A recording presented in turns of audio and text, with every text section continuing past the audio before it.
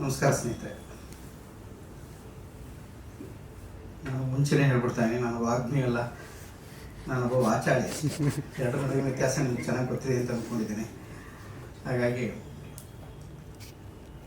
ಬಹುಶಃ ಇಲ್ಲಿಗೆ ಬಂದಿರೋ ಎಲ್ಲ ಉಪನ್ಯಾಸಗಳೇ ಬಹುಶಃ ಅತ್ಯಂತ ಕಿರಿಯ ನಾನೇ ಅಂತ ಅಂದ್ಕೋತೀನಿ ನನ್ನ ಪ್ರಕಾರ. ಹಾಗಾಗಿ ಕಿರಿಯನ ಕಣ್ಣಲ್ಲಿ ಕಾರಂತ ಅಂತ ನನಗನ್ನಿಸ್ತು. ಅದೇ ಓಕೆ ಅಂತ ಮಾತಾಡೋಕ್ಕೆ ಶುರು ಮಾಡ್ತೀನಿ. 86-87 ಆಸ್ಪಾಸು ನೀನಾಸಂ ತಿರುಗಾಟ ಇಡೀ ರಾಜ್ಯದಲ್ಲಿ ದೊಡ್ಡದೊಂದು ರಂಗಸಂಚಲನವನ್ನು ಉಂಟು ಮಾಡಿತ್ತು. ಅಂಥದ್ದೊಂದು ಸಂದರ್ಭ. ನಾನು 3ನೇ ವರ್ಷದ ತಿರುಗಾಟ, ಮೊದಲನೇ ವರ್ಷದಲ್ಲೂ ಇದ್ದೆ, 2ನೇ ವರ್ಷದಲ್ಲೂ ಇದ್ದೆ, 3ನೇ ವರ್ಷಕ್ಕೆ ಹೋಗೋಕ್ಕೆ ಸಿದ್ಧತೆ ನಡೀತಾ ಇದೆ. ಹೋದೆ. ಆವಾಗ ಕಾರಂತರ ಒಂದು ತುಂಬ ಕ್ಷಿಪ್ತವಾದಂಥ ಒಂದು ಚಿತ್ರವಾದಂಥ ಒಂದು ದೊಡ್ಡ ಘಟನೆ ಗೋಪಾಲನಲ್ಲಾಗಿ ಇಡೀ ದೇಶ, ಇಡೀ ಪ್ರಪಂಚ ಕಾರಂತರ ಬಗ್ಗೆ ಹಾಗಾಯ್ತಂತೆ, ಹೀಗಾಯ್ತಂತೆ, ಗಾಸಿಪ್ಗಳು ಹಾಗೆ ಹಿಂಗೆ ಕಾರಂತರಿಗೆ ಒಂದು ದೊಡ್ಡ ಹೆಸರು, ಬಹಳ ಈ ಥರ ಒಂದು ಎಂಥ ಹೆಸರು ಮಾಡಿದ್ರು, ಕೆಟ್ಟ ಹೆಸರು ಬಂದ್ಬಿಟ್ಟು ಅಂತ ಒಂದು ದೊಡ್ಡ ವಿಭಾಮಿಶ್ರ ಪ್ರಕರಣವನ್ನು ಇಡೀ ದೇಶ ಒಂದು ರಂಗಭೂಮಿಯ ನೆಲೆಯಲ್ಲಿ ಕಾರಂತರ ಬಗ್ಗೆ ತಲ್ಲಣಿಸ್ತಾ ಇದ್ದಂಥ ಸಂದರ್ಭ. ನಮಗೆ ಅರ್ಧಂಬರ್ಧ ಓದ್ಕೊಂಡವರು ನಾವೆಲ್ಲ ಹುಡುಗರುಗಳು. ನಿಜವಾಗ್ಲೂ ಮಂಡ್ಯದ ಪಡ್ಡೆ ಯುವಕನಾಗಿದ್ದವನೇ ಹುಡುಕ ನಾನು ಆವಾಗ. ಅಂಥದವನಿಗೆ ದಿಢೀರಂತ ನನಗೆ ಒಂದು ಸರಿ ಹಂಗಿರ್ಬೋದು ಹಿಂಗಿರ್ಬೋದು ಮಾತಾಡ್ತಾ ಇದ್ವು ನಾವೆಲ್ಲ. ಅಂಥ ಸಂದರ್ಭದಲ್ಲಿ ನೀನಾಸಂ ತಿರುಗಾಟದಲ್ಲಿದ್ದೆ ನಾನು. ಏನೋ ಆಯಿತು ಅಂತ ಎಲ್ಲ ಗಲಾಟೆ ಬೇಕಾದ್ರೆ ಕಾರಂತರ ಹಾಗಿದೆಯಂತೆ, ಈ ಥರ ಮಾಡ್ತಾ ಇದ್ದಾರಂತೆ, ಗೋಪಾಲ ಹಂಗಾಗಿದೆಯಂತೆ, ಹಿಂಗಾಗಿದೆಯಂತೆ ಎಲ್ಲ ಅಂತೆ ಕಥೆಗಳ ಸಂತೆ. ಯಾಕಂದ್ರೆ ಇವಾಗಿನಷ್ಟು ಮಾಧ್ಯಮಗಳು ಪ್ರಬಲವಾಗೇನಿರಲಿಲ್ಲ ಅವಾಗ. ಪ್ರತಿ ಕ್ಷಣದಲ್ಲೂ ಏನಾಗ್ತದೆ ಅಂತ ಹೇಳೋಕ್ಕೆ. ಅಂಥ ಸಂದರ್ಭದಲ್ಲಿ ಸುಬ್ಬಣ್ಣವರು ಬಾಯಲ್ಲಿ ಎರಡಿಕೆ ಇಟ್ಕೊಂಡು ಮೌನವಾಗಿ, ಯಾಕೆ ಒಬ್ಬ ಶ್ರೇಷ್ಠ ರಂಗ ಸಂಘಟಕ ಜೊತೆ ಇರಬೇಕು ಒಬ್ಬ ನಿರ್ದೇಶಕನ ಜೊತೆಲಿ ಅಂತಂದರೆ, ಅವ್ರು ಮಾತ್ರ ಸದ್ದಿಲ್ಲದೆ ಸುಮ್ಮನೆ ಹೆಂಗೆ ನೋಡ್ತಾಯಿದ್ರು. ಯಾರೊಬ್ಬನ ಬಂಗಾರಿನವನ್ನ ಹತ್ತಿರದಲ್ಲಿ ಕರೆದ್ರು. ಅರ್ಜೆಂಟ್ ತೊಗೊಂಡೋಗ್ಬಿಟ್ಟು 5,000 ರೂಪಾಯಿನ ಇಮಿಡಿಯೇಟ್ ತಕ್ಷಣ ಕಳಿಸ್ಕೊಡಿ. ಅದೇನು ಮಾಡ್ತಾರೆ ನನಗೆ ಗೊತ್ತಿಲ್ಲ. ತಕ್ಷಣ ಅವ್ರು ಒಂದು 5,000 ರೂಪಾಯಿ ಕೊಡಿ. ಅವ್ರು ಯಾವಾಗಲೂ ಕೈಯಲ್ಲಿ ಜೋಬಲ್ಲಿ ದುಡ್ಡು ಇಟ್ಕೊಂಡಿರೋರಲ್ಲ, ಏನಾಗಿದೆಯೋ ಏನೋ, ಏನು ಸಂಕಟ ಅನುಭವಿಸ್ತಾ ಇರೋ ಗೊತ್ತಿಲ್ಲ, ಮೊದಲು ಅವ್ರು ವ್ಯವಸ್ಥೆ ಮಾಡಿ. ಇಡೀ ದೇಶವೆಲ್ಲ ತನ್ನ ಮಿತ್ರನ ಬಗ್ಗೆ ಏನೋ ಮಾತಾಡ್ಬೇಕಾದ್ರೆ ಅವನೇನೋ ತೊಂದರೆ ಇರಬೇಕು, ಮೊದಲು ಅವ್ನು ಯಾವ ತಾಪತ್ರ ಅವ್ನಿಗೆ ಮೊದಲು ದುಡ್ಡು ಕಳಿಸಿ ಅವ್ನಿಗೆ ಏನು ಅಪಾಯ ಆಗಿದೆ ನೋಡಿ ಅಂತ ಹೇಳಿದ್ರಲ್ಲ. ನನಗೆ ಸುಬ್ಬಣ್ಣವ್ರ ಬಗ್ಗೆ ಈಗಲೂ ಹಬ್ಬ ಅನ್ಸೋದು ಆ ಕಾರಣಕ್ಕಾಗಿ. ಸರಿ, ಕಾರಂತರು ಹಿಂಗಂತೆ ಆಯಿತು. ನನಗೆ ಆ ಪ್ರಕರಣದಿಂದ ಕಾರಂತರನ್ನು ಯಾಕೆ ಶುರು ಮಾಡ್ತಿಂದರೆ, ಕಾರಂತರ ಕೈಯಲ್ಲಿ ಯಾವತ್ತೂ ಕಾಸನ್ನು ಇಟ್ಕೊಂಡೇವರೇ ಇಲ್ಲ. ಅವರ ಕಣ್ಣುಗಳಲ್ಲಿ ಸದಾ ಕನಸಿತ್ತು. ಹಾಗಾಗಿ ಇಡೀ ಭಾರತ, ಇಡೀ ಪ್ರಪಂಚದ ರಂಗಭೂಮಿಗೆ ಕಾರಂತ ಅನ್ನುವ ಹೆಸರು ಒಂದು ದೊಡ್ಡ ಮೆಟಫರ್. ಎಲ್ಲರೂ ಕಾಸಿಗಾಗಿ ಹಬ್ಬ ಸಂದರ್ಭದಲ್ಲಿ ಅದ್ರ ತಮಗೆ ಸುಮ್ಮನೆ ಬಿದ್ದುಬಿಟ್ಟಿದ್ದಾರೆ. ಅವ್ರ ಪ್ರಪಂಚಕ್ಕೆ ಹೊರಗಡೆ ಬಿದ್ದುಬಿಟ್ಟಿದ್ದಾರೆ. ಅವ್ರಿಗೆ ಕಾಸಿನ ಬಗ್ಗೆ ಗೊತ್ತೇ ಇಲ್ಲ. ಅಂಥ ಸಂದರ್ಭದಲ್ಲಿ ಕೂಡ ಈ ಸುಬ್ಬಣ್ಣ ರಿಯಾಕ್ಟ್ ಮಾಡಿದ್ದ ಕ್ಷಣ ನೋಡ್ಬಿಟ್ಟು ನಂಗೆ ಆಶ್ಚರ್ಯ ಅನಿಸಿತ್ತು. ನಾನು ಗಮನಿಸ್ಕೊಂಡಿದ್ದೆ. ಇದ್ದಕ್ಕಿದ್ದಂಗೆ ಒಂದು 4-6 ದಿನಗಳ ನಂತರ ಒಂದು ದೊಡ್ಡ ಸುದ್ದಿ ಬಂತು. ಇಂಥ ಸಂದರ್ಭದಲ್ಲಿ ಕಾರಂತರು ತಿರುಗಾಟಕ್ಕೆ ನಾಟಕ ಡೈರೆಕ್ಟ್ ಮಾಡೋಕ್ಕೆ ಬರ್ತಾ ಇದ್ದಾರೆ ಅಂತ ಒಂದು ದೊಡ್ಡ ಪ್ರಸಂಗ, ದೊಡ್ಡ ಪ್ರಕರಣ ಹಿಂಗೆ ಎದುರಿಸ್ತಾ ಇದ್ದಾರೆ. ಅಂಥ ಸಂದರ್ಭದಲ್ಲಿ ಕಾರಂತರು ನೀನಾಸಂಗೆ ಬಂದು ಹೇಳಿದ್ರು, ಮಿಸ್ ಆದ ರಮೆ ನಾಟಕವನ್ನು, ಗುಬ್ಬಿ ವೀರಣ್ಣವರ ಸದರಮೆ ನಾಟಕವನ್ನು ಮರುರೂಪವಾಗಿ ಕೆ.ವಿ. ಸುಬ್ಬಣ್ಣವ್ರು ಮಾಡಿದ್ದನ್ನು ಮಿಸ್ ಆದ ರಮೆ ನಾಟಕವನ್ನು ಕಾರಂತರು ಡೈರೆಕ್ಟ್ ಮಾಡ್ತಾರೆ ಅಂತ ಆಯಿತು. ಮಲೆನಾಡು, ಅರೆ ಬೆಳಕಿರುವಂತಹ ಕತ್ತಲ ಜಾಗ, ಶಿವರಾಮ ಕಾರಂತ ರಂಗಮಂದಿರ, ಮಬ್ಬುಗತ್ತಲಲ್ಲಿ ಸೈಡ್ ಲೈಟ್ಗಳು ಮಾತ್ರ ಬಿದ್ದಿದೆ, ಕಿಟಕಿ ಬಾಗಿಲುಗಳಿಂದ ಮಂದ ಬೆಳಕು. ಕಾರಂತ ಅನ್ನೋ ವ್ಯಕ್ತಿತ್ವವನ್ನು ಮೊದಲ ಬಾರಿಗೆ ನಾನು ನೋಡಿದೆ. ಸಾಕಷ್ಟು ಎತ್ತರವಾಗಿದ್ದಂಥ ಮನುಷ್ಯ, ಕಪ್ಪು ಬಿಳುಪು ಕೂದಲು, ಹೊಳಪು ಗಣ್ಣುಗಳು, ತುಂಬ ಚಂದದ ರೂಪ, ಬಹಳ ಚೆನ್ನಾಗಿದ್ದರು ಕಾರಂತರು. ಕೆಂಪಗಿದ್ದರು, ಒಳ್ಳೆ ನಿಲುವು, ಲೂಸ್ ಆಗಿರೋ ಒಂದು ಪ್ಯಾಂಟು, ಒಂದು ಜುಬ್ಬ, ಅದರ ಮೇಲೆ ನಾವು ಸನ್ಮಾನಕ್ಕೆ ಹೊರಿಸುವಂಥ ಒಂದು ಟ್ರಯಾಂಗಲ್ ಶೇಪಲ್ಲಿ ಒಂದು ಜುಬ್ಬನ ಮೇಲೆ ಒಂದು ಶಾಲನ್ನು ಹಾಕೊಂಡು ಸೀದಾ ಬಂದರು. ಕೈ ಹಿಂದೆ ಕಟ್ಕೊಂಡಿದ್ದರು. ಯಾರೋ ತೊಗೊಂಡು ಹಾರ್ಮೋನಿಯಂ ಇಟ್ಟ. ಕಾರಂತರು ಮಿಸ್ ಆದ ರಮೆಗೆ ಮ್ಯೂಸಿಕ್ ಕೂಡ ಮಾಡ್ತಾರೆ. ನಾವೆಲ್ಲ ಎದ್ದು ನಿಂತ್ಕೊಂಡಿದ್ವು. ಹಿಂಗಂದ್ರು ಕೂತ್ಕೊಳ್ಳಿ ಅಂದರು. ಎಲ್ಲರೂ ಒಂದು ಸರಿ ಮೇಲಿಂದ ಹಿಂಗೆ ನೋಡಿದ್ರು. ನನಗೆ ಅವ್ರು ನೋಡ್ತಾನೇ ಇದ್ದೆ. ಅವರ ಕಣ್ಣಾಡಿಗಳಲ್ಲಿದ್ದಂತಹ ತೆಳು ಪೊರೆಯಂಥ ನೀರು ನನಗೆ ತುಂಬ ಬಹಳ ವಿಶೇಷ ಅನ್ನಿಸ್ತು. ಆ ನೀರಿನಲ್ಲಿ ಏನೋ ಇದೆ ಅಂತ ಅನ್ನಿಸ್ತು. ಅವ್ರನ್ನೇ ನೋಡ್ತಾ ಇದ್ದೆ. ಎಲ್ಲರೂ ಒಂದು ಸರಿ ನೋಡಿದ್ರು. ಹಾರ್ಮೋನಿಯಂ ಬಾರಿಸ್ತಾರೆ ಅಂತ ನಾವು ಕೂತ್ಕೊಂಡು ನೋಡ್ತೀನಿ. ಎರಡೂ ಕೈಗಳಲ್ಲೂ ಪೂರ್ಣ ಬ್ಯಾಂಡೇಜ್ ಇತ್ತು. ಅವರು ಸುಟ್ಟ ಪ್ರಕರಣದಲ್ಲಿ ತೊಡಕೊಂಡು ಆಗ್ತಾನೆ ಜೈಲಿಂದ ಬಿಟ್ಟಿದ್ದರಿಂದ ಅವ್ರಿಗೆ ಕೈಯೆಲ್ಲ ಬ್ಯಾಂಡೇಜ್ ಇತ್ತು. ನನಗೆ ಹಿಂಗಪ್ಪ, ಇವ್ರು ಹಿಂಗೆ ಹಾರ್ಮೋನಿಯಂ ಬಾರಿಸ್ತಾರೆ ಕಾರಂತರು ಅಂತ. ಮೊದಲನೇ ಹಾಡು ಯಾರೋ ಪಕ್ಕದಲ್ಲಿ ಕೂತ್ಕೊಂಡು ಹಾರ್ಮೋನಿಯಂ ಬಾರಿಸ್ತಾ ಅವ್ನಿಗೆ ಹೇಳ್ತಾ ಹೋದರು, ಇವತ್ತಿಲ್ಲಿ ನಾವೆಲ್ಲರೂ ಕನ್ನಡದ ಮೂಲೆ ಮೂಲೆಗಳಿಂದ ಬಂದಿದ್ದೇವೆ ಅಂತ ಒಂದು ಹಾಡದು. ಆ ಹಾಡನ್ನು ಏನೋ ಹೇಳ್ದ ಆಗಿಲ್ಲ, ಮಧ್ಯಾಹ್ನದವರೆಗೂ ತುಂಬ ಒದ್ದಾಡಿದ್ರು, ಸಂಕಟ ಆಯಿತು, ಹೆಚ್ಚು ಮಾತಾಡ್ತಾ ಇರಲ್ಲ, ಸುಮ್ಮನೆ ಎಲ್ಲ ನೋಡ್ತಾರೆ. ಒಂದಷ್ಟು ಗರ ಬಡಿದವರು ಹಾಗೆ ಇದ್ದರು, ಅವ್ರಿಗೆ ದೊಡ್ಡ ಶಾಕ್ ಕೂಡ ಆಗಿತ್ತು. ಆದರೆ ಅವ್ರು ನಾಟಕ ಮಾಡಿಸ್ತೀನಿ ಅಂತ ಸುಬ್ಬಣ್ಣವ್ರ ಹತ್ರ ಹೇಳ್ಬಿಟ್ಟಿದ್ದಾರೆ, ಒಪ್ಕೊಂಡಿದ್ದಾರೆ. ಸುಬ್ಬಣ್ಣವ್ರು ಏನಾದ್ರು ನಾಟಕ ಒಪ್ಸಿದ್ರೆ ಮುಗೀತು, ಅದು ಪ್ರಪಂಚ ಬ್ರಹ್ಮನೇ ವಾಪಸ್ ಬಂದ್ರೆ ಅವ್ರಿಗೆ ನಾಟಕ ಮಾಡಿಸೋರೆ ಸುಬ್ಬಣ್ಣವರು. ಹಂಗಿದ್ದಿಂದಲೇ ಅಂಥದ್ದೊಂದು ಸಂಸ್ಥೆ ಕಟ್ಟಕ್ಕಾಗಿತ್ತು. ಸರಿ, ಕಾರಂತರು ಮತ್ತೆ ಮಧ್ಯಾಹ್ನದಷ್ಟಕ್ಕೆ ಬಂದರು. ಸಾಧಾರಣ ಅಂದರು, ಅದೇನೋ ನೊಟೇಷನ್ ಹೇಳಿದ್ರು. ಆ ಪಕ್ಕದಲ್ಲಿದ್ದವನು ಹಾರ್ಮೋನಿಯಂ ಬಾರ್ಸೋಕ್ಕಾಗಲಿಲ್ಲ. ಎರಡನ್ನೂ ರಪ್ಪ ರಪ್ಪ ರಪ್ಪ ರಪ್ಪ ಬ್ಯಾಂಡೇಜ್ ಬಿಚ್ಚಿಬಿಟ್ರು. ನನ್ನ ಕಣ್ಣು ಮುಂದೆ ಬಿಚ್ಚಿದ್ರು. ಕೈಯೆಲ್ಲ ಬೆಳ್ಳಗೆ, ಇಲ್ಲಿಂದ ಈಚೆಗೆ ಕೆಂಪು ಇದ್ದಿದ್ದು, ಇಲ್ಲಿಂದ ಈಚೆ ಪೂರ್ಣ ಕೈಯೆಲ್ಲ ಬೆಳ್ಳಗೆ ಸುಟ್ಟು ಬೆಳ್ಳಗಾಗ್ಬಿಟ್ಟಿತ್ತು. ಅಷ್ಟಕ್ಕೆ ಒಣಗ್ತಾ ಬಂದಿತ್ತು. ಪೂರ್ಣ ಬಿಳಿಚಾದ ಕೈಗಳಿಂದ ಆ ಹಾರ್ಮೋನಿಯಂ ಪಕಳೆಗಳ ಮೇಲೆ ಅಲ್ಲಿ ಇಟ್ಟು ಅವರು ಶುರು ಮಾಡಿದ್ರು. ಬೇಂದ್ರೆ ಹಾಡು ಮಿಸ್ ಅದರ ಮೇಲೆ ಹಾಕಿದ್ದಾರೆ. ಕಂಪನಿ ನಾಟಕ ಒಂದಕ್ಕೆ ಬೇಂದ್ರೆ ಹಾಡನ್ನು, ಮರಳು ಮಾಡಕ ಹೋಗಿ ಮರಳು ಸಿದ್ಧನ ನಾರಿನ್ನು ಕೇಳಿರ್ಬೋದು. ತುಂಬ ಜಗತ್ ಪ್ರಸಿದ್ಧವಾದ ಹಾಡು. ಅದನ್ನು ಹೆಂಗೆ ಟ್ಯೂನ್ ಮಾಡೋದು ಅಂದರೆ ಇಡೀ ಪ್ರಾಂಗಣ, ಇಡೀ ಸಭಾಂಗಣ ಒಂದ್ಸಲಿ ರೋಮಾಂಚನವಾಗೋಯ್ತು. ಕಾರಂತರ ಮಾಂತ್ರಿಕ ಸ್ಪರ್ಶ ಮತ್ತು ಅವರ ಯೋಗ್ಯತೆ, ಅವ್ರ ಬಗ್ಗೆ ಇದ್ದಂಥ ಎಲ್ಲ ದುರ್ವಿನೀತ ಭಾವಗಳು ಎಲ್ಲ ಒಂದ್ಸಲಿ ಏಕಕಾಲಕ್ಕೆ ಕರಗಿ ಹೋಗ್ಬಿಟ್ವು. ನಾನು ಒಂದ್ಸಲಿ ಗಾಬರಿ ಆಗ್ಬಿಟ್ಟೆ, ಅವ್ರು ಹೆಂಗೆ ಅಂತ. ಅಂಥದ್ದೊಂದು ಇದನ್ನು ರೂಪಿಸ್ಬಿಟ್ರಲ್ಲಿ ಅಂತಂದರೆ ನನಗೆ ಕಾರಂತ ಏನು ಅಂತ ಗೊತ್ತಾಗಿತ್ತು. ಆ ಕ್ಷಣದಿಂದ ಆಚೆಗೆ ಒಂದು ಬೇರೆ ರೂಪವನ್ನು ಕಾಣಿಸ್ತಾ ಹೋಯಿತು. ಕಾರಂತರು ಅಂತಂದರೆ ಬೇರೆ ಕಾರಂತರು ಬೇರೆ ನಡೀತಾ ಇದ್ದು, ಕೂತ್ಕೋತಾ ಇತ್ತು. ಯಾರ ತನ ಎರಡಿಕೆ ಇಸ್ಕೊಂಡ್ಬಿಡೋವಲ್ಲೇ, ಎರಡಿಕೆ ಹಾಕೊಳ್ಳೋದು ಭಾಳ ದೊಡ್ಡ ಇಷ್ಟ ಇದ್ದವರು ಇಸ್ಕೊಂಡು ಸುಬ್ಬಣ್ಣನ ಹತ್ರ ಏನೋ ಹಾಕಿದ್ರು. ಸುಬ್ಬಣ್ಣನ ಹತ್ರ ಮಾತಾಡ್ತಾ ಇದ್ರು. ಅನೇಕ ಸಂದರ್ಭಗಳಲ್ಲಿ ಕಾರಂತರು ಎಷ್ಟು ಫಾಸ್ಟಾಗಿ ಮಾತಾಡ್ತಾ ಇದ್ರು ಅಂದರೆ ತುಂಬ ಜನಕ್ಕೆ ಗೊತ್ತೇ ಆಗ್ತಾ ಇರಲಿಲ್ಲ. ಕಾರಂತರು ಫಾಸ್ಟ್, ಎಲ್ಲರೂ ಅಂದ್ಕೊಂಡ್ರಿಗೆ ಭಾಳ ಸ್ಪಷ್ಟವಾಗಿ ನಾವು ಸ್ವಸ್ತಿ ಶ್ರೀಮತ್ ಪಶ್ಚಿಮ ರಂಗನಾಥ ಪಾದ, ಅವರು ಆ್ಯಕ್ಟ್ರನ್ನ ತಯಾರು ಮಾಡ್ತಾಯಿದ್ರು. ಕಾರಂತರು ಹೇಳುತ್ತಿದ್ದುವ ನಟನ ರೀತಿ ಇದೆಯಲ್ಲ, ಅವರು ತಯಾರು ಮಾಡ್ತಾ ನಟನ ರೀತಿ ತುಂಬ ವಿಭಿನ್ನವಾಗಿತ್ತು. ನನಗೆ ಕಾರಂತ ಮೊದಲು ಕಾಣಿಸ್ಕೊಂಡಿದ್ದು ಅಥವಾ ಬೇರೆ ಅನಿಸಿದ್ದು ಒಬ್ಬ ಎಳೆಯ ತಲೆಮಾರಿನ ಆ ಟೈಮಿನ ಹುಡುಗನಿಗೆ ನನಗೆ ರೋಮಾಂಚ ಅನಿಸಿದ್ದು. ಆ ಕಾರಣಕ್ಕಾದ್ರೆ ತುಂಬ ಫಾಸ್ಟಾಗಿ ಮಾತಾಡ್ತಾ ಇದ್ದಾರೆ ಅಂತ. ಆದರೆ ಅವ್ರು ಯಾಕೆ ಫಾಸ್ಟಾಗಿ ಮಾತಾಡ್ತಾ ಇದ್ರು ಕಾರಂತರು ಅನೇಕ ಸಂದರ್ಭಗಳಿಂದರೆ, ಅವರು ಜೀವನಕ್ಕಿಂತ ಜಾಸ್ತಿ ಓಡ್ತಾ ಇದ್ರು. ಓಟ ತುಂಬ ವೇಗ, ಎಲ್ಲವನ್ನೂ ಬೇಗ ಮುಗಿಸ್ಬೇಕು, ಬೇಗ ಇರಬೇಕು, ಬೇಗ ಮನಸ್ಸಿನ ಉದ್ವೇಗಗಳೆಲ್ಲ ಎಷ್ಟು ಫಾಸ್ಟಾಗಿ ಕೆಲಸ ಮಾಡ್ತಾ ಇತ್ತು ಅಂತಂದರೆ, ಅವ್ರ ಮನಸ್ಸಿಗೂ ಕ್ರಿಯೆಗೂ ಎಷ್ಟು ಟೈಮ್ ಹೊಂದಾಣಿಕೆಯನ್ನು ಮೀರಿ ಕೆಲಸ ಆಗ್ತಾ ಇತ್ತು. ಅದಕ್ಕಾಗಿ ಅವ್ರ ಮಾತುಗಳನ್ನೆಲ್ಲ ಕನಸುಗಳನ್ನ ಬಿಚ್ಚಿಡೋದ್ರಲ್ಲಿ ಅವರು ತುಂಬ ಸರಿ ನನಗೆ ಚೆನ್ನಾಗಿ ನೆನಪಿದೆ.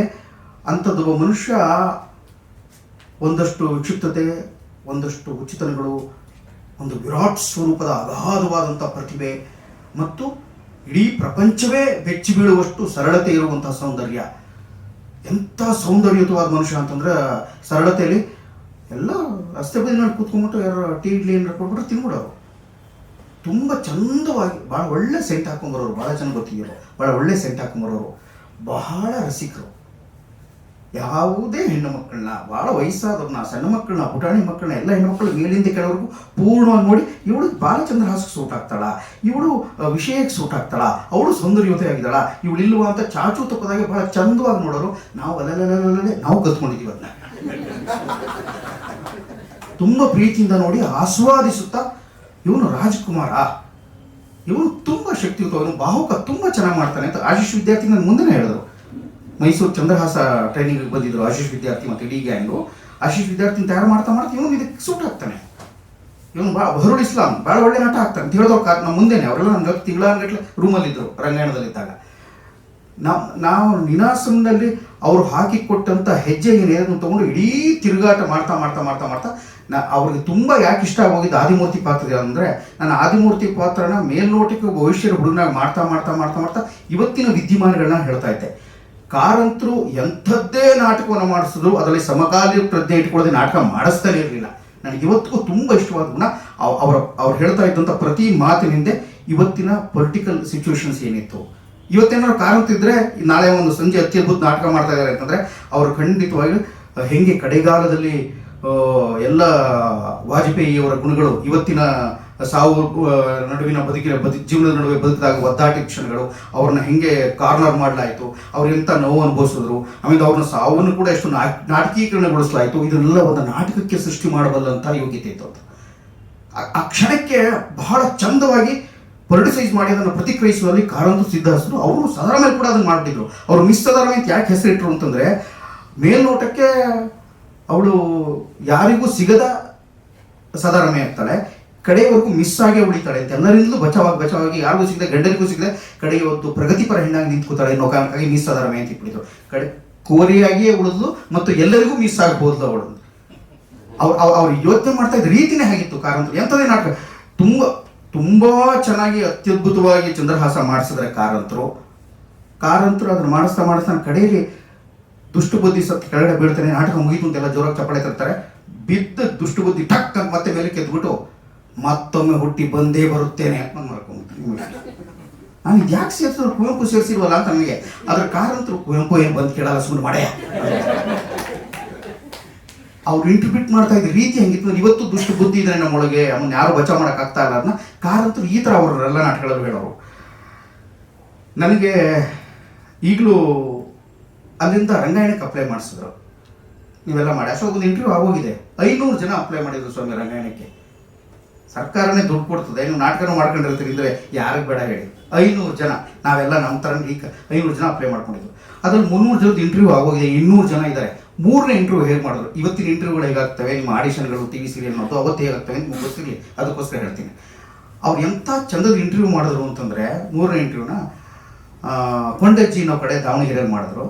ಮೊದಲನೇ 3 ದಿವಸದ ಇಂಟರ್ವ್ಯೂ, ಅದು ಫೈನಲ್ ಇಂಟರ್ವ್ಯೂ. ಮೊದಲನೇ ದಿವಸ ನಿಮಗೆ ಆ್ಯಕ್ಟ್ ಮಾಡ್ತಾ ಇದ್ದೀರಿ, ನಿಮ್ಮ ಮೀಸೆ ಬಿದ್ದೋಗುತ್ತೆ, ಏನು ಮಾಡ್ತೀರಿ ಹೇಳಿ ರಮೇಶ್. ನಾನು ಮೀಸೆ ಬಿದ್ದೋದು ಮತ್ತೆ ಕೈ ಹಿಡ್ಕೊಂಡೆ, ಒಂದು ಕಡೆ ಆ್ಯಕ್ಟ್ ಮಾಡಿದೆ. ಇನ್ನೊಂದ್ಸರಿ ಅವರಿವರನ್ನು ಕೊಂದ ಮಾತ್ರಕ್ಕೆ ನೀನು ಅಜಯನಲ್ಲ ಅಂತ ನಿನ್ನನ್ನು ಎದುರಿಸಲಾಗದ ನನಗೆ ಮೀಸೆ ಇದ್ದರೆ ಎಷ್ಟು ಬಿಟ್ಟರೆ ಎಷ್ಟು ಅಂತ ಮೀಸೆ ಕಿತ್ತು ಎಸ್ಬಿಟ್ಟು ಹೋಗ್ತೀನಿ ಸರ್. ಬಿದ್ದೋಗ್ತಾ ಇರ್ತಲ್ಲ, ಕಿತ್ತು ಎಸ್ಬಿಟ್ಟು ಹೋಗೋದು ಒಳ್ಳೆಯದು, ಅಂಟಿಸ್ಕೊಳಕ್ಕೆ ಬರೋಲ್ಲ, ನಿಂತ್ಕೊಳ್ಳಲ್ವಲ್ಲ ಅದು ಅಂತ. ಹಿಂಗೆ ಆಯ್ತು ಮೊದಲನೇ ಈ ಥರ ಒಂದೊಂದು ವ್ಯಕ್ತಿನ ಇಂಟರ್ವ್ಯೂ ಮಾಡಿದವರು 2ನೇ ಇಂಟರ್ವ್ಯೂಗೆ ಕಾರಂತರು ಬಹಳ ಚಂದವಾಗಿ, ಬಹಳ ಆಕರ್ಷಕವಾಗಿ, ಇವತ್ತು ಇಂಟರ್ವ್ಯೂ ಏನಿಲ್ಲ ಕಣ್ರೆ, ಸುಮ್ಮನೆ ಎಲ್ಲರೂ ಮದುವೆ ಮನೆ ಸೀನ್ ಮಾಡಿ, ಮದುವೆ ಮನೆ ಸೀನು ಮಾರನೇ ದಿವಸ 200 ಜನಕ್ಕೆ ಮದುವೆ ಮನೆ ಸೀನು, ಅವರಲ್ಲೇ ಗಂಡು ಹೆಣ್ಣು ಮಾಡ್ತಾರೆ. ದೊಡ್ಡದೊಂದು ಮದುವೆ, ಇಡೀ ಸಭಾಂಗಣ, ಗುಂಡಿ ಮಾದೇವಪ್ಪ ಚೌಲ್ಟ್ರಿನೋ ಕಡೆ ಮದುವೆ ಫಿಕ್ಸ್ ಮಾಡಿದ್ರು. ಆರಾಗಿರೆಲ್ಲ ತರಿಸಿದ್ರು. 200 ಜನ ಓಡಾಡ್ತಾನೆ, ನಾವೇ ಫಿಕ್ಸ್ ಮಾಡ್ಕೋಬೇಕು, ನಾವೇ ಹಂಚ್ಕೋಬೇಕು. ನಾನು ಯಾವುದೋ ಸಪೋರ್ಟ್ ಆಡಿ ಈ ಮದುವೆ ಮಲ್ಲಿ ಬಲೂನ್ ಹಿಡ್ಕೊಂಡು ಓಡಾಡ್ತಾ ಇರ್ತಾರಲ್ಲ, ಆ ಹುಡುಗನ ರೋಲ್ ಮಾಡಿದ್ದೆ. ಇನ್ಯಾರೋ ಮದುವೆ ಪ್ರಶಾಂತಿ ರೇಮಠ ಗಂಡಿನ ರೋಲ್ ಮಾಡಿದ್ದ. ಇನ್ಯಾರೋ ಆ ಕಾಲದಲ್ಲಿ ಫೋಟೋ ತೆಗೆಯೋ ಒಬ್ಬೊಬ್ಬರು ಎಲ್ಲ ಮಾಡ್ಕೊಂಡಿದ್ರು. ಈ ಥರ ಮದುವೆ ಮನೆಗಳು ಯಾರು ಅತ್ತೆ ಸೊಸೆ ಬರ್ತಾರೆ, ಜಗಳ ಆಡ್ತೈತೆ, ಮದುವೆ ಮನೆ ಸೀನ್ನ ಕ್ರಿಯೇಟ್ ಮಾಡಬೇಕು. ನಾವು ಕಾರಂತದ್ದು ಎಲ್ಲ ಬಿಟ್ಬಿಟ್ಟು ಮದುವೆ ಮನೆ ಸೀನು, ಜಾತ್ರೆ ಸೀನ್ ಯಾಕಪ್ಪ ಇಂಪ್ರೂವೈಸೇಷನ್ ಮಾಡಿಸ್ತಾ ಇದ್ದಾರೆ. ಒಂದ್ಸರಿ ಮಾಡಿಸಿದ್ರು, ಎಲ್ಲ ಓಡಾಡ್ಕೊಂಡು ಎಲ್ಲ ಮಾಡಿದ್ರು. 2ನೇ ದಿವಸ ನಮ್ಗೆ ಅದು ಗೊತ್ತಾಗಲ್ಲ ಯಾಕೆ ಮಾಡಿದ್ರು. ನಾವೆಲ್ಲ ಚೆನ್ನಾಗಿ ಮಾಡಿದ್ರು, ಖುಷಿಯಾಗಿ. 3ನೇ ದಿವಸ ನಿಮ್ದು ಇಂಟರ್ವ್ಯೂ ಮುಗಿತಪ್ಪ, ಇಂಟರ್ವ್ಯೂ ಎಲ್ಲ ಇವತ್ತೆಲ್ಲರೂ ಒಟ್ಟಿಗೆ ಕೊಂಡಜ್ಜಿ ಹತ್ರ ಒಂದು ದೊಡ್ಡ ಕಾಡಿನ ನಡುವೆ ಹೋಗಿ ನೀವೆಲ್ಲ ಅಡುಗೆ ಮಾಡ್ಕೊಂಡು ತಿನ್ನೋದು. ಎಲ್ಲರೂ ಅಡುಗೆ ಮಾಡೋಕ್ಕೆ ರೆಡಿ ಆಗ್ಬಿಡಿ. ಎಲ್ಲರೂ ಅಡುಗೆ ಮಾಡೋಕ್ಕೆ ಕರ್ಕೊಂಡೋದ್ರು ಕಾರಂತರು. ಎಲ್ಲರೂ ಅಡುಗೆ ಮಾಡ್ಕೊಂಡ್ರು. ಯಾರೋ ಅವರೆಲ್ಲ ಹುಟ್ಟಿದ್ರು, ಇನ್ಯಾರೋ ಒಬ್ರು ಇದು ಮಾಡ್ತಾಯಿದ್ರು. ಅವರಲ್ಲಿ ಯಾರು ಅಡುಗೆ ಮಾಡ್ತಾರೆ, ಯಾರ್ಯಾರು ಬಡಿಸ್ತಾರೆ, ಯಾರ್ಯಾರು ಪಾತ್ರೆ ತೊಳಿತಾರೆ, ಯಾರ್ಯಾರು ಹಿಂದೆ ನಿಂತ್ಕೊಂಡು ನೋಡ್ತಾ ಇದ್ದಾರೆ, ಯಾರ್ಯಾರು ಏನೇನು ಕೆಲಸ ಮಾಡ್ತಾರೆ ಅಂತ ಸುಮ್ಮನೆ ಅವರು, ಜೈತಿ ಜೋಶಿ ಮತ್ತು ಅನೇಕ ಜನ ಕನ್ನಡದ ಅತ್ಯಂತ ಪ್ರತಿಭಾನ್ವಿತ ನಿರ್ದೇಶಕರೆಲ್ಲರೂ ಮೂಲೆಯಲ್ಲಿ ನಿಂತ್ಕೊಂಡು ಈ ಹುಡುಗರಲ್ಲಿ ಸಂಘಟನಾತ್ಮಕ ಮನೋಭಾವ ಹೆಂಗೆ ಅಂತ ಕ್ರಾಸ್ ಚೆಕ್ ಮಾಡ್ತಾ ಇದ್ದಾರೆ ಅಷ್ಟೇ. ಇವರು ರಂಗಭೂಮಿಯನ್ನು ಕಟ್ಟಿ ಯೋಗ್ಯವಾಗಿದ್ದಾರೆ. ಕಾರಂತರ ಕ್ಲಾಸಿನ ರೀತಿ ಅದು. ಅವ್ರು ಅಕಾಡೆಮಿಕ್ ಆಗಿ ಈ ಥರ ಮಾಡಿದವರಲ್ಲ. ಹಿಂಗೆ ನಮ್ಮ ಕಡೆಯವ್ರಿಗೂ ಗೊತ್ತೇ ಆಗಲ್ಲ. ಆಮೇಲೆ ನೋಡಿದ್ರೆ ಅವ್ನು ಯಾಕೆ ನಮ್ಮ 24 ಜನ ನಾಯಿಸ್ಟಿಕೆ ಮಾಡ್ಕೊಂಡು, ನಮಗೆ ನೀನಾಸಂ ತಿರುಗಾಡದಲ್ಲಿ ಇದ್ರಿಂದ ಅಷ್ಟೊತ್ತಿಗೆ ಸೆಟ್ ಹಾಕೋದಿತ್ತು, ಮಳೆ ಹೊಡೆದು ಗೊತ್ತಿತ್ತು, ಯಾವುದೋ ಹುಡುಗಿ ತಲೆ ತಿರುಗಿದ್ಲು ಅಂದ್ರೆ ಓಡೋಗಿ ಎಳ್ನೀರು ಕೊಟ್ಬಿಟ್ಟು ಅವಳನ್ನ ಲವ್ನ ಗಳಿಸ್ಕೊಡೋದು ಗೊತ್ತಿತ್ತು ನಮಗೆ. ಯಾಕೆಂದ್ರೆ ಹುಡುಗಿರು ಅಳ್ತಾ ಇದ್ದಾಗ ಪಟಾಯಿಸೋದು ಈಸಿ, ನಿಮಗೆ ಚೆನ್ನಾಗಿ ಗೊತ್ತಿರ್ತದೆ ಎಕ್ಸ್ಪೀರಿಯನ್ಸ್. ಈ ಥರದ್ದು ಅನೇಕ ಭಾವಗಳನ್ನೆಲ್ಲ ಎಲ್ಲದನ್ನು ಯಾರ್ಯಾರು ಏನೇನು ಮಾಡ್ತಾರೆ, ಕಾರಂತರು ಇದನ್ನೆಲ್ಲ ಸವಿಸ್ತಾರವಾಗಿ ನೋಡ್ಕೋತಾ ಇದ್ರು. ಇವರು ಚೆನ್ನಾಗಿ ಕೆಲಸ ಮಾಡ್ತಾರೆ, ಇವರು ಇಲ್ಲ, ಇವರು ಹಿಂಗೆ, ಇವನು ಗುಂಪಲ್ಲಿ ಬದುಕಬಲ್ಲ, ಇವನು ಯೋಗ್ಯತೆ ಇದೆ ಅಂತ ಇದನ್ನ ಗಮನಿಸಿ ಕಾರಂತರು ಮೇಲ್ನೋಟಕ್ಕೆ ಅದೊಂದು ತಮಾಷೆಯಾದಂಥ ಮದುವೆ ಸೀನು, ಮೇಲ್ನೋಟಕ್ಕೆ ಅದು ತಮಾಷೆಯಾದಂಥ ಒಂದು ಇದ್ರ ಸೀನು. ಆದರೆ ಅವನು ಸಂಘಟನೆಯಲ್ಲಿ ಬದುಕೋದಕ್ಕೆ ಯೋಗ್ಯವಾಗಿದ್ದಾನ, ಆ ಥರದೊಂದು ಶಕ್ತಿ ಅವನಿಗಿದೆಯಾ ಅನ್ನೋದೆಲ್ಲ ಸವಿಸ್ತಾರವಾಗಿ ಗಮನಿಸಿ ನೋಟ್ ಮಾಡಿಕೊಂಡು ಅವರು ಇನ್ನೂ ಸುಮಾರು ಜನ ಇದ್ದರು, ಬೇರೆ ದೊಡ್ಡ ಡೈರೆಕ್ಟರ್ಗಳನ್ನ ಅವರೆಲ್ಲ ಮಾಡಿ 24 ಜನ ಲಿಸ್ಟ್ ಮಾಡಿ ರಂಗಾಯಣ ಶುರುವಾಯಿತು. ನಮಗೆ ನೀನಾಸಂ ತಿರುಗಾಟದಲ್ಲಿದ್ದಾಗ 200 ರೂಪಾಯಿ ಸಂಬಳ ಇತ್ತು. ನಾನು ನೀನಾಸಂ ರಂಗಾಯಣಕ್ಕೆ ಬಂದಾಗ ನಮಗೆ 800 ರೂಪಾಯಿ ಮೊದಲನೇ 800 ರೂಪಾಯಿ ಒಬ್ಬ ಸಿಕ್ಕಾಪಟ್ಟೆ ಭಾಳ ಖುಷಿ ಆಗೋಗಿತ್ತು. ನಮಗೆ ಕೊಡ್ತಾರೆ ಅನ್ನೋದು ಕೇಳನೇ ದೊಡ್ಡ ಸುದ್ದಿ. 200 ರೂಪಾಯಿ ಕೊಡಿ, 200 ರೂಪಾಯಿ ಇದ್ದವ್ರು 800 ರೂಪಾಯಿ ಬಂದ್ಬಿಟ್ವಲ್ಲ ಅಂತ ಅಂದ್ಬಿಟ್ಟು ಆಮೇಲೆ ನಮ್ಮನ್ನೆಲ್ಲ 24 ಜನ ಕೂಡಿಸ್ಕೊಂಡ್ರು. ತುಂಬ ಆತಂಕದಲ್ಲಿದ್ದರು. ಕಾರಂತರು ರಂಗಾಯಣದ ಮೊದಲ ನಿರ್ದೇಶಕರಲ್ಲ. ಮೊದಲ ನಿರ್ದೇಶಕರು ಅಂತ ರಂಗಾಯಣಕ್ಕೆ ಇರಲಿಲ್ಲ. ಅವರು ಮುಖ್ಯ ಸಲಹೆಗಾರರು ಅಂತ ಒಂದು ಪೋಸ್ಟು. ಯಾಕೆ ಅಂದರೆ ಕಾರಂತರ ಮೇಲೆ ಕೇಸ್ ಇದ್ದಿದ್ದರಿಂದ ಅವ್ರನ್ನ ಡೈರೆಕ್ಟ್ರು ಅಂತ ಮಾಡಿರಲಿಲ್ಲ. ಅದಾದ ರಂಗಾಯಣ ಶುರುವಾಗಿ 2 ವರ್ಷಗಳ ಮೇಲೆ ಎಲ್ಲ ಕೇಸ್ಗಳ ಮುಗಿದ ಮೇಲೆ ಕಾರಂತರನ್ನ ಡೈರೆಕ್ಟ್ರು ಅಂತ ಮಾಡಲಾಯಿತು. ಅವ್ರು ಅನೌನ್ಸ್ ಮಾಡಿದ್ದು ಹಾಗೆ. ಮೊದಲ 2 ವರ್ಷ ಹಾಗೆ ಇಟ್ಟು ಮುಖ್ಯ ಸಲಹೆಗಾರರು ಅಂತ. ಅವ್ರ ಜೊತೆ ನಾನು ಹೇಳಲೇಬೇಕಾದ ಕೆಲವು ಜೀವಗಳಿದೆ. ಡಿ.ಟಿ. ಜೋಶಿ ತಾಂತ್ರಿಕವಾಗಿ ಸಹಾಯ ಮಾಡೋದು ಅಂತ ನನಗೆ ಗೊತ್ತು. ಹಾಸಾಕರು ಅವ್ರ ಜೊತೆಲೇ ಇದ್ದು ಮನೆ ಒಂಥರ ಹೆಂಗೆ ಕೆಲಸ ಮಾಡೋದು ಅಂತ ನನಗೆ ಚೆನ್ನಾಗಿ ಗೊತ್ತು. ಸಿಕ್ಕಾಪಟ್ಟೆ ಕೆಲಸ ಮಾಡಿದಾಗ ಈ ಮೊದಲನೇ ದಿವಸ ನಾವೆಲ್ಲ ಬೆಳಿಗ್ಗೆ 6 ಗಂಟೆಗೆ ಎಲ್ಲ ಬಂದು ಬಿದ್ದುಬಿಟ್ಟಿದ್ದೀವಿ. First class. ಅವ್ರು ಹಾಡು ಕಲಿಸ್ಕೊಡ್ಬೇಕು ನಮಗೆ. ಮೊದಲನೇ ಹಾಡಿಗೆ ಎಲ್ಲರೂ ಊರಿನವ್ರಿಗೆಲ್ಲ ಬರೋಕ್ಕೆ ಹೇಳ್ಬಿಟ್ಟಿದ್ದಾರೆ. ಮೊದಲನೇ ದಿವಸ ಹಿಂಗೆ ಕೂತ್ಕೊಂಡಾಗ ಅವರು ಹಾಡಿದ ಹಾಡು ನನಗೆ ಈಗಲೂ ಚೆನ್ನಾಗಿದೆ. ಸೋಲಿಸಬೇಡ ಗೆಲಿಸಯ್ಯ. ಯಾಕೆ ಅಂದರೆ ತುಂಬ ನೋವಿನಲ್ಲಿದ್ದರು, ತೊಂದರೆ ಇದ್ದರು. ಅವರೇ ಒಂದು ಜಾನಪದ ಹಾಡಿಗೆ ಸೋಲಿಸ ಬಿಳಿಗಿರಂಗನ ಹಾಡನ್ನು ತಗೊಂಡು ಸೋಲಿಸಬೇಡ ಗೆಲಿಸಯ್ಯನ ಪ್ರಜ್ಞಾಪೂರ್ವಕವಾಗಿ ನನಗೆ ಆಗಿರುವ ಈ ದೊಡ್ಡದೊಂದು ಹೊಡೆತ, ನೋವು, ಅಸಹಾಯಕತೆ, ಅವಮಾನನ ದಯವಿಟ್ಟು ಮತ್ತೆ ನನ್ನ ಸೋಲುವ ಮಾಡಬೇಡಪ್ಪ, ರಂಗಾಯಣದಲ್ಲಿ ನನ್ನನ್ನು ಗೆಲ್ಲಿಸು ತಂದೆ ಅಂತ ಕಾರಂತರು ಆರ್ತತೆಯಿಂದ, ಬಹಳ ಭಕ್ತಿಯಿಂದ, ಪ್ರೀತಿಯಿಂದ, ನೋವಿನಿಂದ ಹಾಡಿಕೊಂಡಂಥ ಕನಕದಾಸನ ಥರದ ಹಾಡೋದು. ಬಾಗಿಲನ್ನು ತೆರೆದು ಅಂತ ಹಿಂಗೆ ಹೇಳ್ತಾರಲ್ಲ, ಹಾಗೆ ಹಾಡೋದು ಕಾರಂತರು. ಆಮೇಲಿಂದ ಅದು ತುಂಬ ದೊಡ್ಡ ಫೇಮಸ್ ಆದ ಸಾಂಗ್ ಆಗುತ್ತೆ. ಕಾರಂತರ ಗೀತೆಗಳಲ್ಲಿ ಈಗಲೂ ತುಂಬ ಅತ್ಯದ್ಭುತ ಕಾರಂತರ ಹಾಡುಗಳು ಅಂತಂದರೆ ಬೆಂಗಳೂರಿನಲ್ಲಿ ಪಾಪ ಇಲ್ಲಿ ಏನು ಅಂದ್ಕೊಂಡು ಯಾವಾಗಲೂ ಒಂದು 4 ಹಾಡುಗಳು ಆಡ್ತಾರಲ್ಲ, ಅದಲ್ಲ. ಲಕ್ಷಾಂತರ ಹಾಡುಗಳು ಕರ್ನಾಟಕದ ಮೂಲೆಗಳಿದೆ, ಕೇಳೇ ಇಲ್ಲ. ಕಾರಂತರು ಮರ ಹೋಯ್ತು ಬರ ಹೋಯ್ತು ಡುಮ್ ಅಂತ ಒಂದು ನಾಟಕ ಮಾಡಿದ್ದಾರೆ ಅನ್ನೋದು ಗೊತ್ತಿಲ್ಲ, ಮಕ್ಕಳ ನಾಟಕ. ಅದರಲ್ಲೂ ಅವರ ಕಾರಂತರು ರೋಡ್ ಅನ್ನೋ ನಾಟಕಕ್ಕೆ ಐಟಮ್ ಸಾಂಗ್ ಮ್ಯೂಸಿಕ್ ಮಾಡಿದ್ದಾರೆ. ನಾನು ಯಾಕೆ ಮಾಡಿದ್ದೀನಿ, ಡ್ಯಾನ್ಸರ್ ಆಗಲ್ಲ, ಬೇರೆ ಪಾತ್ರ. ಕಾರಂತರು ಓಲೆ ಶಿವಶಂಕರ ನಾಟಕಕ್ಕೆ ಮ್ಯೂಸಿಕ್ ಬಸವಲಿಂಗ ನೋಡು. ಕಾರಂತರು ನನ್ನ ಪ್ರಕಾರ ಬಹುಶಃ ಅವರು ಮತ್ತು ಭಾಸ್ಕರ್ ಚಂದ್ರವರ್ಕರ್ ಇಡೀ ಭಾರತದಲ್ಲಿ ರಂಗ ಸಂಗೀತದ ದೃಷ್ಟಿಯಿಂದ ಮಾಡಿದಂಥ ಕೆಲಸ ಇದೆಯಲ್ಲ, ಅದು ಅಭೂತಪೂರ್ವವಾದ ಕೆಲಸ. ಅವ್ರಿಗಿಂತಲೂ ಒಂದು ಹೆಜ್ಜೆ ಇವರು. ಯಾಕೆಂದರೆ ತುಂಬ ದೇಸಿ ಶಕ್ತಿಯನ್ನು, ದೇಸಿ ಪರಂಪರೆಯನ್ನು ಬಳಸ್ಕೊಂಡು ಅವ್ರಿಗೆ ಯಕ್ಷಗಾನದ ಬಗ್ಗೆ ಎಂಥ ಮೋಹ ಇತ್ತು, ಎಂಥ ಪ್ರೀತಿ ಇತ್ತು ಅಂತಂದರೆ ಅದನ್ನು ಹೇಳ್ಕೊಳ್ಳೋಕ್ಕೆ ಸಾಧ್ಯ ಇಲ್ಲ. ಕಾರಂತರು ಆ ಕೆಲಸ ರಂಗಾಯಣದಲ್ಲಿ ಅವರು ಆ ಹಾಡನ್ನು ಶುರು ಮಾಡಿದ್ರು. ಅಲ್ಲಿಂದ ರಂಗಾಯಣ ತೆಗೆದುಕೊಳ್ತು. ಪಾಳು ಬಿದ್ದ ಜಾಗ. ಮೊದಲು ನಾಪೋಕ್ಲೂರು ಮಾಡಬೇಕು ಅಂದ್ಕೊಂಡಿದ್ರು. 24 ಜನ ಬಹಳ ಪ್ರತಿಭಾವಂತ ಆಗಿದ್ರ ಜೊತೆಗೆ ತಲೆ ತಿರುಕರಾಗಿದ್ದಂಥ ಹುಡುಗರನ್ನ ಇಟ್ಟುಕೊಂಡು ಕಾರಂತರು ರಂಗಾಯಣವನ್ನು ಶುರು ಮಾಡಿದ್ರು. ಒಬ್ಬರಿಗಿಂತ ಎಲ್ಲ ಬೇರೆ ಬೇರೆ ಜಾಗಗಳಿಂದ ಬಂದಿದ್ರು, ಬೇರೆ ಬೇರೆ ಭಾಷೆಯನ್ನು ಆಡ್ತಾ ಇದ್ರು. ಒಬ್ಬನಿಗೆ ತುಂಬ ಮೆಸ್ಸು ಕಷ್ಟ, ಅಲ್ಲೇ ಮೆಸ್ ಮಾಡ್ಕೊಳ್ಳಿ ಅಂತ ಹೇಳಿದ್ರು, ತುಂಬ ಕಷ್ಟ ಆಗ್ತಾಯಿತ್ತು. ಒಬ್ಬನಿಗೆ ರಾಗಿ ಮುದ್ದೆ ಬೇಕು ಅಂತ ಮಂಡ್ಯದೊಂದು ಗಲಾಟೆ ಮಾಡ್ತಾ ಇದ್ರೆ, ಇನ್ಯಾವನೊಬ್ಬ ಇಲ್ಲ ನನಗೆ ಕುಚ್ಚೋಳಕ್ಕೆ ಬೇಕು ಅಂತ ಸೋತ್ಕಿರೋದೊಂದು ಗಲಾಟೆ ಮಾಡುವ. ಒಟ್ಟಿಗೆ ಅವ್ರನ್ನ ಬೆಳಗಿಂದ ಸಂಜೆವರೆಗೂ ಕಟ್ಟಾಕಿ ಬದುಕಿಸೋ ಕ್ರಿಯೆ ಇದೆಯಲ್ಲ, ಅದು ತುಂಬ ಜನಕ್ಕೆ ಯಾರು ರಂಗಶಿಕ್ಷಣ ಶಾಲೆಗಳಲ್ಲಿ ಯಾರ್ಯಾರು ತುಂಬ ಅದನ್ನೇ ಉಸಿರಾಡುತ್ತೆ. ಬೆಳಗ್ಗೆ 6 ಗಂಟೆಯಿಂದ ರಾತ್ರಿ 10 ಗಂಟೆವರೆಗೂ ಬದುಕ್ತಾರೆ, ಅವ್ರಿಗೆ ಮಾತ್ರ ಗೊತ್ತಿರ್ತದೆ. ಪುಣ್ಯಕ್ಕೆ ಆಗ ಮೊಬೈಲ್ ಅಂತ ಒಬ್ಬ ರಾಕ್ಷಸ ಇರಲಿಲ್ಲ, ಎಲ್ಲ ಸೇಫು.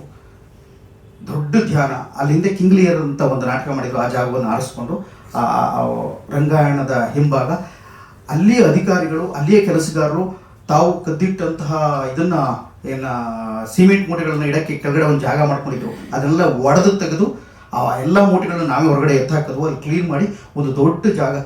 ಇವತ್ತಿನ ಸುಂದರ ತಾಣ. ಮೈಸೂರಿಗೆ ಹೋದರೆ ಚಾಮುಂಡಿ ಬೆಟ್ಟ ಎಷ್ಟು ಫೇಮಸ್ಸು, ಇವತ್ತು ರಂಗಾಯಣದ ಕ್ಯಾಂಪಸ್ ಕೂಡ ಅಷ್ಟೇ ಫೇಮಸ್ಸು. ಆದರೆ ಇವತ್ತು ಅಲ್ಲಿಗೆ ಬಂದು ನಿಂತ್ಕೊಳ್ಳೋಕ್ಕೆ ತುಂಬ ದೊಡ್ಡದೊಂದು ಶ್ರಮ ಅಲ್ಲಿ ವಿದ್ಯಾರ್ಥಿಗಳು, ಆ ಟೈಮಲ್ಲಿ ಕೆಲಸಗಾರರು. ಕಾರಂತರು ಕೂಡ ನೀವು ನಂಬಿ ಬಿಟ್ಟರೆ ಬಿಡಿ, ಕಾರಂತರು ಕೂಡ ಗುದ್ಲಿ ಹಿಡಿದು ಪಿಕಾಸಿಗೆ ಮಣ್ಣು ಹಿಡಿದು ಅದ್ರ ತುಂಬಿಕೊಂಡು ಅದು ತೊಗೊಂಡು ಹೆಚ್ಚು ಹೊರಗೆ ಹೋಗ್ತಾನೆ ಇರಲಿಲ್ಲ, ಅಲ್ಲಿ ಕೆಲಸಗಳನ್ನೇ ಮಾಡಬೇಕು ಅಂತ. ಕಾರಂತರು ಮೊದಲ 1 ವಾರ ಪೂರ್ಣ ಶ್ರಮದಾನ, ಅಲ್ಲಿ ಕ್ಲೀನ್ ಮಾಡ್ಕೊಳ್ಳೋದು, ನೆನೆ ನಿಲ್ಲೋದು, ಈ ಹುಡುಗರು ಏನಾಯಿತು ಅಂತ. ಆಮೇಲೆ ಅವರ ಮೊದಲನೇ ಕ್ಲಾಸು ಇವತ್ತು ಹೊರಗಡೆ ಹೋಗ್ತಾ ಇದ್ವಿ, ನೀವೆಲ್ಲ ರೆಡಿಯಾಗಿರಿ ಅಂತ. ಫಸ್ಟ್ ಡೇ ಎಲ್ಲರಿಗೂ ಅಷ್ಟರಲ್ಲಿ 1 ವಾರದಲ್ಲಿ ಪ್ರತಿಯೊಬ್ಬರಿಗೂ ಸೈಕಲ್ ಬರಬೇಕು ಅಂತ ಒಂದು ಕಂಪಲ್ಸರಿ ಪ್ರತಿಯೊಬ್ಬರಿಗೂ ಸೈಕಲ್ ತಗೊಟ್ರು. ನಾವು 800 ರೂಪಾಯಿ ಖುಷಿಯಾಗಿದ್ವು. ಅದರ ಸೈಕಲ್ ತೊಟ್ಬಿಟ್ಟು ಅಲ್ಲೇ 400 ರೂಪಾಯಿ ಇದಕ್ಕೆ ಖರ್ಚಿಗೆ ಕಿತ್ಕೊಂಡ್ರು. ಅದು 400 ರೂಪಾಯಿ ಆಯಿತು. ಊಟ ತಿಂಡಿಗೆ 250 ರೂಪಾಯಿ ಕಿತ್ಕೊಂಡ್ರು. ಮತ್ತು ಇನ್ನೊಂದು 100 ರೂಪಾಯಿ ಪುಸ್ತಕಕ್ಕೆ ಕಿತ್ಕೊಂಡ್ರು. ನಮ್ಮ ಪುಸ್ತಕಗಳ ದೊಡ್ಡ ರಾಶಿನೇ ಕೊಟ್ಬಿಟ್ರು. ಕಾರಂತರು ಕಂಪಲ್ಸರಿ ಓದಲೇಬೇಕಾಗಿತ್ತು. ನಾನಾಗ ಕಲೆ ಕಾಯಕ ಗುಬಿಯೂರಣ್ಣವರ ಆತ್ಮಚರಿತ್ರೆಯನ್ನು ಓದದಿದ್ದರೆ, ನಟರತ್ನ ಸುಬೈನಾಡುವ ಜೀವನ ಚರಿತ್ರೆಯನ್ನು ಓದದಿದ್ದರೆ, ನನ್ನಂಥ ಯಾವುದೋ ಮಂಡ್ಯದ ಅಭಿಮಾನಿ ಸಂಘದ ಸೆಕ್ರೆಟರಿ ಆಗ್ಬಿಡ್ತಾ ಇದ್ದೆ. ನನಗೆ ಇದನ್ನ ಆಯ್ತು ಉಟ್ಕೊಂಡಿದ್ದೆ. ಪುಣ್ಯಕ್ಕೆ ಬಚಾವಾದೆ. ಕಾರಂತರು ನನ್ನ ಬದುಕಿನಲ್ಲಿ ಬಂದಿದ್ದಕ್ಕೆ ಬೇರೆ ಆದೆ. ಅಂದರೆ ಆ ಪುಸ್ತಕಗಳನ್ನ ಕೊಟ್ಟರು. ನಮಗೆಲ್ಲ ಕಂಪಲ್ಸರಿ ಪುಸ್ತಕಗಳನ್ನ ಓದಲೇಬೇಕು ಅಂತಾಗಿತ್ತು. ಪುಸ್ತಕಗಳನ್ನ ಓದೋಕ್ಕೆ ಶುರು ಮಾಡೋದು. ನಿಧಾನವಾಗಿ ಸೈಕಲ್ಗಳನ್ನು ತಗೊಂಡು ನಾವೆಲ್ಲ ಸುತ್ತಾಡೋಕ್ಕೆ ಶುರು ಮಾಡೋದು. ಮೊದಲನೇ ಕ್ಲಾಸ್ ಎಲ್ಲರೂ ಬನ್ನಿ. ಮೊದಲನೇ ಕ್ಲಾಸಲ್ಲಿ ಕಾರಂತರು ನೀವು ಯಾರು ಊಹೆ ಮಾಡೋಕ್ಕೆ ಸಾಧ್ಯ ಇಲ್ಲ. ರಂಗಾಯಣದ ಮೊದಲನೇ ಕ್ಲಾಸ್ ಆಗಿತ್ತು KR ಹಾಸ್ಪಿಟ್ಲಿನ ಹೆಣ ಕುಯ್ಯೋ ಮನೆಯಲ್ಲಿ. ಮಾರನೇ ದಿವಸ ಬೆಳಗ್ಗೆ ಎಲ್ಲರೂ ನೋಡಬೇಕು ಅಂತ ಬೆಂಗಳೂರಿಂದ ರಾಜಗೋಪಾಲ್ ಮಗಳು ಭಾಳ ಸ್ಟೈಲಿಶ್ ಆಗಿ ಬಾಬ್ ಕಟ್ಕೊಂಡು ಹಾಯ್ಟ ಬಾಡ ಅಂತ ಪಾಪ ಒಳ್ಳೆ ಒಬ್ಬೊಬ್ರು ಎಲ್ಲರೂ ಆ ಥರದವ್ರು ಇದ್ದರು. ಮಂಗಳ ಬಂದಿದ್ದರಿಂದ ಅನೇಕ ಜನ, ನಾವು ಹಳ್ಳಿಗಾಡಿಯಿಂದ ಬಂದವರು ಅನೇಕ ಜನ, ಬಿಚ್ಚಹಳ್ಳಿ, ರಘು ಮತ್ತು ಕಟ್ಟಿಮನಿ ಎಲ್ಲರೂ ಬೇರೆ ಬೇರೆ ಬೇರೆ ಬೇರೆ ಅವ್ರವ್ರ ಭಾಗದ ಹಳ್ಳಿಗಾಡಿಂದ ಮಾಡಿದ ಬಂದವ್ರನ್ನೆಲ್ಲ ನಾಟಕ ಮಾಡಿದ್ರು. ನಾವು ಎಲ್ಲರೂ ಅಲ್ಲಿಗೆ ರಂಗಾಯಣಕ್ಕೆ ಹೋಗಿ ಮೊದಲನೇ ದಿವಸ ಬಿದ್ದಾಗ ನಾವೆಲ್ಲ ಹೋಗೋದೆ ನೋಡ್ಬೋದು, ಹೆಣ ಬೇಕಷ್ಟು ನೋಡಿದ್ದೀವಿ, ಆಕ್ಸಿಡೆಂಟ್ರೆಲ್ಲ ಎತ್ತಾಕಿದ್ದೀವಿ ಅಂತ ರಂಗ ಅಲ್ಲಿ ಕರ್ಕೊಂಡು ಹೋದ್ರು. ಒಂದು ಬೆತ್ತಲೆ ಮಲಗಿದಂಥ ಆಕ್ಸಿಡೆಂಟ್ ಆದಂಥ ಮೈ ಪೂರ್ಣ ಸುಟ್ಟುಕೊಂಡು ಅಂತ ಹೋದಂಥ ಒಂದು ಬೆತ್ತಲೆ ಹೆಣ್ಣಿನ ಶವವನ್ನು ಕಾರಂತರ ನಮಗೆ ತೋರಿಸಿದ್ರು. ನೋಡ್ಕೊಂಡ್ರೆ ಅಂದರು. ವಾಸನೆಗೆ 3-4 ಜನ ಹೆಣ್ಮಕ್ಳೆಲ್ಲ ವಾಂತಿ ಮಾಡ್ಕೊಂಡ್ರಲ್ಲಿ ಆಗಲ್ಲ ಅಂತ. ನಾನು ಯಾಕೆ ಇದನ್ನು ಹೇಳ್ತಾ ಇದ್ದೀನಿ ಅಂದರೆ, ಎಲ್ಲ ನೋಡ್ಕೊಂಡ್ರೆ ವಾಸನೆ ಎಲ್ಲ ಹೋಗಿ ಕೊಡ್ಬೋದು, ಅಲ್ಲೇ ಏನು ಕುಯ್ತಾರೆ, ತಲೆ ಕಣ್ಣು ಗುಡ್ಡೆಗಳೆಲ್ಲ ಐತೆ ನೋಡಿತ್ತು, ಯಾಕೆ ಇದನ್ನಪ್ಪ ತೋರಿಸ್ತಾ ಇದ್ದಾರೆ ಮೊದಲನೇ ಕ್ಲಾಸು ಅಂತ. ಅದು ಬೀಭತ್ಸ ರಸವನ್ನು ನಟನಲ್ಲಿ ಹುಟ್ಟು ಹಾಕೋದಕ್ಕೆ ಕಾರಂತರು ಮಾಡಿದ ತಂತ್ರ.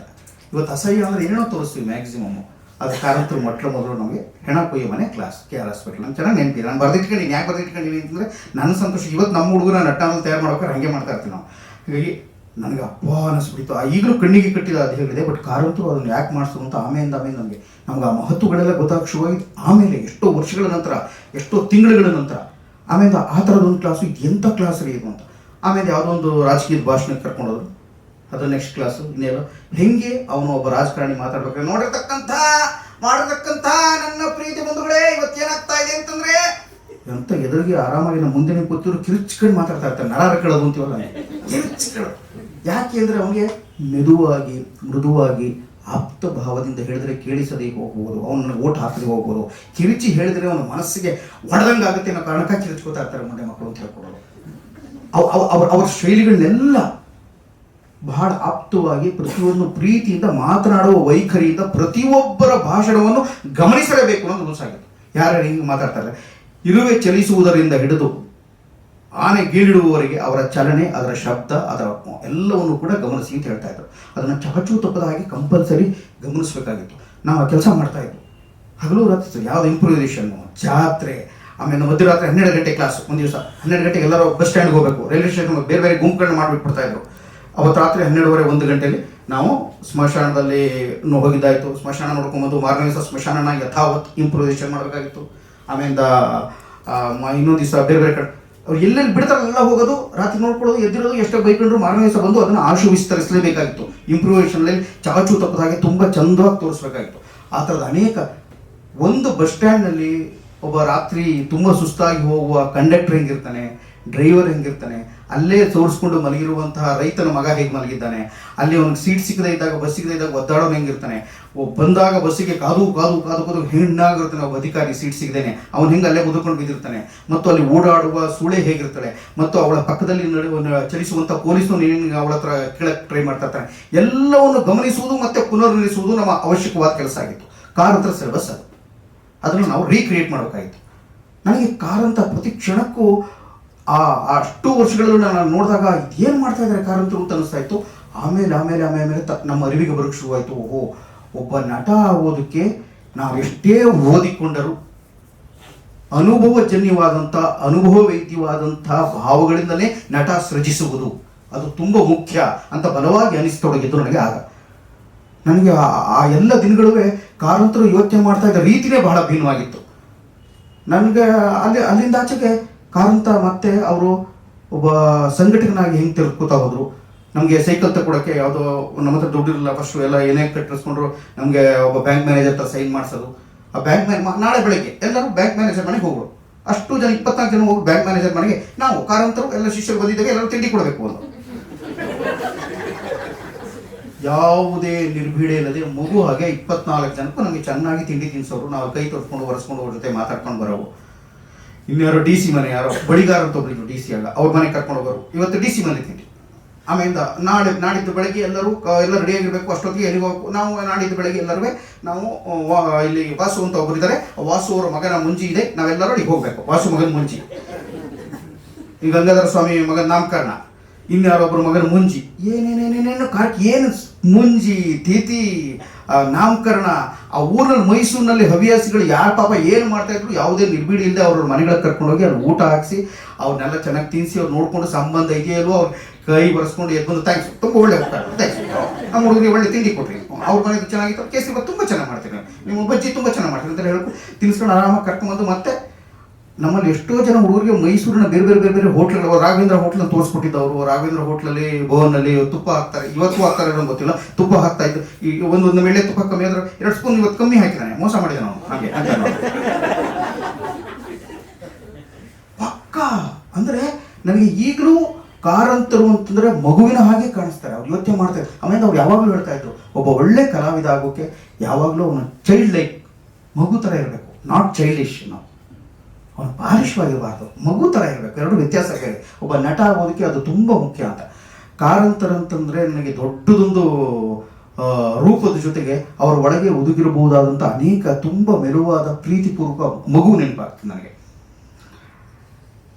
ಸ್ನೇಹಿತರೆ, ಪ್ರತಿನಿತ್ಯ ಕಾರಂತರು ತುಂಬ ಪುಸ್ತಕಗಳು ಓದ್ತಾ ಇರಲಿಲ್ಲ ನಿಜ. ಅದರ ಪುಸ್ತಕದ ಬಗ್ಗೆ ಅವ್ರಿಗೆ ಆಸೆ ಇತ್ತು ನಿಜ. ಅಣ್ಣವ್ರು ಇಬ್ಬರು ಹೇಳಿದ್ದು ಕರೆಕ್ಟು.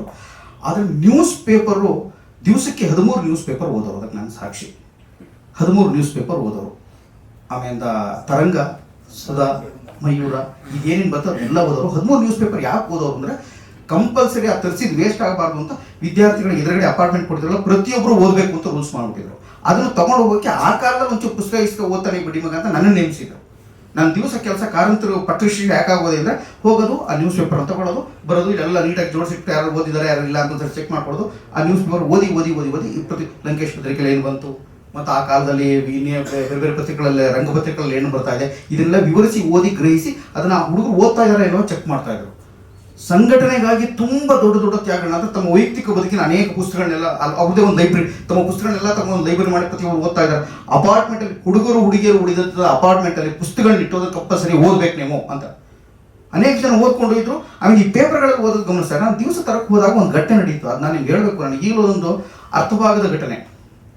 ಒಂದು ದಿವಸ ನ್ಯೂಸ್ ಪೇಪರ್ ತರಕ್ಕೆ ಯಥಾ ಪ್ರಕಾರ 8:30ಗೆ ನನಗೆ ಫಿಕ್ಸ್ ಮಾಡಿದ್ರು. 8 ಗಂಟೆ ಒಳಗೆ ಓದಿ ಮುಗಿಸಿರ್ತೀನಿ ಅಂತ. 8:30 ಅಷ್ಟೊತ್ತಿಗೆ ನಾನು ಹೋದಾಗ ಒಳಗೆ ಹೋಗ್ಲೋ ಬೇಡ ಅಂತ ಹಿಂಗೆ ನಿಂತಿದ್ದೆ. ಒಳಗಿಂದ ಕಾರಂತರು, ಎಂತ ನೀನೇನು ಮಾಡೋದು, ಓ ಈಗ ಬಂತ ಹಂಗೆ ಮಾಡ್ತಾ ಇದ್ರು. ನಾನು ಯಾರ ಜೊತೆ ಮಾತಾಡ್ತಾ ಇದ್ದಾರೆ, ಮಕ್ಕಳೇನಿಲ್ಲ. ಯಾಕೆಂದ್ರೆ ಪ್ರೇಮ ಕಾರಂತರು ವರ್ಷಕ್ಕೊಂದ್ಸಲಿ ಬರ್ತಾ ಇದ್ರು. ಯಾರ ಜೊತೆ ಮಾತಾಡ್ತಾ ಇದ್ದಾರೆ ನಂಗೆ ಫಸ್ಟ್ ಗೊತ್ತಾಗಲ್ಲ, ಸುಮ್ಮನೆ ನಿಂತ ಇದೆ. ಆಮೇಲೆ ತಿರುಗಿ ಒಂದ್ಸಲಿ ಅಂತಂದ್ರು. ಬಾಲ್ಕನಿ ಹಿಡಿದ್ರು. ಮತ್ತೆ ಈಚೆ ಕಡೆ ಬಂದರು. ನನ್ನ ಕಡೆ ಹಿಂಗೆ ಬಗ್ಗೆ ನೋಡ್ಬಿಟ್ಟು ಎಂತ ನೋಡೋದು ಅಂದರು. ಅದು ನಾನು ಕಾಕರಾಜನ ಜೊತೆ ಮಾತಾಡ್ತಾ ಇದ್ದೀನಿ. ಅದಕ್ಕೆ ಸೋದರ ಮೋಹನ ಮಗಳಿಗೆ ಪಾಪ ತುಂಬ ಹುಷಾರು ತಪ್ಪಿದೆ, ಆರೋಗ್ಯ ಸರಿ ಇಲ್ಲ, ಸಮಯ ಇಲ್ಲ, ನೀನು ಪೇಪರ್ಗಳು ಹೋಗಿ ನಾನು ಅದನ್ನು ಮಾತಾಡಿಸಿ ಆಮೇಲೆ ಬರ್ತೇನೆ ಅಂದರು. ತಲೆಯೆಲ್ಲ ಕೆಟ್ಟೋಗ್ಬಿಟ್ಟು ಈಚೆ ಕಡೆ ಬಂದು ನಿಂತ್ಕೊಂಡು ಹಿಂಗೆ ನೋಡ್ತಾ ಇದ್ದೆ ಅಪಾರ್ಟ್ಮೆಂಟ್ ಕಡೆ. ಅಲ್ಲಿ ನೋಡ್ತೀನಿ ಅವ್ರು ಕಾಗೆ ಜೊತೆ ಮಾತಾಡ್ತಾ ಇದ್ರು ಕಣ್ರಿ ಅಂತದೆ. ಅದು ಸುಮ್ಮನೆ ಅಂತ ಈ ಕೋಗಿಲೆ ಮಾಡಿದೆ. ಕೋಗಿಲೆ ಜೊತೆಗೆ ನೀವೊಂದ್ಸಲಿ ಪ್ರತಿಕ್ರಿಯೆ ಕೊಡಿ, ಅದು ಕೌ ಅಂತದೆ. ಹಂಗೆ ಇವ್ರ ಜೊತೆ ಮಾತಾಡ್ತಾ ಇದ್ದಾರೆ. ನನಗೆ ಇದೇ ಕಾರಂತರು ಕಾಗೆ ಜೊತೆ ಮಾತಾಡ್ತಾರಲ್ಲ ಅಂತ ಭಾಳ ಎಲ್ಲರೂ ಹೇಳ್ಬಿಡಿ, ಕಾರಂತರು ಕಾಗೆ ಜೊತೆ ಮಾತಾಡ್ತಾರೆ ಕಣ, ಅವ್ರಿಗೆ ಅದು ಭಾಷೆ ಗೊತ್ತು ಅಂತ.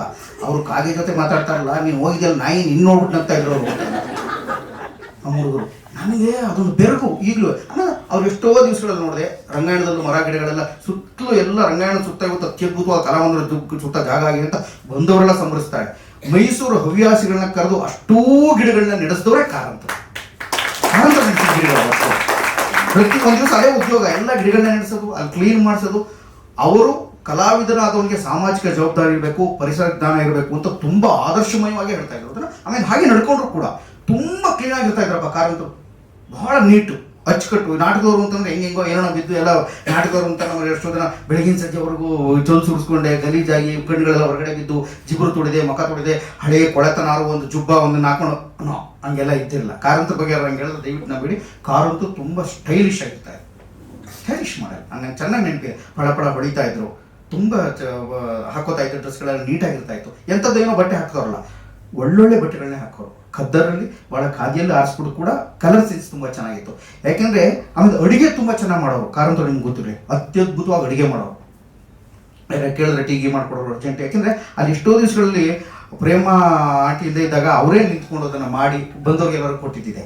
ಕಾರಂತರಿಂದ ತಗೋಬೇಕಾದಂಥ ವಿಷಯಗಳು ಬೇಕಾದಷ್ಟಿದೆ, ಬೇಕಾದಷ್ಟು. ಅಂದರೆ ನನಗೆ ಇನ್ನೂ ಪೂರ್ಣವಾಗಿ ಇವತ್ತಿಗೂ ಅರ್ಥವೇ ಆಗದೆ ಇರುವಂಥ ಕಾರಂತ ಆತ. ಆಮೇಲೆ ಅವ್ರಿಗೆ ಯಾವಾಗಲೂ ಕಾರಂತರು ಒಂದ್ಸಲಿ ರಾಗಸರಾಗ ಮಾಡೋಣ ತೀರ್ಮಾನ ಮಾಡ್ಬಿಟ್ಟು, ರಾಗಸರಾಗಕ್ಕೆ ನಾವೆಲ್ಲ ರಾಗಸರಾಗ ಅಂತಂದ್ರೆ ನಮ್ಗೆಲ್ಲರಿಗೂ ಗಿಟಾರ್ ಬರುತ್ತೆ, ಎಲ್ಲ ತಕ್ಕೊಟ್ಟಾಗೆ ಗಿಟಾರ್ ತಕ್ಕೊಡ್ತಾರೆ. ನಮಗೆಲ್ಲ ಆ ಕಾಲದಲ್ಲಿ ರವಿಚಂದ್ರ ಮಂತ್ರ ಅಲ್ಲಿ ರೂಪಿಸ್ಕೊಂಡು ಏನೋ ಮಾಡ್ಬೋದು ಸ್ಟೈಲಿಶ್ ಆಗಿ. ಗಿಟಾರು ಇಲ್ಲ, ತಬಲೂ ಇಲ್ಲ. ಎಲ್ಲರೂ ನಿಮ್ಮಲ್ಲಿ ಮೆಸ್ಗೋಗಿ ಮೆಸ್ಸಲ್ಲಿ ಬಿದ್ದಿರುವಂಥ ತೆಂಗಿನ ಕರಟುಗಳನ್ನೆಲ್ಲ ಎತ್ಕೊಳ್ಳಿ, ಚೆನ್ನಾಗಿ ಟಕ ಟಕ ಟಕ ಅಂತ ಕುಟ್ಟೋದು, ಕಲ್ಲಿನ ಬೆಣಚ್ ಕಲ್ಲುಗಳು, ಆಮೇಲೆ ಹಳೆಯದೊಂದು ಕೊಳಲು, ಈ ಥರ ಎಲ್ಲೆಲ್ಲಿ, ಆಮೇಲೆ ಹಳೆ ಬಕೀಟು, ತಟ್ಟೆ, ಲೋಟ, ಈ ಥರದ ಕೈಗೆ ಸಿಕ್ಕುವ ವಸ್ತುಗಳನ್ನೆಲ್ಲ ಇಟ್ಕೊಂಡು ಒಂದು ಅತ್ಯದ್ಭುತವಾದಂತಹ ಕಾರ್ಯಕ್ರಮವನ್ನು ಮಾಡಿಬಿಟ್ಕೊಂಡ್ರೆ ನನಗೆ ಚೆನ್ನಾಗಿ ನೆನಪಿದೆ. ಕಾರಂತರು ಬರೀ ಕೈಗೆ ಸಿಕ್ಕುವ ತಟ್ಟೆ, ಲೋಟ, ಕರಟ, ಇದು ಬೆಣಚುಕಲ್ಲು ಇದನ್ನ ಇಟ್ಕೊಂಡು ಅದರಲ್ಲಿ ಲಯ, ಆಮೇಲೆ ಯಾವಾಗಲೂ ಲಯದ ಬಗ್ಗೆ ಅತ್ಯದ್ಭುತವಾದಂಥ ವಿಚಾರಗಳನ್ನ ಹೇಳ್ತಾ ಇದ್ರು. ನನಗೀಗಲೂ ಎಷ್ಟೋ ವಿಷಯಗಳು ಅರ್ಥ ಆಗಕ್ಕೆ ಸಾಧ್ಯವೇ ಇಲ್ಲ, ಯಾಕೆ ನಾನು ಬಂದಿದ್ದೆಲ್ಲ ಮಂಡ್ಯದ ಹಳ್ಳಿಗಾಡಿನಿಂದ ಬಂದವನು. ನನಗೆ ಆ ಲಯದ ಬಗ್ಗೆ ಅವ್ರು ಹೇಳ್ತಾ ಇದ್ದಂಥ ಕನಸುಗಳು, ಅವ್ರು ಎಕ್ಸ್ಪ್ಲೈನ್ ಮಾಡ್ತಾ ಇದ್ದ ರೀತಿ, ಲಯ ಇಲ್ಲದೆ ಪ್ರಪಂಚವೇ ಇಲ್ಲ ಅಂತ ಇದ್ರು. ರಿದಮ್ಮೇ ಯಾವಾಗ ನೋಡಿದ್ರು ರಿದಮ್ ಅಂತ. ಒಂದ್ಸಲಿ ಅವ್ರು ಗೋಡೆ ಪತ್ರಿಕೆ ಅಂತ ಶುರು ಮಾಡಿದ್ರು. ಗೋಡೆ ಪತ್ರಿಕೆ ಅಂತ ಎಲ್ಲ ಬರೆದು ಅಂಟಿಸ್ಬೇಕು, ಈ ಸ್ಕೂಲು ಕಾಲೇಜ್ನಲ್ಲಿ ಮಾಡ್ಕೊಂಡಿರ್ತಾರೆ, ಪ್ರಿಂಟಿಗೆ ಇನ್ನೂ ಪರಿಕರ ಆಗದಿದ್ದರಿಂದ ನೀವು ಬರೆದ್ರೆ ನನಗೆ ಗೋಡೆ ಪತ್ರಿಕೆ ಮಾಡಬೇಕು ಅಂತ ಅವ್ರು ಹೇಳಿದಾಗ ನಾನು ಅಂದೆ, ಸರ್ ಗೋಡೆ ಪತ್ರಿಕೆ ಎಲ್ಲರೂ ಯಾರು ಬೇಕಾದ್ರೂ ಬರಿಬೋದು ಅಂತ. ಸರಿ, ಕಾರಂತ ಇಲ್ಲದೇ ಇರೋ ಟೈಮ್ ನೋಡ್ಕೊಂಡು ಅವರೆಲ್ಲ ಹೊರಗಡೆ 3 ದಿನಕ್ಕೆ ಹೊರಗಡೆ ಹೊಟ್ಟೋಗೋರು. ಕಾರಂತ ಇನ್ನೊಂದು ಹೆಸರು ನಾಪತ್ತೆ ಅಂತ, ಮಿಸ್ಟರ್ ನಾಪತ್ತೆ ಅಂತ. ರಪ್ ಅಂತ ಆಪ್ಸ್ಕೊಂಡು ಆಗ್ಬಿಡೋರು, ಎಲ್ಲಿ ಹೋಗ್ತಾರೆ ಗೊತ್ತಿಲ್ಲ, ಯಾವಾಗ ಬರ್ತಾರೆ ಅಂತ ಗೊತ್ತಿಲ್ಲ. ಮಧ್ಯರಾತ್ರಿ ಬಂದು ಹಿಡಿದ್ಬಿಟ್ರು. ಕಾರಂತ ಏನಾರು ಇಲ್ಲ ಅಂತ ಕ್ಲಾಸ್ ಚಕ್ಕರ್ ಹೊಡೆದ್ಬಿಟ್ಟಿದ್ರೆ ಮಾರನೇ ಬೆಳಗ್ಗೆ 6 ಗಂಟೆ ಬಂದು ಕೂತ್ಬಿಟ್ರು ಅವರು. ನಾಳೆ ಬೆಳಿಗ್ಗೆ ದೊಡ್ಡ ಜನ ಬಂದಿದೆ, ಬೆನಿಫಿಟ್ಸ್ ಬಂದಿದ್ದಾರೆ, ಕಾರಂತ ಇದ್ದೇ ಇರ್ತಾರೆ ಅಂದರೆ ಬೆನಿಫಿಟ್ಸ್ ಬಿಟ್ಬಿಟ್ಟು ಅವ್ರು ಹೊರಟೋಗಿರೋರು. ಕಾರಂತ ಇರ್ತಾ ಇರಲಿಲ್ಲ. ನೀವು ಯಾವುದೂ ಕಾರಂತ ಮಟ್ಟಿಗೆ ನಿರೀಕ್ಷೆ ಇಟ್ಟು ಹಿಂಗೆ ಇರ್ತಾರೆ ಅಂತ ಹೇಳೋಕ್ಕಾಗಲ್ಲ. ಅವ್ರು ಇಲ್ಲದೆ ಇದ್ದಾಗ ನಾನು ಗೋಡೆ ಪತ್ರಿಕೆಗೆ ಒಂದು ಜೋಕ್ ಬರೆದು ಹಾಕಿದ್ದೆ ಆ ಕಾಲಕ್ಕೆ. ಏನು ಅದು ಬಂದು ನನ್ನ ಕರೆಸಿ ಕೇಳಿದ್ರು, ಏನು ನೀನು ಇಂಥ ಕೆಲಸ ಮಾಡಿದ್ದೆ, ಅದೇನು ಬರೆದು ಹೇಳು. ಏನು ಬರೆದಿದೆ ಅಂತಂದರೆ ಆ್ಯಕ್ಚುಲಾಗಿ ಈ ಮೈಸೂರು ಹತ್ರ ರಾಜ್ಕುಮಾರ್ ಅಂತ ಟಾಕಿಸಿದೆ ರಂಗಾಯಣದ ಹತ್ರ, ಅದ್ರ ಪಕ್ಕ ಒಂದು ಅಲ್ಲಿ ಕಟಿಂಗ್ ಶಾಪ್ ಇತ್ತು. ಆ ನಾಪಿತನ ಅಂಗಡಿಗೆ ಕಾರಂತರು ಹೋಗ್ತಾರೆ. ಹೋದ ತಕ್ಷಣ ಕಾರಂತರು ಅಲ್ಲಿಗೆ ಹೋಗಿ ಕೂತ್ಕೊಂಡ ತಕ್ಷಣವೇ ಅವನು, ಸರ್ ನಮಸ್ಕಾರ, ಕಾರಂತರು ಬಂದು ಫುಲ್ ಖುಷಿ ಆಗ್ಬಿಟ್ಟು ಎಲ್ಲರೂ ಕಳಿಸ್ಬೇಕು, ನಮಸ್ಕಾರ, ಚೆನ್ನಾಗಿದ್ದೀರಾ ಸರ್, ಸರ್ ಈ ರಿದಮ್ ಅಂದ್ರೆ ಏನು ಸರ್ ಅಂತ ಕೇಳ್ತಾರೆ. ಕಾರಂತರು ನೋಡ್ರೆ ರಿದಮ್ ಅಂದ್ರೆ ಏನು? ರಿದಮ್ ಅಂದರೆ ಈ ಪ್ರಪಂಚದಲ್ಲಿ ಕಾರಂತರು ಶುರು ಮಾಡ್ತಾರೆ, ಫುಲ್ ಖುಷಿ ಆಗ್ತಾನೆ, ಮಾತಾಡ್ತಾನೆ ಅವರು ಕಟಿಂಗ್ ಎಲ್ಲ ಥ್ಯಾಂಕ್ ಯು ಸರ್ ಅಂದಿತ್ತು. ಮತ್ತೆ 1-2 ತಿಂಗಳು ಬಿಟ್ಕೊಂಡು ಮತ್ತೆ ಬರ್ತಾನೆ, ಥ್ಯಾಂಕ್ ಯು ಕಣೆ, ಗುಡ್ ಅಂತ ಕೇಳಿದ್ದಕ್ಕಿಂತ ₹2 ಜಾಸ್ತಿ ಕೊಟ್ಬಿಟ್ಟು ಕಾರಂತರು ಮತ್ತೆ ಬರ್ತಾರೆ. 2 ತಿಂಗಳಾದ್ಮೇಲೆ ಮತ್ತೆ, ಸರ್ ಈ ರಿದಮ್ ಅಂದ್ರೆ ಎಂತ ಅಂತ ಮತ್ತೆ ಕೇಳ್ತಾರೆ. ಮತ್ತೆ ಅವ್ರು ರಿದಮ್ ಅಂದ್ರೆ ಏನು ಅಂತ ಫುಲ್ ಕ್ಲಾಸ್ ಎಲ್ಲ ಮಾಡ್ತಾರೆ. 3ನೇ ಸರಿ ಬರ್ತಾನೆ, ಮತ್ತೆ ಕಟಿಂಗ್ ಕೂತ್ಕೋತಾರೆ. 3ನೇ ತಿಂಗಳು, ಸರ್ ರಿದಮ್ ಅಂದ್ರೆ ಏನು? ತಮಾಷೆ ಮಾಡ್ತೀನಿ ನೀನು, ಕಳೆದ 2 ತಿಂಗಳು ನನಗೆ ರಿದಮ್ ಅಂತ ಅಷ್ಟು ಚೆನ್ನಾಗಿ ಹೇಳ್ಕೊಟ್ಟಿದ್ದೀನಿ, ಮತ್ತೆ ಕಟಿಂಗ್ ಮುಗಿಸ್ಕೊಂಡು ಮತ್ತೆ ಒಂದು ಜೀವತ್ತಿಗೆ ಯಾಕೆ ರಿದಮ್ ಅಂದ್ರೆ? ಅಲ್ಲ ಸರ್ ಬೈಬಿಡಿ ಸರ್, ರಿದಮ್ ಅಂತಂದ್ರೆ ನಾನು ಕೇಳಿದ ತಕ್ಷಣ ನಿಮ್ಮ ಮೈಯೆಲ್ಲ ರೋಮಾಂಚನ ಆಗುಂಟು, ನೀವು ಕಟಿಂಗ್ ಮಾಡ್ಲಿಕ್ಕೆ ಅನುಕೂಲ ಆಗ್ತದೆ ಅಂತ ನಾನು ರಿದಮ್ ಬಗ್ಗೆ ಪಾಠ ಮಾಡಿದ್ದೀನಿ, ಈ ಕೆಲಸ ಮಾಡಕ್ಕೆ ಅಂತ ಕರೆದೇ ಹೇಳಿದ್ರು. ನಾನು ತಲೆ ತೆಗೆಸ್ಕೊಂಡು ಹಿಂಗೆ ಕೂತಿದ್ದೆ. ಆಮೇಲೆ ನನ್ಬಿಟ್ಟು ವಾಪಸ್ ಕಳ್ಸೋರು, ಹೋಗ್ಲಿ ಹೋಗು ಅಂತ. ನನಗೆ ಈಗಲೂ ಗೋಡೆ ಪತ್ರಿಕೆ ಮತ್ತು ರಿದಮ್ ಯಾವಾಗಲೂ ತಲೆ ಹೊಡೆದ್ಬಿಟ್ಟಿದೆ. ನಾನು ಎಲ್ಲೋ ಓದಿದ್ದನ್ನ ಅಲ್ಲಿ ಲಿಂಕ್ ಮಾಡಿಕೊಂಡಿದ್ದೆ. ಅಷ್ಟಂದ್ರೆ ಕೂದಲು ನಿಂತ್ಕೊಳ್ತಾರೆ, ಕಟ್ ಮಾಡೋದು ಈಸಿ ಅಂತ, ಮಲ್ಕೊಂಡಿದ್ರೆ ಕಟ್ ಮಾಡೋದು ಕಷ್ಟ, ಈ ಉದ್ದೇಶ ಇಟ್ಕೊಂಡು ಮಾಡಿದ್ದು ಕಾರಂತರು. ಆಮೇಲೆ ಅವ್ರು ಒಳಗೊಂದು ಅಗಾಧವಾದಂಥ ಎಷ್ಟು ದೊಡ್ಡ ವೈನೋದಿಕ ಪ್ರಜ್ಞೆ ಇತ್ತು ಅಂತಂದರೆ, ನಾನು ಗಮನಿಸ್ಕೊಂಡಾಗ ಕಾರಂತರು ಬಹಳ ಕಮ್ಮಿ. ನಿಮ್ಗೊಂದು ಇದ್ರ ಮಧ್ಯೆ ಒಂದು ಹೇಳ್ಬಿಡ್ತೀನಿ ಇದನ್ನ. ಕಾರಂತರ ಮನೆ ಒಂದ್ಸರಿ ಬೆಂಗಳೂರಲ್ಲಿ ಕಳ್ತನ ಆಗ್ಬಿಟ್ಟು ಒಂದು ಹೇಳಿರ್ತಾರೆ, ಹೇಳ್ಕೊಡ್ತೀನಿ. ತುಂಬ ಜನ ಕಾರಂತರ ಮನೆ ಒಂದ್ಸರಿ ಕಳ್ತನ ಆಗೋಯ್ತು, ಕಳ್ಳ ಬಂದು ಎಲ್ಲ ಎತ್ಕೊಂಡು ಹೋಗ್ಬಿಡ್ತಾನೆ, ಏನೇನು ಉಳಿಸಲ್ಲ ದೊಡ್ಡ ಕಳ್ತನ ಅದು. ಆಮೇಲೆ ಪ್ರೇಮ ಕಾರಂತ ಯಥಾ ಪ್ರಕಾರ ಅನ್ನೋದು ಹೇಳ್ತಾ ಇರ್ತಾರೆ, ಎಲ್ಲ ಹಿಂಗಾಯ್ತು ಅಂತ. ಕಾರಂತರು ಬರ್ತಾರೆ, ಏನು ನೋಡಿ ಎಂದೂ ಉಳಿಸಿಲ್ಲ, ದುಡ್ಡು ಕಾಸು ಬೆಳ್ಳಿ ಬಟ್ಟೆ ಎಲ್ಲ ತೊಗೊಂಡು ಹೋಗ್ಬಿಟ್ಟಿದ್ದಾನೆ ಅಂತ. ಇನ್ಸ್ಪೆಕ್ಟರ್ ಎಲ್ಲ ಮಾಡ್ಕೊತಾನೆ, ಮಜಾ ನಡೀತಾ ಇರ್ತಾರೆ, ಏನೇನು ಹೋಯ್ತು ಎಲ್ಲ ಕೇಳಿದಾಗ ನೋಡಿದ್ರೆ ಅವ್ರ ಕಡೆ ನೋಡಿ ಏನು ಬಿಟ್ಟಿಲ್ಲ, ಕಡೆಗೆ ಪದ್ಮಶ್ರೀ ಪ್ರಶಸ್ತಿ ಅದನ್ನು ತೊಗೊಂಡು ಹೋಗಿದ್ದಾನೆ ಅಂತ ಹೇಳ್ತಾರೆ. ಆಮೇಲೆ ಪದ್ಮಶ್ರೀ ಪ್ರಶಸ್ತಿ ತೊಗೊಂಡೋಗಿದ್ದಾನೆ, ಮಹಾಜರ್ ಬರ್ಕೊಡ್ತಾನೆ. ಕಾರಂತರ ಕಡೆ ನೋಡ್ಕೊಡ್ತಾನೆ, ಸರ್ ಪದ್ಮಶ್ರೀ ಪ್ರಶಸ್ತಿ ತೊಗೊಂಡೋಗಿದ್ದಾನೆ ಸರ್ ಅಂತ. ಕಾರಂತರು ಹೋಗ್ರಿ ಬಿಡಿ, ಅವನಿಗಾದ್ರೂ ಅದ್ರ ಬೆಲೆ ಗೊತ್ತಾಯ್ತಲ್ಲ ಅಂತ. ಕಾರಂತರಿಗಿದ್ದಂಥ ಹಾಸ್ಯ ಪ್ರಜ್ಞೆ ಬಹಳ ಹೊರಗೆ ಹೊರಟೋಯ್ತು ಅನ್ನೋದಲ್ಲ, ಆದರೆ ಒಟ್ಟು ಕಾರಂತರಿಗಿದ್ದಂಥ ಹಾಸ್ಯ ಪ್ರಜ್ಞೆ ಆ ಥರದ್ದು. ತುಂಬ ಟೈಮ್ಲಿ ಪಕ್ಕ ಹುಡುಗ ಎಷ್ಟು ಚೆನ್ನಾಗಿ ರೂಪಿಸೋರು ಅಂತಂದ್ರೆ ಪ್ರತಿಯೊಬ್ಬ ನಟನ. ಕಿಂದರ್ ಜೋಗಿ ಅನ್ನೋ ನಾಟಕದಲ್ಲಿ ಅವರು ಡೈರೆಕ್ಟ್ ಮಾಡ್ಬೇಕಾದ್ರೆ ಒಬ್ಬ ವಿನಾಯಕ್ ಭಟ್ಟ ಅನ್ನೋ ಒಬ್ಬ ಆ್ಯಕ್ಟರ್ಗೆ ಜನವಾರ ಇಲಿ ಕಡಿದ್ಬಿಟ್ಟಿರುತ್ತೆ. ಅದು ಇಲಿ ಕಡಿದೋದ್ಮೇಲೆ ಜನವಾರ ಕಿತ್ಕೊಂಡು ಕೆಳಗಡೆ ಬೀಳ್ಬೇಕಲ್ಲ, ಅದು ಕಟ್ಟಿದ್ದು. ಅದನ್ನು ಅವರೇನೆ ಆ ವಯಸ್ಸಿನಲ್ಲಿ ಚೆನ್ನಾಗಿ ನೆನಪಿದೆ, ಉರುಳು ಬಿದ್ದು ಕಿತ್ತು ಹೊರದನ್ನು ಆ್ಯಕ್ಟ್ ಮಾಡಿ ತೋರಿಸಿದ್ರು. ಉರುಳು ಬಿದ್ದುಬಿಟ್ಟು ಹೇಗೋ ಅಂತ ಆ್ಯಕ್ಟ್ ಮಾಡಿ. ಆಮೇಲೆ ಆ ಪ್ರತಿ ನಾಟಕವನ್ನು ಮಾಡಿಸ್ಬೇಕಾದ್ರೂ ಕೂಡ ಪ್ರತಿ ಸಾಲನ, ಪ್ರತಿ ಅಕ್ಷರದ ನಡುವೆ ಬರುವ ಮೌನವನ್ನು, ಯತಿಗಳನ್ನು ಮತ್ತು ಅದರ ಸ್ಪಷ್ಟತೆಯನ್ನು, ಅದರ ಆಳ ಹೋಗುಗಳನ್ನೆಲ್ಲ ಸವಿಸ್ತಾರವಾಗಿ ಏಕಕಾಲದಲ್ಲಿ ಗ್ರಹಿಸಿ ಅದಕ್ಕೆ ಪೂರ್ಣವಾಗಿ ಚಂದವಾಗಿ ಎಲ್ಲರೂ ನೋಡಬಹುದಾದ ನಾಟಕವನ್ನು ಮಾಡಿಡ್ತಾ ಇದ್ರು. ಕಾರಂತ ಪರಂಪರೆಯ ನಾಟಕಗಳು ಯಾವುದು ಜನರನ್ನ ಓಡಿಸೋ ನಾಟಕಗಳಾಗಿರಲಿಲ್ಲ, ನಿಮಗೆ ಗೊತ್ತಿರಲಿ. ಅವರು ಸಂತೋಷಪಟ್ಟು ಜನ ಎಲ್ಲ ಬಂದು ಆ ನಾಟಕವನ್ನು ನೋಡ್ತಾ ಇದ್ರು. ಆ ಥರದೊಂದು ಕೆಲಸ ಮಾಡ್ತಾ ಇದ್ರು. ಹತ್ತತ್ರ 6 ತಿಂಗಳು 1 ವರ್ಷ ಆಗುತ್ತೆ. ಜನ ತಾವು ಕಲ್ತಿದ್ದಕ್ಕೆ ಜನಕ್ಕೆಲ್ಲ ತೋರಿಸ್ಬೇಕು ಅಂತ ಕಾರಂತರಿಗೆ ರಂಗಾಯಣದಲ್ಲಿ ಈ ಥರ ಟ್ರೈನಿಂಗ್ ಎಲ್ಲ ಕೊಟ್ಟು ಬೇರೆ ಇಂಪ್ರೂವೇಷನ್ಸ್ ಮಾಡಿ ಒಳ್ಳೊಳ್ಳೆ ಜನಗಳನ್ನೆಲ್ಲ ಕರೆದು ಕ್ಲಾಸ್ ಮಾಡಿಸಿ ಅಲ್ಲಿಯ ಸ್ಥಳೀಯ ಎಲ್ಲ ಸಂಪನ್ಮೂಲಗಳನ್ನ ಬಳಸ್ಕೊಂಡು ಕಂಸಾಳೆ ಮಾಡಿಸ್ಬೇಕು ಅಂದಾಗ ಮಹಾದೇವನವರು ಭಾಳ ಅದ್ಭುತ, ಅವ್ರ ಕೈಲೇ ಕರೆಸಿ ನಮಗೆ ಕಂಸಾಳೆ ಮಾಡಿಸ್ತಾರೆ. ನಾವು ಕಂಸಾಳೆ ಕಲ್ತ್ಕೊಂಡು ಎಚ್ ವಿ ಶರ್ಮಾ ಅಂತ ಡೆಲ್ಲಿಯಿಂದ ಕರೆಸ್ತಾರೆ. ಅವ್ರು ಮುಖವಾಡ ಹೆಂಗೆ ಮಾಡ್ತಾರೆ, ಅವ್ರಿಗೆ ಟೋಟಲ್ ಥಿಯೇಟರ್ ಬಗ್ಗೆ ಮಾತ್ರ ನಂಬಿಕೆ ಇತ್ತು. ಕಾರಂತರ ಬಗ್ಗೆ ಒಬ್ಬ ನಟ ಸುಮ್ಮನೆ ಒಂದು ನಟ ಹಾಕೊಂಡು ಬಿಟ್ಟೋದ್ರೆ ಅವ್ರ ರಂಗಭೂಮಿ ಆಗಲ್ಲ. ಅವನು ಆ ನಟನಿಗೆ ಸ್ವಲ್ಪ ಮೇಕಪ್ ಮಾಡೋದು ಗೊತ್ತಿರಬೇಕು, ಸ್ವಲ್ಪ ಬಟ್ಟೆ ಹಾಕ ಚೆನ್ನಾಗಿ ಗೊತ್ತಿರಬೇಕು, ಅವ್ನಿಗೊಂದು ಸೌಂದರ್ಯ ಪ್ರಜ್ಞೆ ಇರಬೇಕು, ತಾನು ಮಾಡುವ ಎಲ್ಲ ಕೆಲಸಗಳ ಬಗ್ಗೆನೂ ಸದಭಿರುಚಿ ರೂಢಿಸಿಕೊಂಡವ ಮಾತ್ರ ನಟ ಅಂತ ಅವ್ರಿಗೆ ಗೊತ್ತಿತ್ತು. ಆ ಥರ ಒಂದು ವಿಚಿತ್ರ ಪರಿಪೂರ್ಣ ನಟನ ಕಲ್ಪನೆಯಲ್ಲಿ ಸದಾ ಹುಡುಕ್ತಾ ಇದ್ರು. ಅವರ ಪ್ರಕಾರ ಸರ್ವಶ್ರೇಷ್ಠವಾದ ನಟ ಯಾರು ಅಂತಂದ್ರೆ ಅವ್ರು ಹೇಳ್ತಾ ಇದ್ರು, ನನ್ಗೆ ಚೆನ್ನಾಗಿ ನೆನಪಿದೆ, ಅವ್ರಿಗೆ ಜೋಗರ್ ಫಕೀರಪ್ಪ ಅಂತ ಒಬ್ಬ ಹಾಡುಗಾರ ಇದ್ದಾನೆ, ಅವ್ರು ಒಳ್ಳೆ ನಟ. ಯಾಕೆಂದ್ರೆ ಅವನು ಹಾಡ್ತಾ ಜೋಗರ್ ಫಕೀರಪ್ಪ ತುಂಬಾ ಚೆನ್ನಾಗಿ ಜೋಗರ ಪದಗಳನ್ನೆಲ್ಲ ಹೇಳ್ತಾ ಇರ್ತಾನೆ.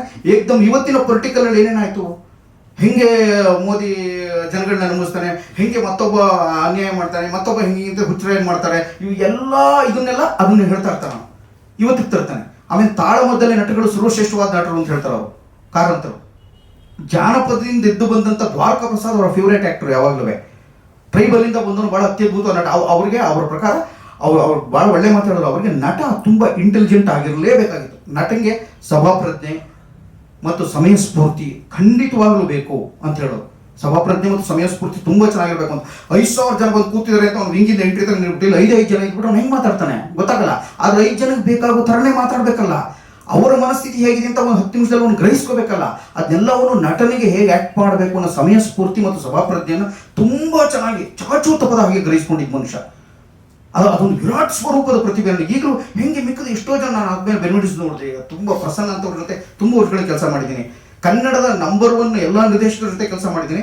ಕಾರಂತರಿಗಿದ್ದಂಥ ವಿಚಿತ್ರವಾದಂಥ ವಾಂಚಲ್ಯಗಳು, ಅವ್ರಿಗಿದ್ದಂಥ ಗ್ರಹಿಕೆಗಳು ನನಗೀಗಲೂ ಬಿಡಿಸ್ಕೊಳ್ಳೋಕ್ಕೆ ಆಗಿಲ್ಲ. ಅಂದ್ರೆ ಕೆಲಸ ಮಾಡುವಾಗ ಅವ್ರು ಯಾವತ್ತೂ ಅವರ ಪ್ರದರ್ಶನದ ಸೋಲು ಗೆಲುವಿನ ಬಗ್ಗೆ ಯೋಚನೆ ಮಾಡಿಲ್ಲ.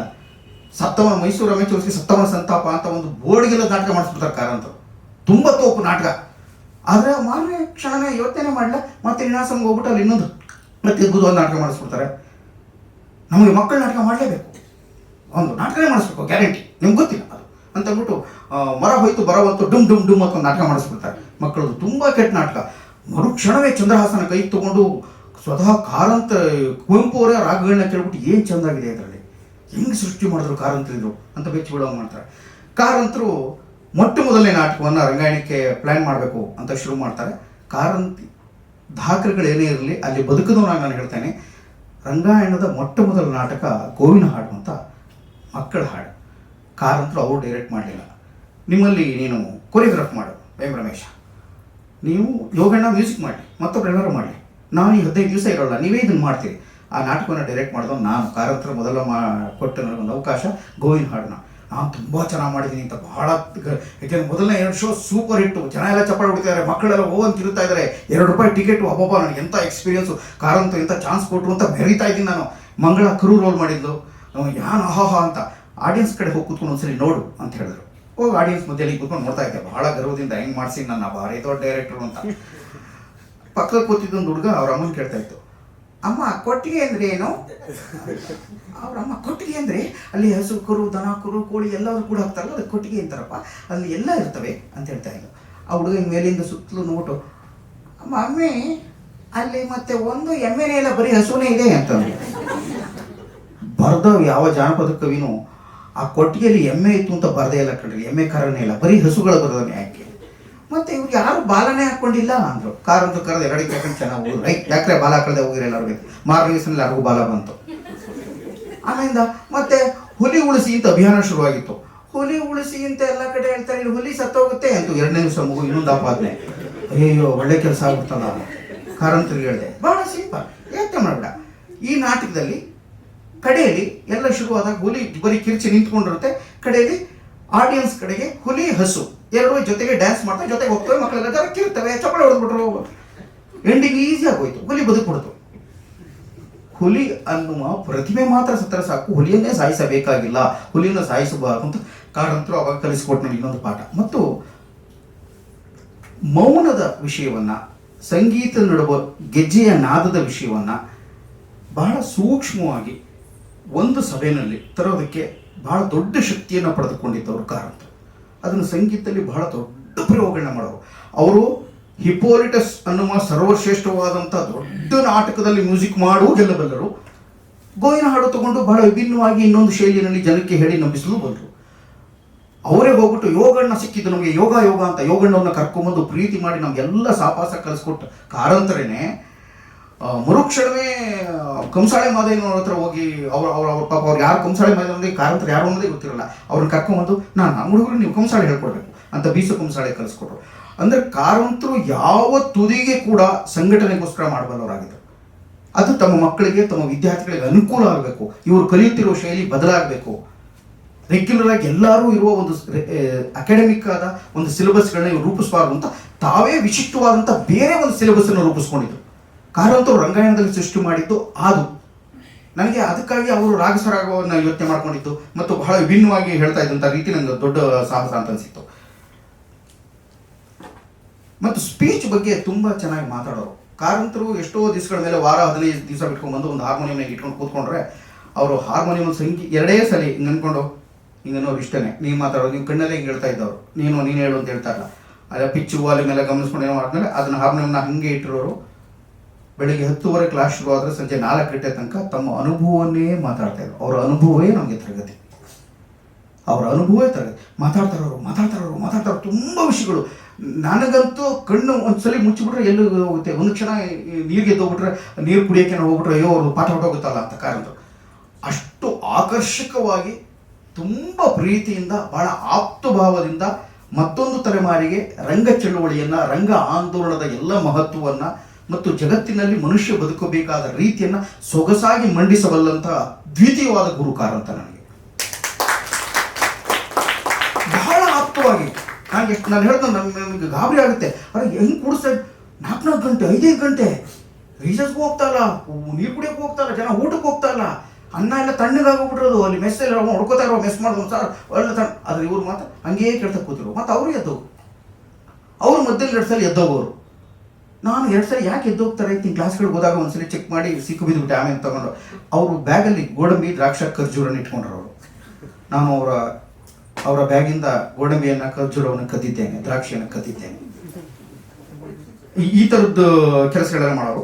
ಮತ್ತು ನನಗೆ ಅವರು ವಿಶೇಷವಾಗಿ ಆಂಗಿಕ ಅಭಿನಯಕ್ಕೆ ಯಕ್ಷಗಾನವನ್ನು ಉದಾಹರಣೆ ಕೊಡ್ತಾ ಇದ್ದರೆ, ಆಹಾರಕ್ಕೆ ಕಥಕ್ಕಳಿಯನ್ನು ಉದಾಹರಣೆ ಕೊಟ್ಟರೆ, ವಾಚಿಕಕ್ಕೆ ಫಕೀರಪ್ಪನ ಉದಾಹರಣೆ ಕೊಡೋರು, ಸಾತ್ವಿಕಕ್ಕೆ ಇವತ್ತಿಗೂ ಅವ್ರು ಹೇಳ್ತಾ ಇದ್ದಿದ್ದು ಒಂದು 2-3 ಹೆಸರುಗಳು. ಅದರಲ್ಲಿ ಶಂಭು ಮಿತ್ರ ಅಂತ ಬಂಗಾಳಿಯ ಬಹಳ ದೊಡ್ಡ ಆ್ಯಕ್ಟ್ರು ಅಂತ ಯಾವಾಗಲೂ ಅವನ ಹೆಸರು ಹೇಳೋರು. ಮತ್ತು ಅವರಿಗೆ ಎಣಗಿ ನಟರಾಜ್ ಬಹಳ ಪ್ರಿಯವಾದ ನಟನಾಗಿದ್ದ. BJ ಅವರು ಇಷ್ಟವಾದ ನಟಿಯಾಗಿದ್ದರು. ಉಮಾಶ್ರೀ ಅವ್ರ ಕಂಡ್ರೆ ಬಹಳ ಪ್ರೀತಿ ಇತ್ತು. ಈ ಕೆಲವು ಹೆಸರುಗಳನ್ನ ಅವ್ರು ಯಾವಾಗಲೂ ಹೇಳೋರು. ನನಗೆ ಚೆನ್ನಾಗಿ ನೆನಪಿದೆ ಕೆಲವು ಹೆಸರುಗಳನ್ನ ಅವರು ಪದೇ ಬಳಸಿ ಮಾಡ್ತಾರೆ. CR ಸಿಂಹ ಅವ್ರು ಬಂದಾಗ ಇವರು ತುಂಬ ಚೆನ್ನಾಗಿ ಮಾಡ್ತಾರೆ, ಅವರು ಭಾಳ ಚೆನ್ನಾಗಿ ಸಿಂಹ ಚೆನ್ನಾಗಿ ಮಾಡ್ತಾರೆ ಅವರು. ಬಟ್ ಯಾವಾಗಲೂ ಒಂದೇ ಥರ ಮಾಡ್ತಾರೆ ಅನ್ನೋದನ್ನು ಬಿಟ್ಟರೆ ಚೆನ್ನಾಗಿ ಮಾಡ್ತಾರೆ ಅನ್ನೋರು. ನಾನು ಇವ್ರು ಏನು ಹೇಳ್ತಾ ಇದ್ದಾರಪ್ಪ, ಯಾವುದೇ ಪತ್ರ ಕೊಟ್ಟರು ಹಾಗೆ ಮಾಡ್ತಾರೆ. ಇದು ನಡೆದ ರಾಜ್ಕುಮಾರ್ ಅವರು ಬಂದಿದ್ರು ಒಂದ್ಸಲಿ. ರಾಜ್ಕುಮಾರ್ ಅವ್ರು ಬಂದು ಒಂದು ಪಾಠ, ರಾಜ್ಕುಮಾರ್ ಅವರು ದುತ್ ಅಂತ ಬಂದರು. ರಪ್ ಅಂತ ಹೇಳೋ ಗಾರನ್ನ ಸುತ್ತಾಡ್ಕೊಂಡ್ಬಂದು ಒಳಗಡೆ ಬಂದ್ಬಿಟ್ರು. ಕಾರಂತರು ಮತ್ತು ಕರಿ ನಾವು ಮಾತಾಡಬೇಕು ಅನ್ನೋ ಮುತ್ತುರಾಜ್ ಒಳಗಡೆ ಬಂದರು. ನಾವು ಇದ್ದವರು ಎಲ್ಲರೂ ಪ್ರಗತಿಪರರು, ಲೆಫ್ಟಿಸ್ಟು, ವಿಚಾರವಂತರು, ಎಲ್ಲ ದೊಡ್ಡ ಜನ. ನೋಡಿ, ನನಗೆ ರಾಜ್ಕುಮಾರ್ನ ನೋಡದಿದ್ರೆ ಬದುಕೇ ಇಲ್ಲ. ನಾನು ರಾಜ್ಕುಮಾರ್ ಅವರ ಪರಮ ದೊಡ್ಡ ಅಭಿಮಾನಿ. ನನ್ನ ಮುಂದೆ ಕಾರಂತರು ಹಿಂಗೆ ಪಕ್ಕದಲ್ಲಿ ನಿಂತು ಬಿಟ್ಟಿದ್ದಾರೆ. ನನಗೆ ಅವ್ರು ಬಂದು ನಿಂತ್ಕೊಂಡ ತಕ್ಷಣ ಯಾರು ಎಲ್ಲ ಸುತ್ತ ಇದ್ದವ್ರು ಎಲ್ಲ ಮಾತಾಡ್ಬಿಟ್ರು. ಅವ್ರು ದಡಾರಂತ ಕಾಲು ಬಿದ್ದುಬಿಟ್ರೆ ನಾನು ನಮಸ್ಕಾರ ಮಾಡ್ಬಿಟ್ಟು, ರಾಜ್ಕುಮಾರ್ ನನಗೆ ಏನು ಮಾತಾಡಬೇಕು ಅಂತ ಹೋಗ್ತಾರ. ಕಾರಂತರು ಮಾತಾಡಿ ಮತ್ತು ರಾಜ ಇವತ್ತು ರಾಜ್ಕುಮಾರ್ ಏನು ಮತ್ತು ಹೌದು ಮಾತಾಡಿ ಅವರು ನಾನೇನು ಮಾತಾಡಲಿ, ನೀನು ಹೇಳು, ನೀನು ವೆಂಕಟರಮಣ ನೀನು ಹೇಳು ಅಂತ. ಬಾಬು ಕೋಳಿ ವೆಂಕಟರಮಣ ಕಾರಂತ ಅಂತ ಹೆಸರು. ವೆಂಕಟರಮಣ ನೀನು ಹೇಳು ಅಂತಾರೆ. ಇವರು ಇಲ್ಲ ಬೇಬಿ ಎಲ್ಲಿದ್ದಾನೆ ಈಗ ಅಂದರು. ಆಮೇಲೆ ಬೇಬಿ ಹೋಗ್ಬಿಟ್ಟ ಅಂದರು. ಬೇಬಿ ಅಂತಂದ್ರು ವಾಸುದೇವರಾವ್. ನನಗೆ ಈಗಲೂ ಅವ್ರು ಯಾಕೆ ಆ ಮಾತುಗಳೆಲ್ಲ ಚೆನ್ನಾಗಿ ನೆನಪಿದೆ ಅಂತಂದರೆ, ಅವರು ನೋಡಿ ಆ ಮಾತನ್ನು ಕೇಳಿದ್ರು. ನಾನು ಅಷ್ಟೊತ್ತಾಗಲೇ ಅರೆ ಬುದ್ಧಿಜೀವಿ ಆಗ್ಬಿಟ್ಟಿದ್ದು. ನಾನು ಅಜ್ಜಿಬಾಗಿಲ್ಲ ಹಾಕೊಂಡು ನಾನು ನೋಡ್ಕೊಂಡು ನೋಡ್ತಾರೆ. ಸರ್ ರಾಜ್ಕುಮಾರ್ ಸರ್, ನೀವು ನಮಗೆ ಸ್ಪೀಚ್ ಕ್ಲಾಸ್ ಮಾಡಿ ಸರ್ ಅಂದೆ. ಕರೆದು ಸ್ಪೀಚ್ ಕ್ಲಾಸ್ ಮಾಡಿ? ನನಗೆ ಭಾಷಣ ಮಾಡಿ ಗೊತ್ತಿಲ್ಲ ಕಂದ, ಭಾಷಣ ಎಲ್ಲೂ ಮಾಡಿಲ್ಲ ನಮ್ಮ ಅಂದರು. ಅಲ್ಲ, ಸ್ಪೀಚ್ ಅಂದರೆ ಮಾತನಾಡೋದು ಹೇಗೆ ಅಂತ ನಮಗೆ ಯಾರು ಹೇಳ್ಕೊಟ್ರು, ಕಲ್ತ್ಕೊಂಡ್ರು ಹಾಗೆ ಅಲ್ವಾ. ನಮ್ಗೆಲ್ಲಿ ಪಾಠ ಅಂತಿರ್ತಾ ಇತ್ತು. ಹಾರ್ಮೋನಿಯಂ ಮುಂದೆ ಸರಿಯಾಗಿ ಹಾಡ್ದು ಹೋದ್ರೆ ಓದಿಯವರು ಓದಿಸ್ಕೊಂಡು ಕಲ್ತು ಅಷ್ಟೇ ಅಂದರು. ನಾನು ಎಂಥ ದೊಡ್ಡ ಮನುಷ್ಯನಿಗೆ ಎಂಥ ದೊಡ್ಡ ವಿನಯ ಪ್ರೀತಿ ನಾವೆಲ್ಲಿ ಕಲ್ತ್ಕೊಂಡು ತನಗೆ ತಾನೇ ಬಂತು ಮಾಡ್ತಾ ಮಾಡ್ತಾ ಮಾಡ್ತಾ ನೋಡ್ತಾ ಅಂದ್ಕೊಂಡು ಆಮೇಲೆ ಎಲ್ಲರೂ ಅವ್ರು ಹಿಂದೆನೇ ಓಡಾಡೋದು ಏನು ಮಾಡ್ಬೇಕಾರಂತ ಸಾಕು ಸುತ್ತಾಡಿದ್ದು ಬಾ ನೀನು ಸಾಕು ಸಾಕು ಸುತ್ತಾಡಿದ್ದು ಬಾ ನೀನು ಅಂತ. ಆಮೇಲೆ ಬಂದೆ ನನಗೆ ಈಗಲೂ ರಾಜ್ಕುಮಾರ್ ಎಲ್ಲೇ ನೋಡಿದ್ರು ಅದು ಯಾಕೋ ಕಾರಂತರು ಮತ್ತು ರಾಜ್ಕುಮಾರ್ ಏಕಕಾಲದಲ್ಲಿ ಒಂದೇ ಥರ ಕಾಣಕ್ಕೆ ಶುರು ಮಾಡ್ಬಿಟ್ಟು ನನಗೆ. ಒಂದು ಅವ್ರ ಕಣ್ಣುಗಳು ಮತ್ತು ಅವ್ರ ಕಲರು ಮತ್ತು ಅವ್ರು ಯೋಚನೆ ಮಾಡ್ತಾ ಇದ್ದ ರೀತಿ, ಒಂದು ಕಂಪನಿ ನಾಟಕದ ಕಂದ ಸೀಸ ಪದ್ಯಗಳಿಂದ ಹೊರಟು ಆ ಸಂಗೀತವನ್ನು ತಿಳಿಸ್ಕೊಂಡು ಅವ್ರು ಕಾರಂತ ಯಾವಾಗಲೂ ಗುಬ್ಬಿಯಣ್ಣವ್ರ ಬಗ್ಗೆ ಒಂದು ಮಾತು ಹೇಳೋರು, ಅವರು ಗುಗ್ಗುರು ಅಂತ. ನಾನು ಏನು ಸರ್ ನಮ್ಮ ಗುರುಗಳ ಗುರು ಕಣೆ, ಅವರು ನಮಗಿಂತ ದೊಡ್ಡ ಗುರು, ಗುಗ್ಗುರು ದೊಡ್ಡ ಗುರುಗೆ ಗುಗ್ಗುರು ಅಂತ ಕಣೆ ಅಂತ. ಆಮೇಲೆ ಇಡೀ ರಂಗಭೂಮಿಯನ್ನು ಒಂದು ಪರಿವಾರದ ಹಾಗೆ ಒಂದು ಕುಟುಂಬದ ಹಾಗೆ ನಡೆಸಿಕೊಂಡಂಥ ಅದ್ವಿತೀಯವಾದ ಮನುಷ್ಯ ಇದ್ದರೆ ಅದು ಗುಬ್ಬಿ ವೀರಣ್ಣವರು.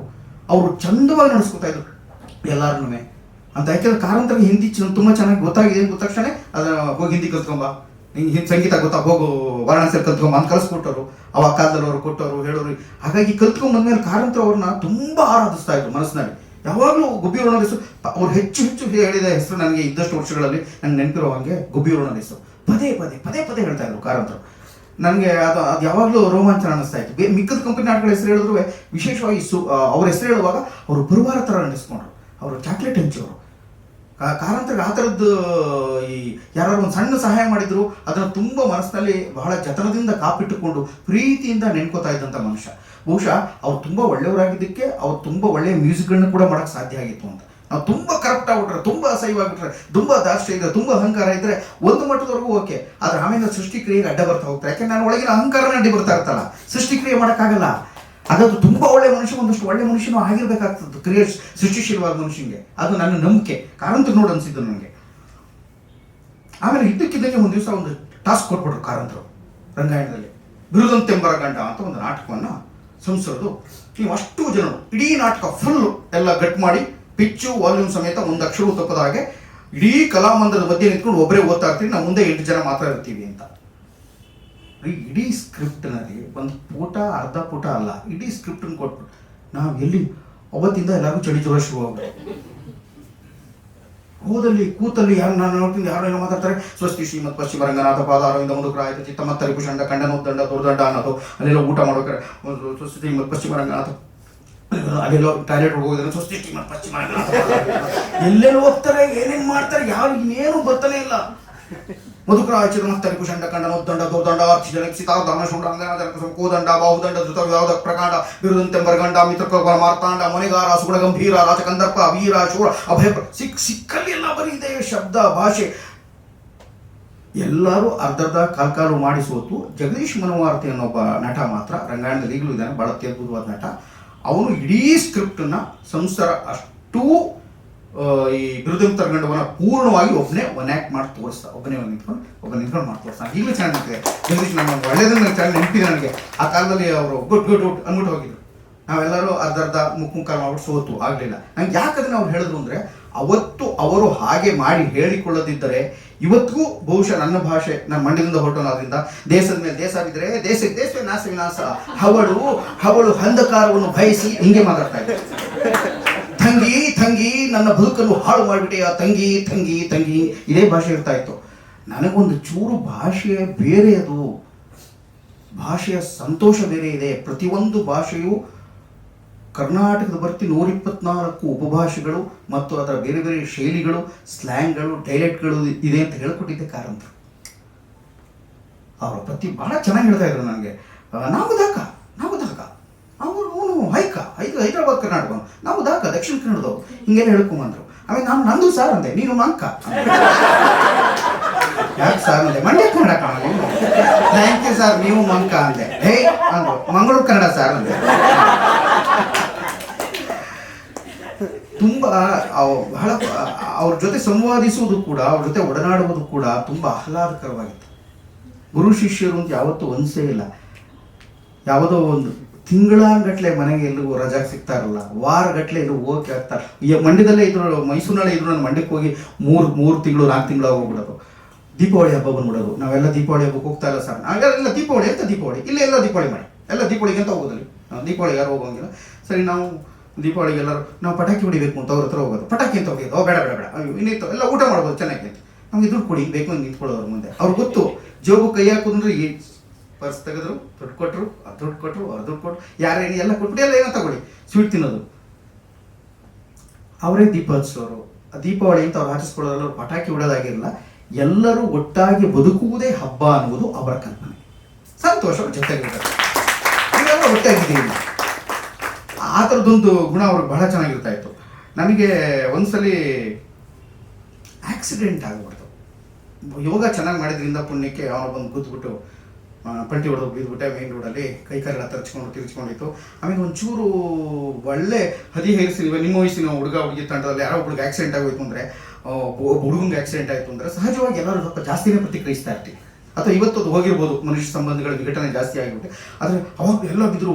ಅವ್ನು ಹೊರಡ ನಾವು ನನಗೆ ಗುದ್ದೋಡು ಮಂಡ್ಯ ಮನುಷ್ಯಗೆ ನಂಗೆ ಗುದ್ದು ಬಿಟ್ಟು ಹೋದ್ರು, ಅವ್ನು ಅಟ್ಟಿಸ್ಕೊಂಡು ಹೋದ. ಇನ್ಯಾರು ತಗೊಂಡು ಅಲ್ಲಿ ಕಾಮಾಕ್ಷಿ ಹಾಸ್ಪಿಟ್ಲ್ಗೆ ಆಡಿದ್ರು. ಕಾರಂತರು ಬಂದರು. ನಾವು ಒಂದೇ ದಿನ ಆಯಿತು, ಹಿಂಗೆ ನನ್ನ ಕಡೆ ಹಿಂಗೆ ನೋಡ್ತಾ ಇದ್ರು ಅವರು. ಕೆಲವು ಕಡೆ ಈಗಲೂ ಅರ್ಥ ಆಗೋದು ಒಂದು ವಿಚಿತ್ರವಾದಂಥ ಮುಖ ಅದು, ಅಂದರೆ ಏನು ರಿಯಾಕ್ಟೇ ಮಾಡ್ತಾರಲ್ಲ, ಸುಮ್ಮನೆ ಹಿಂಗೆ ನೋಡ್ತಾ ಇದ್ರು. ನಾನು ಬಿದ್ದಿದ್ದೆ, ಹಿಂಗಂದ್ರು.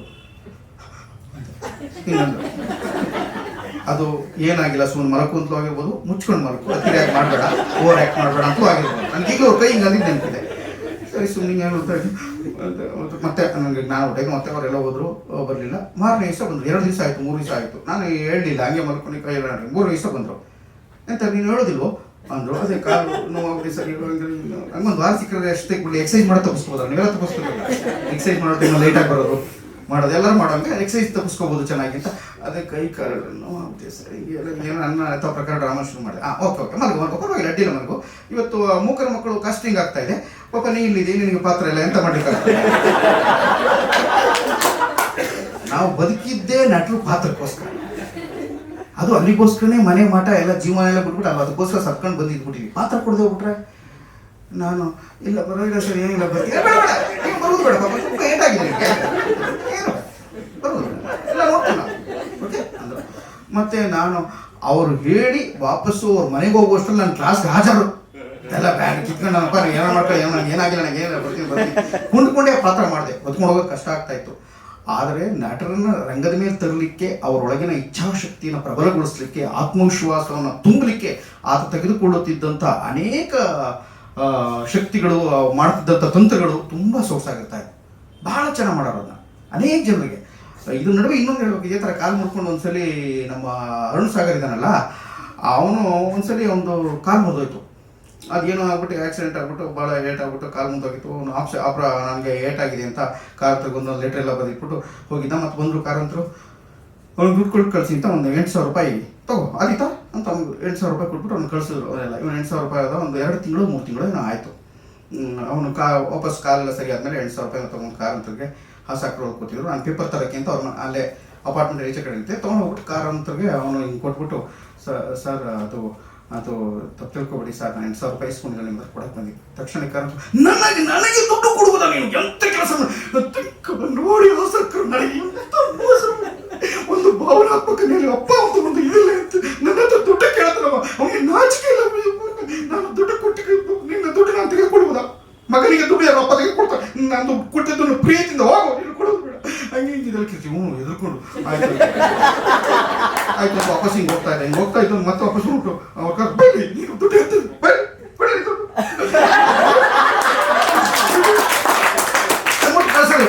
ನಾನು ಅಲ್ಲೇ ಕೂತ್ಕೊಂಡು ಪಕ್ಕದಲ್ಲಿ ಬೆರಗಾಗಿ ನೋಡ್ತಾ ಇದ್ದೆ. ಏನು ಕಾರಂತ ಹೊತ್ತು ಹಿಂಗೆಲ್ಲ ನೋಡ್ರಲ್ಲ ಅಂತ. ನಾ ಸಾಕು ಅಲ್ಲೇ ಕೂತ್ಕೊಂಡು ಹಿಂಗೇ ನೋಡ್ತಾ ಇರೋ. ಇವ್ನು ಹೋದ ಪಾಪ ಹಿಂಗೆ ನೋಡ್ಬಿಟ್ಟು ಅಂತ ನನ್ನ ಹೇಳ್ಬಿಟ್ಟ ಪಕ್ಕದಲ್ಲಿ ನಿಂತಿದ್ದೆ. ನೋಡಿ ಕಾರಂತ ಬೇಜಾರು ನೋಡ್ಬಿಟ್ಟೆ ಪಾಪ, ಹತ್ಬಿಟ್ರು ಅವರು, ಅದಕ್ಕೆ ದುಡ್ಡು ಬಂದ್ಬಿಟ್ಟೆ ಕಾಣೋದು. ಅವ್ನು ಹೋದ ತಕ್ಷಣ ಹಿಂಗೆ ನೋಡ್ಬಿಟ್ಟು ಎಂತ ಆಸಕ್ರು, ಓಕೆ ನಾವು ಆ್ಯಕ್ಟ್ ಮಾಡ್ಬೋದಾ?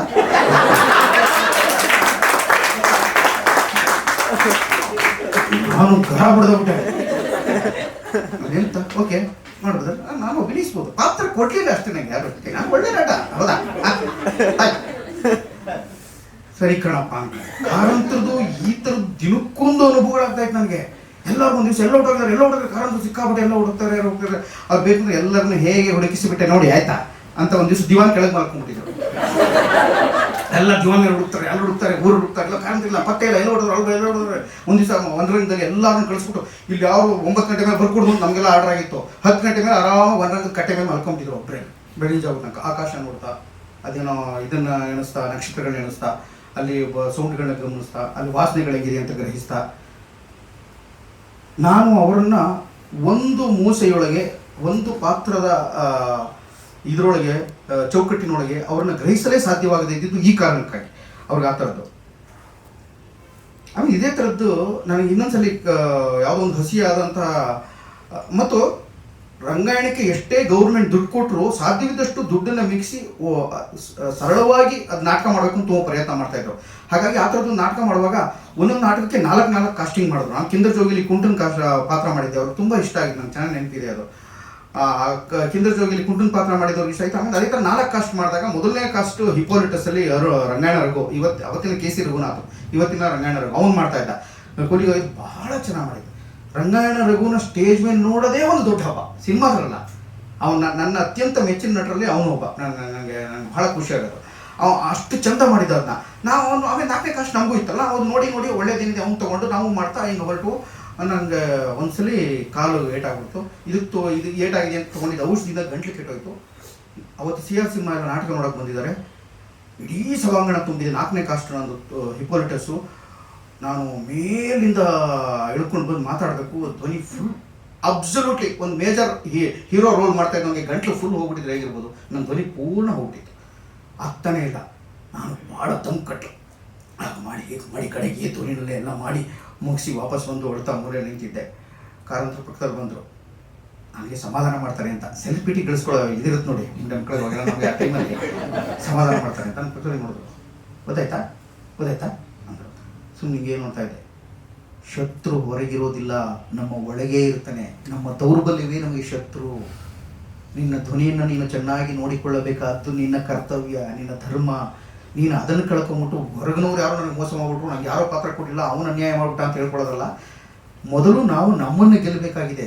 ನಮಗೆ ಬೇರೆ ಅವ್ರ ಪತ್ರಕರ್ತರ ಹತ್ರ ಭಾಳ ಚೆನ್ನಾಗಿ ಹೇಳಿದ್ರು, ನೀನಾಸಂಗೆ ಪ್ರತಿಸ್ಪರ್ಧಿಯಾಗಿ ರಂಗಾಯಣ ಮಾಡಿದ್ರ ಅಂತ ಕೇಳಿದಾಗ, ನಮಗೆ ನಾವೇ ಸ್ಪರ್ಧಿಗಳು, ನಮಗೆ ಬೇರೆಯವರು ಸ್ಪರ್ಧಿಗಳಿಲ್ಲ ಅಂದಿದ್ರು. ನನಗೂ ಹೊತ್ತು ನಾವು ಹೇಳ್ಕೊಟ್ಟಿದ್ದ ಪಾಠ ಏನು ಅಂದರೆ, ನನ್ನ ಗಂಟ್ಲು ನನ್ನ ದೌರ್ಬಲ್ಯ, ನನ್ನ ಶತ್ರು. ನನಗೆ ಏಟ್ ಮಾಡ್ಕೊಂಬಿಟ್ಟಿದ್ದು ನನ್ನ BP, ನನ್ನ ಶುಗರ್, ಅದು ನನ್ನ ಶತ್ರು. ನಾನು ಅದನ್ನು ಮೀರಬೇಕಾಗಿದೆ, ಅದನ್ನು ಗೆಲ್ಲಬೇಕಾಗಿದೆ. ಹೊರಗಿನ ಶತ್ರುಗಳನ್ನ ಮೀರೋದಕ್ಕಿಂತ ಮುಂಚೆ ನಾನು ಒಳಗಿನ ಶತ್ರುವನ್ನು ಮೀರಬೇಕಾಗಿದೆ. ಅದನ್ನು ಮೊದಲು ಫಾಲೋ ಮಾಡು ಆಗುತ್ತೆ ಅಂದರು. ನನಗೆ ಅವರು ಅನೇಕ ಸಂದರ್ಭಗಳಲ್ಲಿ ಅವರು ಪ್ರತಿಕ್ರಿಯಿಸ್ತಾ ಇದ್ದ ರೀತಿ, ಅವ್ರು ಮಾತಾಡ್ತಾ ಇದ್ದ ರೀತಿಯೇ ನನಗೊಂದು ದೊಡ್ಡ ಪಾಠ ಅಂತ ಅನ್ಕೋತೇನೆ ಸ್ನೇಹಿತರೆ. ಆಮೇಲೆ ಅವ್ರು ಯಾವಾಗ ನಾನು ಆಗಲೇ ಹೇಳಿದ್ರೆ ಟೋಟಲ್ ಥಿಯೇಟ್ರು ಸೆಟ್ ಮಾಡೋನ್ ಕಂಡ್ರೆ, ದ್ವಾರಕಿನ ಕಂಡ್ರೆ ಬಹಳ ಪ್ರೀತಿ ಅವ್ರಿಗೆ. ದ್ವಾರಕಾನಾಥ್ ಅಂತ ಮಾಡಿದ್ದಾರೆ, ತುಂಬ ಪ್ರೀತಿ. ಯಾರೋ ಪಾಠ ಹೇಳ್ಕೊಡಕ್ಕೆ ಬರ್ತಾರೆ. ಪ್ರತಿ ಶನಿವಾರ ಸರ್ ಉಮೇಶ್ ಸರ್ ನಮಗೆ ಬಂದು ರಂಗ ವಿಮರ್ಶೆ ಬಗ್ಗೆ, ಮೀಮಾಂಸೆ ಬಗ್ಗೆ, ಮತ್ತು ಕಾವ್ಯದ ಬಗ್ಗೆ GH ನಾಯಕರು, ಅನೇಕ ಜನ ಸ್ಥಳೀಯರು ಎಲ್ಲರನ್ನೂ ಕರೆಸಿ ನಮಗೆ ಪಾಠಗಳು ಮಾಡಿಸೋರು. ನಮಗೆ ಪುಸ್ತಕ ಓದೋದನ್ನು ಅಭ್ಯಾಸ ಮಾಡಿಸಿದ ಕಾರಂತ ಪ್ರತಿ ಶನಿವಾರ ಕಂಪಲ್ಸರಿ ಆ ಥರದ್ದೊಂದು ಕ್ಲಾಸ್ ಇರ್ತಾಯಿತ್ತು ನಮಗೆ. ಮತ್ತು ಅವ್ರು ಯಾವಾಗಲೂ ಓದು ಬರಹ ಬೇಕೇ ಬೇಕು ನಟನಿಗೆ ಅಂತ ತುಂಬ ಬಯಸ್ತಾ ಇದ್ರು. ಅವ್ರಿಗೆ ಎಷ್ಟೇ ಜಾನಪದ ಕಲಾಕಾರರ ಬಗ್ಗೆ ಮೋಹ ಇದ್ರು. ಆಮೇಲೆ ನುಡಿಸೋರು ಹಾಡೋರನ್ನ ಕಂಡ್ರೆ ಬಹಳ ಪ್ರೀತಿ. ಯಾರು ವಾದ್ಯ ಬಾರಿಸ್ಕೊಂಡು ಹಾಡ್ತಾನೆ ಅಂತ ಅಂದ್ಬಿಟ್ರೆ, ಅಥವಾ ಅವ್ನು ತುಂಬ ಚೆನ್ನಾಗಿ ಹಾಡ್ತಾನೆ ಅಂತ ಅಂದ್ಬಿಟ್ರೆ, ಸುಂದರರಾಜನ್ ಕಂಡ್ರೆ ಸ್ವಲ್ಪ ಪ್ರೀತಿ ಇರೋದು, ಒಂದು ಚೆನ್ನಾಗಿದ್ದ ಅನ್ನೋದಲ್ಲ ಆ ಕಾಲಕ್ಕೆ. ಈಗ ನೋಡೋದ್ರೆ ಅನ್ಸಲ್ಲ, ಬಟ್ ಆ ಕಾಲಕ್ಕೆ ಚೆನ್ನಾಗಿದ್ದ ಸುಂದರ, ಮತ್ತು ಚೆನ್ನಾಗಿ ಹಾಡ್ತಿದ್ದ ಆ ಟೈಮ್ಗೆ ಅಂತ.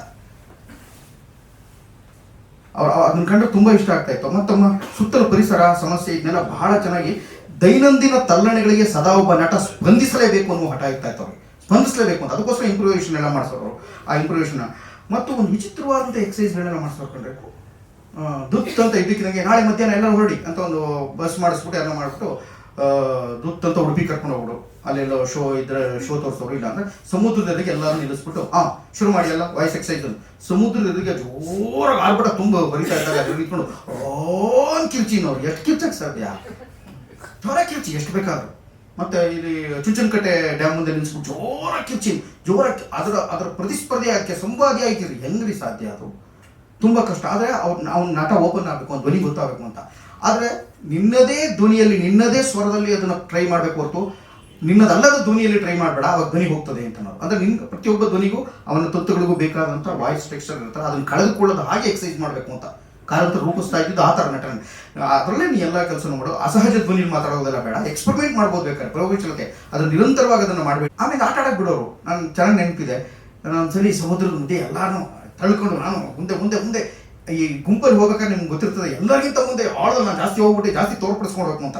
ನಮಗೆಲ್ಲ ಅಸ್ತಿತ್ವ ಪ್ರೆಸೆಂಟೇಷನ್ ಭಯ, ನಾವು ಪ್ರೆಸೆನ್ಸ್ ಎಲ್ಲ ಮುಂದೆ ಎಲ್ಲ ಹುಡುಗಿ ಮುಂದೆ ನಾನು ಚೆನ್ನಾಗಿ ಕಾಣಿಸ್ಬೇಕು ಅಂತ ತಳ್ಬಿಟ್ಟು ಮುಂದೆ ನುಗ್ತೀವಲ್ಲ, ಅಲ್ಲಿ ನುಗ್ಕೊಂಡು ಮುಂದೆ ಹೋಗ್ತಾ ಇದ್ದೆ. ಆಮೇಲೆ ಒಂದ್ಸಲಿ ಜೋರಾಗಿ ತಳ್ಬಿಟ್ಟು ಧಡ ಬಂದು ಮುಂದೆ ಬಿದ್ದೆ. ಒಂದ್ಸಲಿ ಬಂದ್ಮೇಲೆ ಹತ್ರ ಬಂದು ಹಿಂಗೆ ತಳ್ಬಿಟ್ಟು ಎಬ್ಸಿದ್ರು. ಒಂದು ಜ್ಞಾಪಕ ಇಟ್ಕೋ ಅಂದರು. ಹಿಂಗೆ ಮುಖ ನೋಡ್ತಾ ಇದ್ದೆ. ನೀನು ಸ್ವಲ್ಪ ದೂರ ಹೋಗಿ ಸಂತೋಷಪಟ್ಟು ವಾಪಸ್ ಬಂದರೆ ಮತ್ತೆ ಇನ್ನೂ 10 ವರ್ಷ ಹೋಗ್ಬೋದು, ಇನ್ನೂ ಸ್ವಲ್ಪ ಹೋದರೆ ಇನ್ನೂ 10 ವರ್ಷ ಹೋಗ್ಬೋದು. ಪೂರ್ಣ ಹೋಗಿ ಒಂದ್ಸಲಿ ಕಳ್ಕೊಂಬಿಟ್ಟೆ ಅಂದರೆ 100% ಸುಖ ಸಿಗುತ್ತೆ. ನೀನು ಹೋಗ್ತಿಲ್ಲ, ಪೂರ್ಣ ಕಳ್ಕೊಂಬಿಟ್ರೆ ಆಮೇಲೆ ನೀನು ಏನೂ ಮಾಡೋಕ್ಕೆ ಆಗಲ್ಲ, ಪೂರ್ಣ ಸತ್ತೋಗ್ಬಿಡ್ತಿ. ಅದಕ್ಕೆ ಸಾಧ್ಯವಿದ್ದಷ್ಟು ಪೂರ್ಣವಾಗಿ ಎಲ್ಲವನ್ನೂ ಒಟ್ಟಿಗೆ ಅನುಭವಿಸಬೇಕು ಅನ್ನೋ ತಹತೈಕೆ ಬೇಡ. ಅವಾಗ ಸ್ವಲ್ಪ ಅನುಭವಿಸುವುದು ಯೋಗ್ಯವರ ಲಕ್ಷಣ. ಇನ್ಮೇಲೆ ನಾನು ಮಾಡಬೇಡ ಅಂತ. ಒಟ್ಟಿಗೆ ಒಂದೇ ದಿವಸ ಎಲ್ಲ ಮುಗಿದು ಪ್ರಯೋಜನ ಇಲ್ಲ, ಆಗ ಕಳ್ಕೊಂಡ್ಬಿಡ್ತೀವಿ, ಮುಗಿದೋಯ್ತಲ್ಲ ಆಗ. ಅದಕ್ಕೆ 80-90 ಸಾಧ್ಯ. ಅದಕ್ಕೆ ಮುಂಚಿದ್ದೇನೆ ಪೂರ್ಣ ಕಳ್ಕೊಂಡ್ಬಿಡ್ಬೇಡ ಅಂತ ಬಹಳ ಚೆನ್ನಾಗಿ ಹೇಳಿ. ನಾನು ಈಗಲೂ ಎಷ್ಟೋ ಜನ ನಮ್ಮ ಹುಡುಗರುಗಳಿಗೆ ಎಲ್ಲ ಟೂರ್ ಹೋದಾಗ ಅವ್ರಿಗೆಲ್ಲರೂ ಆಟ ಆಡಕ್ಕೆ ಬಿಡ್ತೀವಿ, ಸಮುದ್ರದಲ್ಲಿ ಆಟ ಆಡಕ್ಕೆ ಬಿಡ್ತೀವಿ, ಅಲ್ಲೆಲ್ಲ ದೇವಸ್ಥಾನದಲ್ಲಿ ನೆಗೆಕ್ಕೆ ಬಿಡ್ತೀವಿ, ಪರ್ವತ ಮೇಲೆ ನಿಂತ್ಕೊಂಡು ಕಿರ್ಚಕ್ಕೆ ಬಿಡ್ತೀವಿ, ಏನೋ ಮಾಡ್ತೀವಿ. ಅಷ್ಟೆಲ್ಲ ಮಾಡಿದ್ಮೇಲೆ ಕಡೆ ಒಂದೇ ಹೇಳ್ತಾ ಇರ್ತೀವಿ ಅವ್ರಿಗೆ, ದಯವಿಟ್ಟು 100% ಯಾವುದಕ್ಕೂ ಹೋಗ್ಬೇಡಿ, 90 ವಾಪಸ್ ಆಗಿ ಅಂತ. 100% ಹೋಗ್ಬಿಟ್ರೆ ಮುಗ್ದೋಗ್ಬಿಡುತ್ತೆ. ತುಂಬ ಜನ ಗೊತ್ತಾಗ್ತಿದ್ದು ಎಲ್ಲ ಒಟ್ಟಿಗೆ ಗಳಿಸ್ಕೊಂಡ್ಬಿಡ್ಬೇಕು ಅಂತ 100% ತೊಗೊಳಕ್ಕೆ ಹೋಗ್ಬಿಟ್ಟು ಒದ್ದಾಡ್ತಾರೆ ಅಂತ. ಆಮೇಲೆ ದಸರಾ ಎಂಥ ದೊಡ್ಡ ಶಕ್ತಿ ಇತ್ತು ಅಂತಂದ್ರೆ ಅವ್ರಿಗೆ.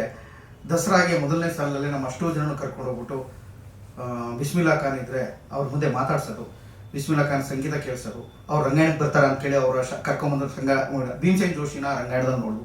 ಕಾರಂತರ ದೆಸೆಯಿಂದಾಗಿ ಪ್ರಪಂಚದ ಸರ್ವಶ್ರೇಷ್ಠ ನಟ ನಟಿಯರು ಎಲ್ಲರನ್ನೂ ದಿಗ್ಗಜರನ್ನ ತುಂಬ ಹತ್ತಿರದಿಂದ ಬಹಳ ಆಪ್ತವಾಗಿ ಪ್ರೀತಿಯಿಂದ ಸಂವಾದಿಸುವ, ಅವ್ರ ಜೊತೆ ಕೂತ್ಕೊಂಡು ಮಾತನಾಡುವಂಥ ಯೋಗ್ಯತೆಯನ್ನು ಕಲ್ಪಿಸ್ಕೊಟ್ರು.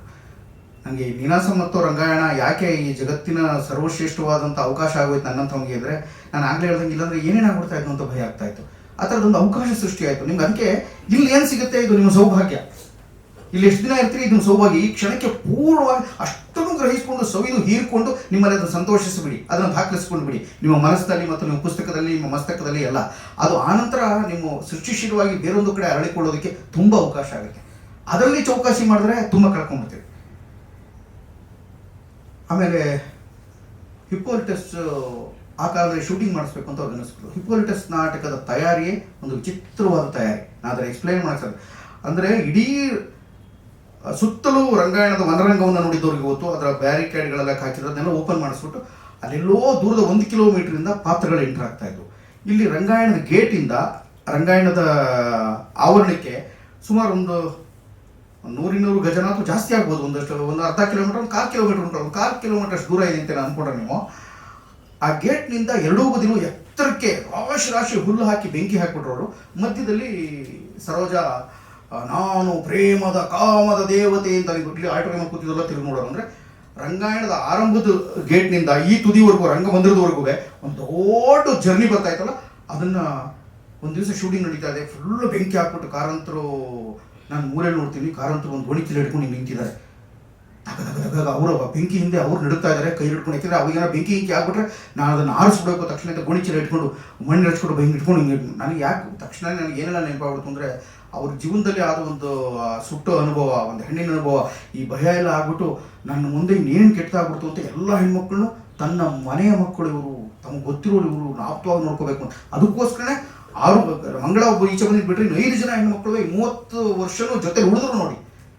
ಅಂಥದ್ದೊಂದು ಸಂದರ್ಭದಲ್ಲಿ ಬಂದವರು ಎಲ್ಲರೂ ಕಾರಂತರಿಗೆ ಏನೋ ಅಪಾಯದಲ್ಲಿದ್ದಾಗ ಅದರ ತೀರ್ಪು. ಯಾಕೆಂದರೆ ಒಂದು ಸಣ್ಣದೊಂದು ಪ್ರಕರಣ ಒಬ್ಬ ಮನುಷ್ಯನ ಎಷ್ಟು ಘಾಸಿಗೊಳಿಸ್ಬಿಡ್ತದೆ. ಯಾರ್ದೋ ಮನೆಗೆ ಊಟಕ್ಕೆ ಹೋಗಿದಾಗ ಒಂದು ದಿವಸ ಅಂತವರು, ನೀವು ಕಾರಂತರು ಅಂದರೆ ಅದೇ ಈ ಊರು ನಮ್ಮ ಗಲಾಟೆ ಮಾಡ್ಕೊಂಡಲ್ಲ ಅಂತ. ಹೌದು, ನಾನೇ ಆ ನೀಚ ಕಾರಂತ ಅಂತ ನೀವು ಶುರು ಮಾಡಿ ನನಗೆ ಯಾರೋ ಹೇಳ್ಬಿಟ್ರು ಅವ್ರು ಯಾಕೆ ಮಾತಾಡೋರು ಅಂತ. ಅವ್ರು ಹಂಗೆಲ್ಲ ಅನಿಸ್ಬಿಟ್ಟು ರಿಲೀಫ್ ಆಗ್ಬಿಟ್ಟು ಮತ್ತೆ ನಾನು ಈಗ ಒಳ್ಳೆಯವನಾಗಿದೆ ಗೊತ್ತುಂಟ ನನಗೆ ಹಂಗೆ. ಅವರು ಪ್ರತಿ ಕ್ಷಣವೂ ಅವ್ರು ಯೋಚನೆ ಮಾಡ್ತಾ ಇದ್ದ ರೀತಿ, ಮಾತಾಡ್ತಾ ಇದ್ದ ರೀತಿ, ಅದೇ ಒಬ್ಬ ಸಂತನೋ ಅಥವಾ ಅರ್ಥ ಆಗದ. ನನಗೆ ಆ ಪಾತ್ರವನ್ನು ನೋಡಿದಾಗೆಲ್ಲ ಈ ಅವರ ಹಂಸಗೀತೆಯನ್ನ ಸಿನಿಮಾದಲ್ಲಿ ಒಂದು ಪಾತ್ರ ಮಾಡಿದ್ರಲ್ಲ, ಅದೇ ನೆನಪಾಗುತ್ತೆ ಪದೇ ಪದೇ. ಇದೇ ಕಾರಂತರು, ಇದೇ ನಿಜವಾದ ಕಾರಂತರು ಅಂತ. ಯಾವುದೋ ಒಂದು ಅಂಗೋಟಿ ಸಿಗಾಕೊಂಡು ಮೇಲಿನ ಕೆಳಗೆ ಯಾರ ಜೊತೆ ಮಾತಾಡದೆ ಸುಮ್ಮನೆ ಓಡಾಡ್ತಾ ಇರೋದು. ರಂಗಮಂದಿರ ಸುತ್ತ ಯಾರೋ ಒಬ್ರು ನನ್ನ ಮೊದಲು ಸಿನಿಮಾಕ್ಕೆ ಆಫರ್ ಮಾಡಿದವರು ನಾಗ್ತಿಹಳ್ಳಿ ಚಂದ್ರಶೇಖರ್ ಉಂಡು ಓದಕೊಂಡು ಹೋದ ಅಂತ. ನೀನು ಮಾಡಲೇಬೇಕು, ನಮ್ಮೂರು ಚೆನ್ನಾಗಿದೆಪ್ಪ. ನಾನು ಅವಾಗ ಕಾರಂತರ ಬಂದ ಮಾಡ್ಕೊಡ್ತೀನಿ, ಇನ್ನು ಕಲ್ತಿರೋ ನೀನು ಪಿಕ್ಚರ್ಗೆಲ್ಲ ಹೋಗ್ಬೇಡ, ಹಂಗೆ ಹಿಂಗೆ ಕಲ್ತಿರ್ತಾನೆ. 5 ಸಾವಿರ ನಿಂತ್ಕೊಂಡು ಸುಮ್ಮನೆ ಆಗ್ಬಿಟ್ಟು ಇನ್ನೊಬ್ಬ ಯಾರಪ್ಪ ಅವನ್ನ ಸುಮ್ಮನೆ ಊಟ ಆಯ್ತಾ ಅಂತ ಕೇಳಕ್ಕೆ ಮಂಡ್ಯದಿಂದ ಬಂದಿದ್ದ. ಅವನು ಹೋಗಿ ತೊಲಗಿ, ನೀವು ಸಿನಿಮಾದವರು ಸಾಯಿಸ್ಬಿಡ್ತೀನಿ ನಟರನ್ನೆಲ್ಲ, ನೀವು ಕಿರುಚಾರ ಒಟ್ಟು ಬಿಡ್ರ ಅವ್ನು ಈಚೆ ಕಡೆ. ಅವ್ನು ಏನಪ್ಪ ನಾನು ಊಟ ಆಯ್ತಾ ಅಂತ ಕೇಳ್ಕೊಂಡು ಹೋಗಿ ಬಂದಿದ್ದಪ್ಪ, ಕಾರಂತ ಹೊಡೆದ್ಬಿಟ್ಟು ನಾನು ಈ ಕಷ್ಟಪಟ್ಟು ಮಾಡಿದ ಜಾಗ ಇದೆಲ್ಲ ಬೆಲೆ ಇಲ್ವಾ ನಿಂಗೆ ಹಂಗೆ ಹಿಂಗೆ ಅಂತ ಅಂದ್ಬಿಟ್ಟು. ಎಷ್ಟೋ ದಿವಸ ಆದಮೇಲೆ ಕಾರಂತರು ರಂಗಾಯಣದಿಂದ ಹೊರಗೆ ಬರುವ ದಿನಗಳ ಆಗೋಕ್ಕೆ ಶುರುವಾಯ್ತಲ್ಲ, ಅವಾಗ ನಾನು ಕಾರಂತರೇ ಇಲ್ಲ, ಇಷ್ಟೆಲ್ಲ ಕಲಿಸಿಕೊಟ್ಟು ಕಾರಂತರು ಖಾಲಿ ಇನ್ಸಕ್ಕೆ ಶುರು ಮಾಡ್ತಾರೆ, ಹೊರಟಾಗ್ಬಿಡ್ತಾರೆ ಅಂತ ನಾನು ಅನಿವಾರ್ಯವಾಗಿ ಸಿನಿಮಾ ಮತ್ತೊಂದಕ್ಕೆ ಹೋಗುವಂತ ಯೋಚನೆ ಶುರು ಮಾಡಿದೆ. ಇದು ನಡುವೆ ಹಿಪ್ಪೋಲಿಟಸ್ ಅನ್ನೋ ನಾಟಕದಲ್ಲಿ ಅವರು ಆ ರಕ್ಷಣೆ ಒಂದು ಕಥೆ ಹೇಳಿದ್ನಲ್ಲ, ಬಹುಶಃ ಕಾರಂತರ ಜೀವನದಲ್ಲಿ ಎಲ್ಲ ನಾಟಕಗಳಿಗಿಂತ ಅತ್ಯಂತ ವಿಭಿನ್ನವಾದಂಥ ಒಂದು ಬೇರೆ ಥರದ ಮ್ಯೂಸಿಕ್ ಅಂತ ಮಾಡಿದರೆ ಕಾರಂತರು ಅದು ಹಿಪ್ಪೋಲಿಟಸ್ ನಾಟಕ. ನನ್ನ ಪ್ರಕಾರ ಅದು ರಂಗಾಯಣದವ್ರು ರೆಕಾರ್ಡ್ ಇಟ್ಕೊಂಡಿದ್ದಾರೋ ಇಟ್ಟೋ ಗೊತ್ತಿಲ್ಲ. ಯಾಕೆಂದರೆ ಅದರಲ್ಲಿ ಆದಿದೇವ ಮಮ ಭಾಸ್ಕರ ಸೂರ್ಯ ನಮಸ್ತುಭ್ಯಂ ಅಂತ ಒಂದು ಶ್ಲೋಕ ಬರುತ್ತೆ. ಸಂಸ್ಕೃತ ಶ್ಲೋಕವನ್ನು ಅವರು ಕಡ್ಡಾಯವಾಗಿ ಏರೋಸ್ ಏರೋಸ್ ಅಂತ ಒಂದು ರಾಗ ಹಾಕಿ ಪೂರ್ಣವಾಗಿ ಎರಡನ್ನೂ ಮಿಶ್ರ ಮಾಡಿ ಗ್ರೀಕ್ ಸಂಗೀತ, ನಮ್ಮ ಸಂಸ್ಕೃತ ಸಾಹಿತ್ಯ ಮತ್ತು ಈ ಹೊಸ ಅಲ್ಟ್ರಾ ಮಾಡರ್ನ್ ಒಂದು ಪೋಸ್ಟ್ ಮಾಡರ್ನ್ ಆದಂಥ ಒಂದು ನಾಟಕ ಪರಂಪರೆಗೆ ಮೂರನ್ನು ಒಟ್ಟಿಗೆ ಜೋಡಿಸಿ ಒಂದು ಸಂಗೀತವನ್ನು ಮಾಡ್ತಾರೆ ಕಾರಂತರು ಹಿಪ್ಪೋಲಿಟಸ್. ಬಹಳ ಸರ್ವಶ್ರೇಷ್ಠವಾದಂಥ ಮ್ಯೂಸಿಕ್ಕು ನನಗೆ ಗೊತ್ತಿದ್ದಂಗದು. ನನಗಂತೂ ಈ ನಾಟಕ ನೋಡಿ ಇಬ್ಬರನ್ನ ಕರ್ಸ್ಕೊಳ್ಳೋದೇ ದೊಡ್ಡ ಕಷ್ಟ. ಈ ಹಿಪ್ಪೋಲಿಟಸ್ ನಾಟಕವನ್ನು ತೊಗೊಂಡು ಅಮೇರಿಕಕ್ಕೆ ಹೋಗ್ತೀವಿ ನಾವು. ಅಮೇರಿಕದಲ್ಲಿ ಲಮಾಮ ಅಂತ ಒಂದು ದೊಡ್ಡ ಥಿಯೇಟ್ರು, ಬ್ಲ್ಯಾಕ್ ವುಮೆನ್ ಅದನ್ನು ನಡೆಸ್ತಾಳೆ ತುಂಬ ಚೆನ್ನಾಗಿ. ಅಲ್ಲಿ ನಮಗೆ ಶೋ ಆಗುತ್ತದು. ಶೋ ಭಾಳ ಅತ್ಯದ್ಭುತವಾಗಿ ಹಿಟ್ ಆಗುತ್ತೆ. ಕಾರಂತರ ಮ್ಯೂಸಿಕ್ ನೋಡ್ಬಿಟ್ಟು ಅಲ್ಲಿ ಇಡೀ ಅಮೇರಿಕಾ ಪ್ರತಿ ಸೆಕೆಂಡು ನಿಂತ್ಕೊಂಡು ದೊಡ್ಡ ಕ್ಲಾಪ್ ಮಾಡುತ್ತೆ, ಚಪ್ಪಾಳೆ ಹೊಡೆಯುತ್ತೆ, ಸಂತೋಷ ಪಡ್ತಾರೆ. ಅಲ್ಲೇ ಆದಂಥ ಪ್ರಸಂಗಗಳು ಬೇರೆ ಇನ್ನೂ ನೂರಾರಿದೆ, ನಾನು ಹೇಳೋದೇ ಬೇಡ ಅದು. ಯಾಕೆಂದ್ರೆ ನಾನು ಹಿಂದಿನವ್ರು ಇಬ್ಬರು ನನ್ನ ಗೆಳೆಯರು ಬಂದು ಹೋಗಿರ್ತಾರೆ, ಹಂಗಾಗಿ ಮಂಗಳ ರಘು ನಿಮ್ಗೆ ಹೇಳಿರ್ತಾರೆ. ಆದರೆ ಮಂಗಳ ಮತ್ತು ಅರುಣ ಬಂದಿದ್ದ, ಹಂಗಾಗಿ ಗೊತ್ತಿರ್ತದೆ ನಿಮಗೆ. ಆದರೆ ಆ ಪ್ರಸಂಗಗಳು ಒಂದೊಂದು ಅದ್ವಿತೀಯವಾದ್ದು. ಕಾರಂತರು ನನಗೆ ಕಾರಂತರು ಇಲ್ಲಿ ಮ್ಯೂಸಿಕ್ ಇಲ್ಲಿ ಅಲ್ಲಿಂದ ಡೈರೆಕ್ಟರ್ ಬಂದಿರ್ತಾನೆ, ನಾಟಕ ಮಾಡಿಸ್ತಾ ಇರ್ತಾನೆ ರಂಗಾಯಣದಲ್ಲಿ ಇನ್ನೂ ಇದ್ದಾಗ. ಅಮೆರಿಕ ಹೋಗೋಕ್ಕಿಂತ ಮುಂಚೆನೆ ಅವನು ವ್ಯಾಸಿಲಿ ಅಂತ ಅವನು ಡೈರೆಕ್ಟ್ರು. ಎಲ್ಲರಿಗೂ ಪ್ರತಿಯೊಬ್ಬರಿಗೂ ತುಂಬ ಚೆನ್ನಾಗಿ ಆರಡಿದ್ದ, ತುಂಬ ಚೆನ್ನಾಗಿ ಹೇಳ್ಕೊಟ್ಟ, ಎಲ್ಲ ಮಾಡ್ದ. ರಘುಗೆ ಸೂರ್ಯದೇವ್ ಒಂದು ಮೂಮೆಂಟ್ಸ್ಗಳನ್ನೆಲ್ಲ ಹೇಳ್ಕೊಡ್ತಾ ಇದ್ದ. ನಮ್ಮ ಕುಮಾರ್ ರಾಮನ್ ಕಥೆನೇ ಅವರು ಮಾಡ್ತಾರೆ. ಹಾಗಾಗಿ ತುಂಬ ನಮಗೆ ಅವರಿಗೆ ಬಹಳ ಸಾಮೀಪ್ಯತೆ ಇದೆ, ಗ್ರೀಕ್ ರಂಗಭೂಮಿಗೂ ನಮಗೂ. ನಮ್ಮ ಅನೇಕ ಕನ್ನಡದ ನಾಟಕಗಳಿಗಂತೂ ಹೋಲಿಕೆ ಇದೆ. ಹಾಗೆ ಮಾಡುವಾಗ ಒಂದು ನಾಟಕದ ತಯಾರಿಯಲ್ಲಿ ಏನಾಗುತ್ತೆ ಅಂದರೆ, ಈ ಡೈರೆಕ್ಟ್ರು ಮ್ಯೂಸಿಕ್ ಕಾಸ್ಟ್ಯೂಮ್ ಅವನಿಗೆ ಎಲ್ಲರಿಗೂ ಹೋಗುತ್ತೆ. ನಾನು ಅದರಲ್ಲೂ ಮೆಸೆಂಜರು ಪಂಚ್ ಇಟ್ಕೊಂಡು ನಾನು ದೂರದ ಕಾಡಿನಿಂದ ಓಡ್ ಬರ್ತೇನೆ. ಕಾಡಿನ ನಡುವೆ ಬರಬೇಕಾಗಿತ್ತು. ನಾನು ಆ ಕಾಡಿದ್ದಂಗೆ ಇತ್ತದು, ಕುಕ್ಕರಳ್ಳಿ ಕೆರೆ ಕಾಡು. ಅದು ಕಾಡು ಬರಬೇಕು, ಚಳಿ ನಡ್ಕೊಂಡ್ಬರ್ಬೇಕು. ನನಗೆ ಕಾಸ್ಟ್ಯೂಮೇ ಹೇಳ್ತಾ ಇಲ್ಲ ಏನಾದ್ರೂ. ಇನ್ನು 3 ದಿವಸ ಇದೆ. ಯಾರು ಕೇಳಿದ್ರು ಪ್ರೇಮ ಕಾರಂತರು ಕಾಸ್ಟ್ಯೂಮ್ ಮಾಡಕ್ಕೆ ಬಂದಿದ್ರು. ಕಾಸ್ಟ್ಯೂಮ್ ಹೇಳಿ, ಕಾಸ್ಟ್ಯೂಮ್ ಹಿಂಗೆ ಹೇಳ್ಬಿಟ್ಟು ಹೋಗುವ ಕಡೆಗೂ ಹೇಳಲೇ ಇಲ್ಲ. ಹಿಂದಿನ ದಿವಸ ಕಾಸ್ಟ್ಯೂಮ್ ಅಂದರೆ ನೋ ಕಾಸ್ಟ್ಯೂಮ್ ನ್ಯೂಡ್ ಅಂದ.